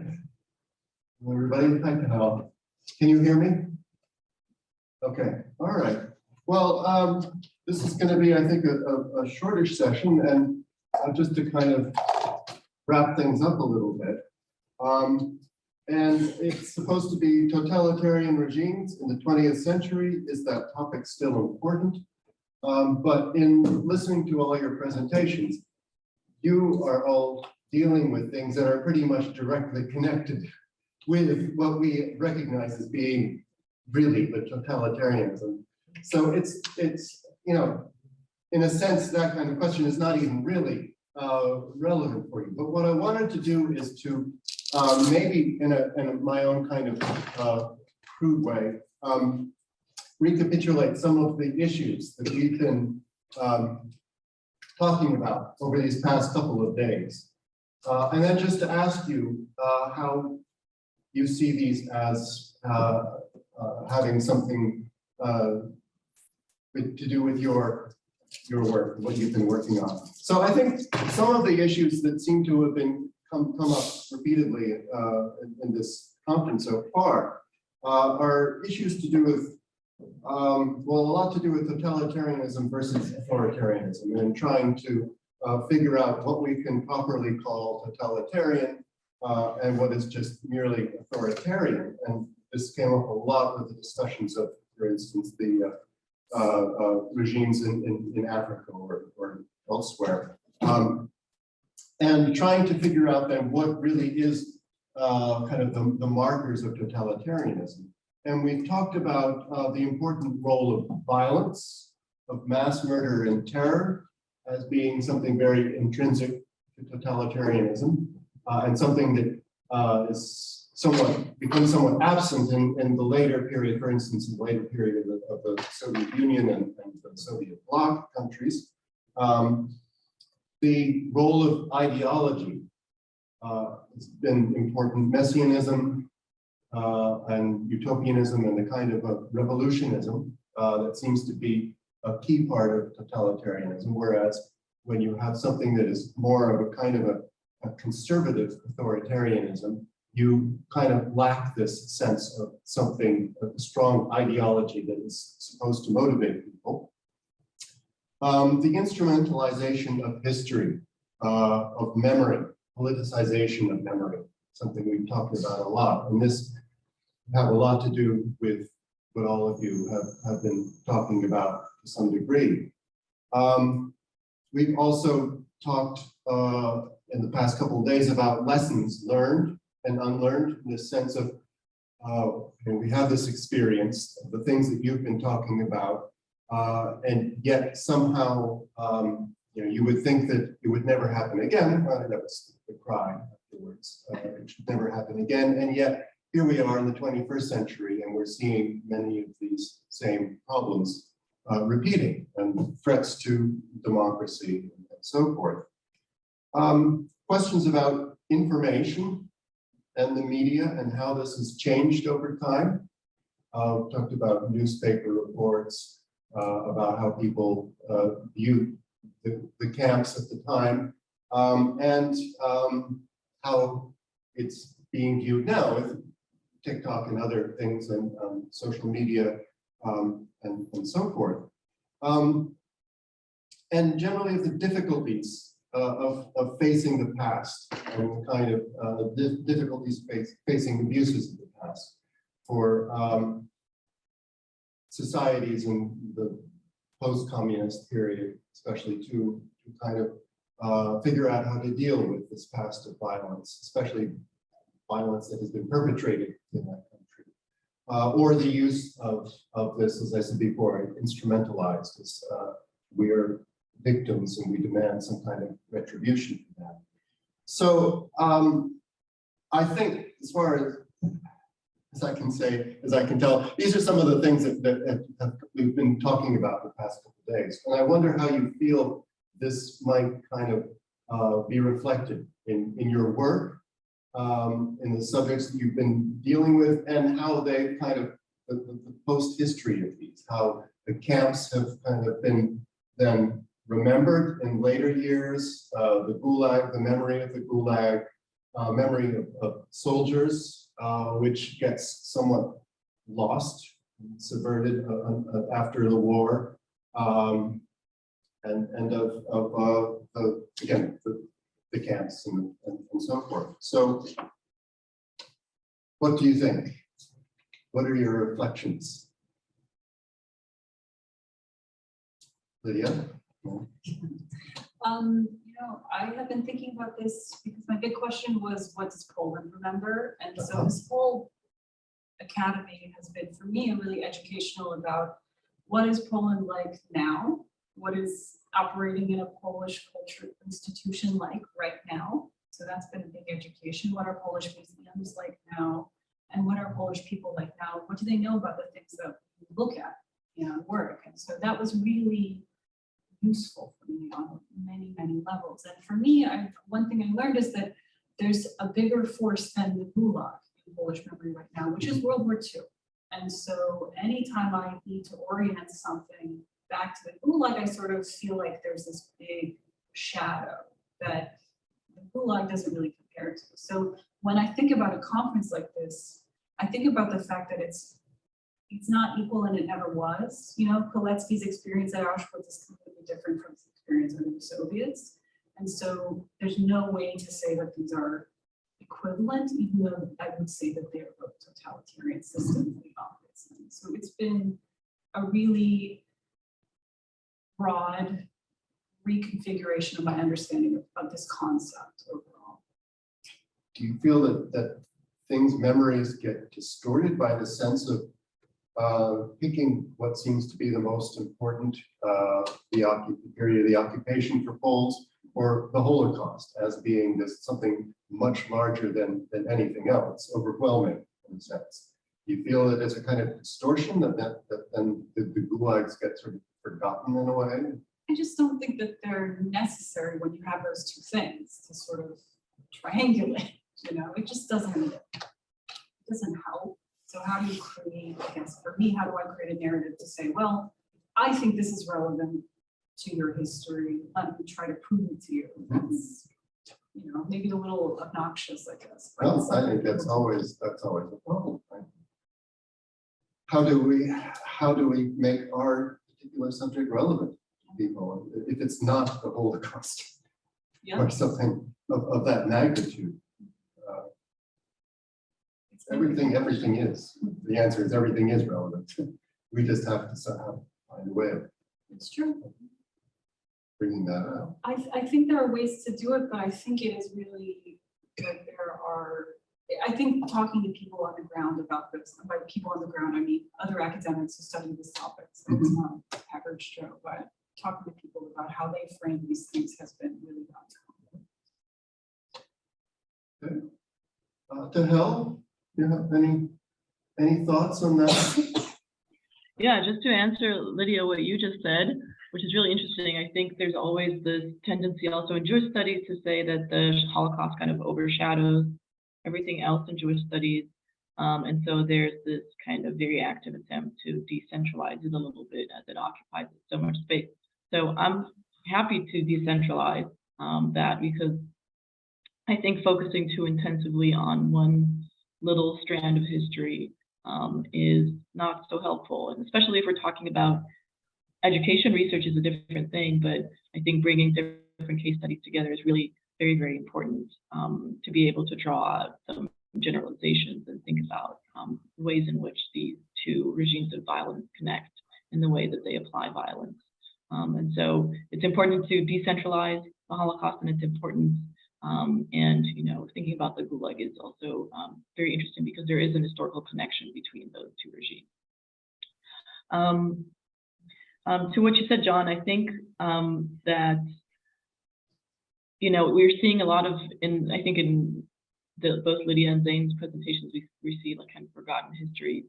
I think actually both these case studies prove to me that not only material remains matter when we think about what makes memory persist, but political conditions and alignments are also really, really crucial for the work of memory, for memory to actually come forward.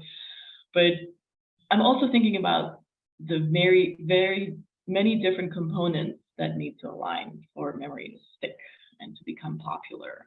It needs commemoration in physical spaces, it needs memoirs, it needs education, it needs film, it needs so many things to become something that becomes prominent within popular consciousness. And it's like this, we're asking for the stars to align in some ways. And then thinking about the issue of grappling with the past and its instrumentalization and politicization. I think part of the reason that I became really interested in Auschwitz was because it's such a symbol. And it's not like I was like, I want to research Auschwitz because I have some family connection to it, or because it's part of my identity, or, you know, I was just drawn to it because I was like thinking to myself, why is this place so important? Kind of familiarizing the space and saying, okay, we take this place as a very important place. Why? What happened? And I think looking at those material traces, I began seeing how politicization is kind of born from such places. And it becomes kind of a side effect of the instrumentalization of history, and it becomes a place from which history is being used and misused, for better or for worse. And in a way, there's no going around it. It's used and it's misused. But I think kind of maintaining those spaces where things happened are really very fruitful for both things, actually. And we can see that in contemporary discussions of memorial sites in general. So these are my 2 cents on on this question. Oh, thanks. Yeah, Caitlin, please. No. I was just gonna say I could offer something. I don't know the answer to what I'm about to say, but I just feel like right now, especially with the Russian-Ukrainian war, we're kind of living in a time where we're literally living through history. And when I began this project and just looking through these trials, not just the trial that I spoke about, but Nuremberg and so many other different trials, I've often wondered like how that would look now. And I think that Novena, she talked about like Nuremberg-esque trials that would happen with Russia and with Putin. That was Patrizia. Sorry, So, Patrizia. okay. But her presentation really drove this point home is like, how would this look? And are people questioning these trials that would happen to Putin or to Russians? Okay. Zane, what about, do you see anything in the kind of the memories of the soldiers that, as I said, that were kind of lost after the war? Do you see this as being part of your story, of your research, of what happens afterwards, and why it is that this gets completely covered up in a sense, and the kind of difficulty that Polish soldiers have of either returning where they're going to be persecuted or silenced, or remaining in the West where nobody really wants to hear their stories or deal with them. No, absolutely. It's definitely a situation with that, and that's what I think is very interesting for me with it, is because not just the 6th Polish troop, but when you look at the group as a whole, the varying degrees of nationality that's involved, and how how everyone is prideful, but they're prideful in their own way. You know, the Polish guys, it's all about the people that are taking care of them and how wonderful they are with them, and how everyone's concerned when they come home tired and not wanting to eat. And then you've got the French troop, who is being very French and has to make sure that everyone knows that they're French, that even the rest of the world, like, can they just go away for a minute, you know? So you have that back and forth. But you see very early on in the beginning with the way in which the British government handled, particularly not just the 6th troop, but also the secret troop. They're handled in 2 different ways. It's like they're a means to an end, but then when they need to, it's very quickly like, no, we're not going to let anyone know that they're around. For instance, there was the commander-in-chief of the Polish army was like, hey, can we put something out so that our countrymen know we did something in Italy? And the Polish government, the British government came back and said, you can only say that Polish troops were involved in the invasion. You cannot mention who they were, how many people. And so honestly, it's like a sentence in this entire newspaper clipping that happens. And then you see with like the ex-troop guys, for the most part, the British government will still neither confirm nor deny any of the names. You can find the list, you can see the list that has both. We'll never get someone to officially say that it's true. And anyone that was in 6th Troop that stayed in England, if they, because of the wounds that they had suffered during the war, they were not allowed the pension, they were denied, even though they were technically, because of the formation of number 10, they were technically under, the British government. British government to this day will still deny your claim. So there is, on one hand, you've got the political game of how you're going to control the storyline. And then you've got the personal side of things with those individuals who don't want to say anything because of the way they were treated.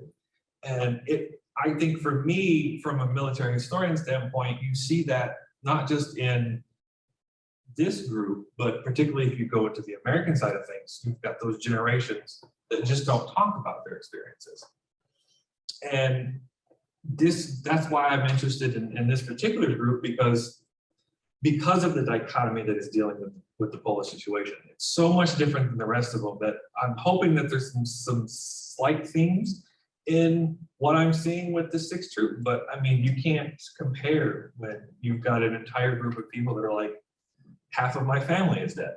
That I have no one left in Poland. I don't want to go back, even though they just spent a year and a half, 2 years fighting horrifically for their country. It's all of a sudden, it's like, that's not my country anymore, so I'm going to go somewhere else. And at this point, most of them never go back.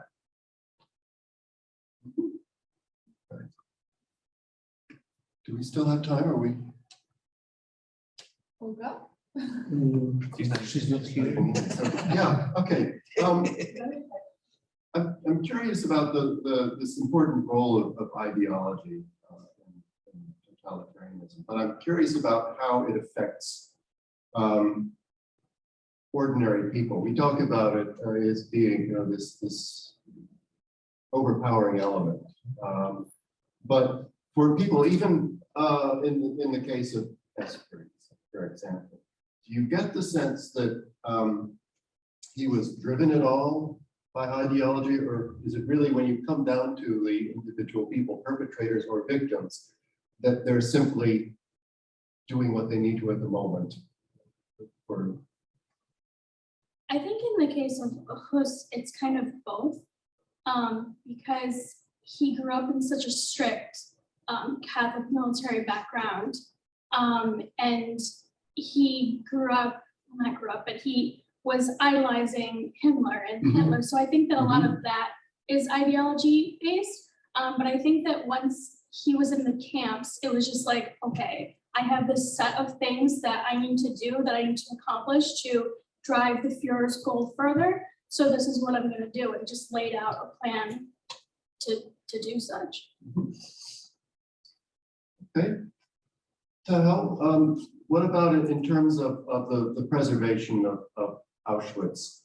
Do you see ideology as coming out in some way, playing a role in that?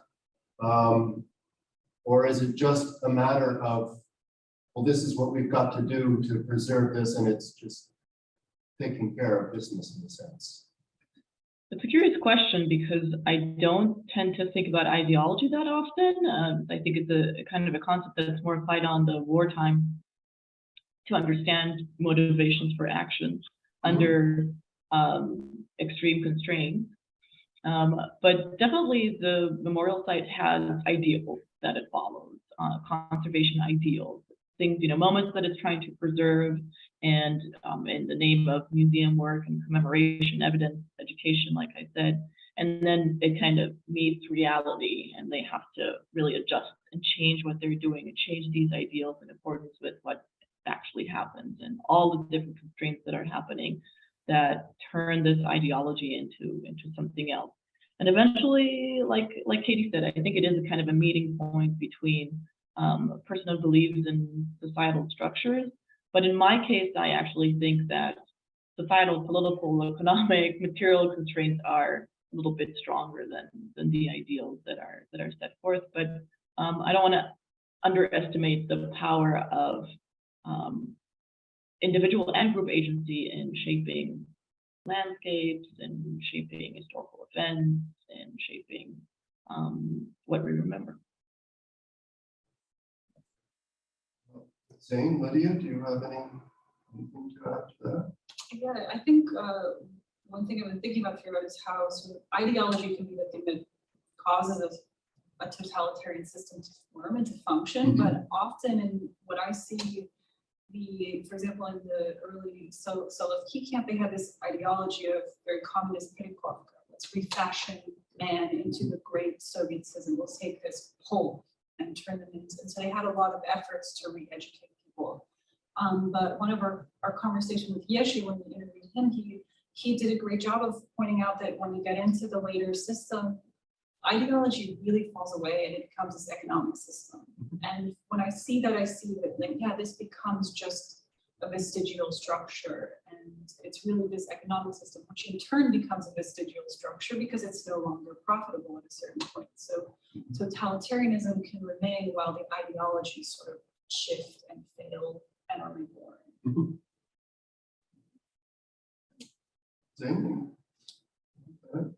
It's a little different in that, for me, in the form of, from what I do, it's more of the conversation of fighting that ideology in a way. And then you take that step back a little bit and then you look at, it's almost when you want to start questioning things, you can take that step back and say, are you really just fighting the ideology, or is there something else going on?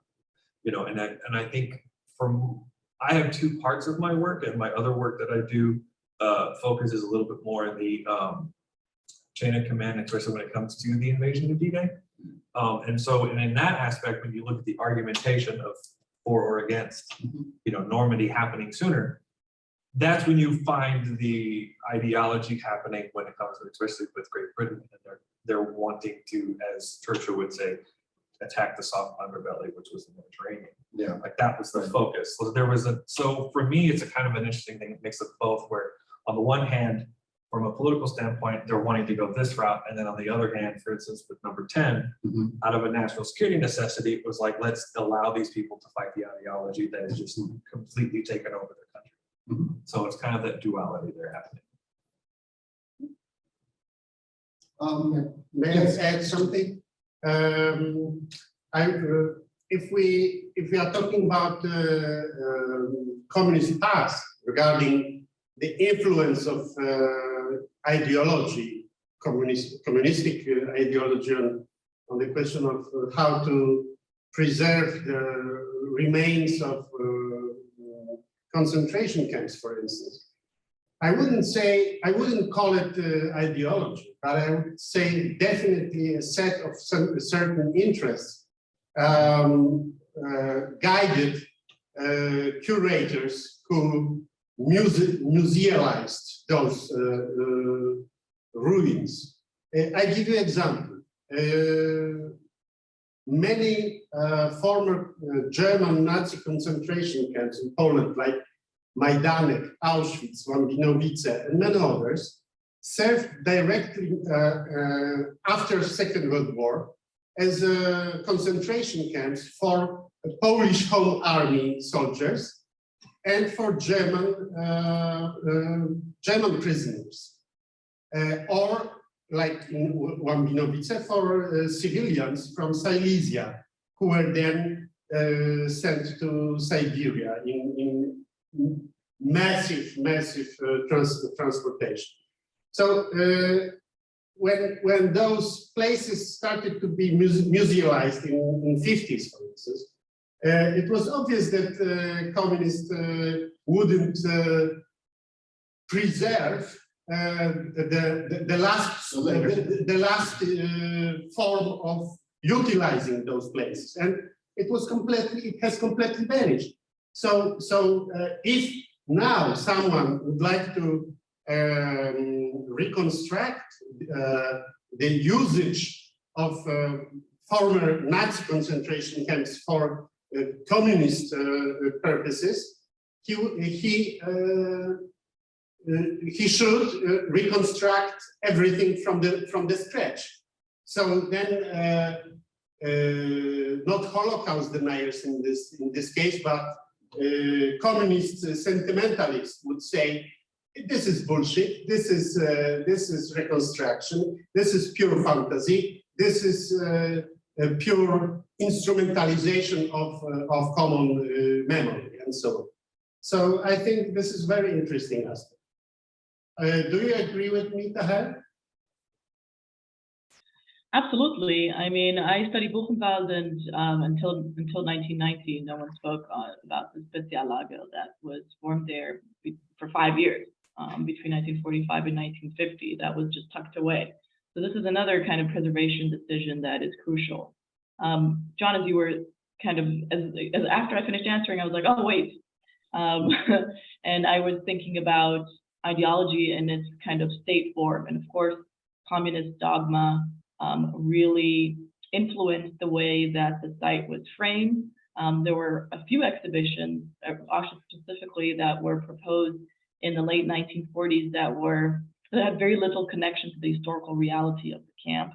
But here I just would like to say how interesting it is to look at Auschwitz actually as a case study for that, because what I call memory agents, which is the museum professionals and kind of politicians that were associated with commemorating the camp, really resisted a lot of the communist dogma. So for example, there was an exhibition that was open, I think in Block 15, before 1955, before the permanent exhibition opened, which was much more kind of scientifically rigorous. It was, again, had very little connection with the historical reality of Auschwitz, the Marshall Plan, was a lot of different things. And I found a few testimonies of guides who worked at the memorial site who said that they would just never take people there. So it's kind of interesting to look how, we tend to think about those state ideologies that's really enforced from above and think about them in totalitarian regimes, right, as something that kind of an extreme measure that could find no resistance in the local context. But actually, it did find a lot of resistance in this context. There was a lot of resistance in the memorial site itself to this communist dogma and to the framing of history in communist concepts and ideology. Are there any other questions from the audience? Maybe not as much question as a note. I think to Lydia, this issue of collective memory, remembrance of the Gulag phenomenon. I think it's worth checking, or rather kind of take a closer look at statistics, demographics, and some sociological studies pertaining to the post-war Polish population. And I think the Gulag phenomenon, in other words, lacks this personal component in collective memory because the families where the Gulag experience went through vanished. They were either exterminated or after the war, because of the shift of borders, they were dispersed. So in other words, if by large, the experience of horrific German occupation is much more present, because exactly someone would have someone in their family to experience it. When it comes to gulags, it's less common, and even if it is there, so the kind of collective memory is not there because the population itself was dispersed, and mainly, yes, I mean, from the eastern side, rather pre-war, what would be Belarusian, yes, the Soviet Republic, or Ukrainian, or all of it, moved to Silesia, yes, and also dispersed communities. So I think that's what the major problem is with the memory of gulags. Not to mention the political component.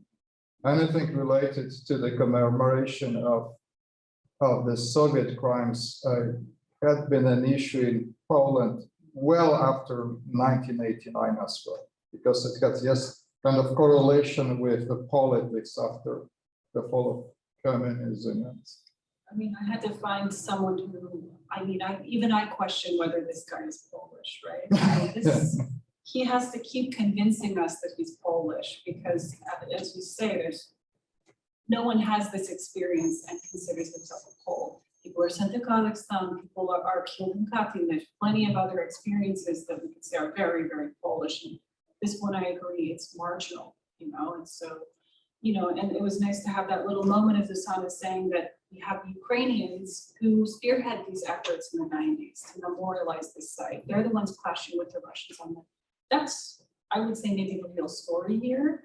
But for me, it was interesting to try to find out why this is such a weak ground to try to tread on. Why is it just this one guy? And why is he not even really, he's born in Russia. He speaks Russian beautifully. He writes in Polish beautifully too. It's really a weird story. So, yeah, absolutely. Jerzy talked about that too, so hopefully we can add a little bit of that. Okay. Well, I think that wraps up our conference and the Graduate Academy. And maybe Bill would have a few words to say. Thank you for our students certificate, and I want to thank you for the participation in the whole program.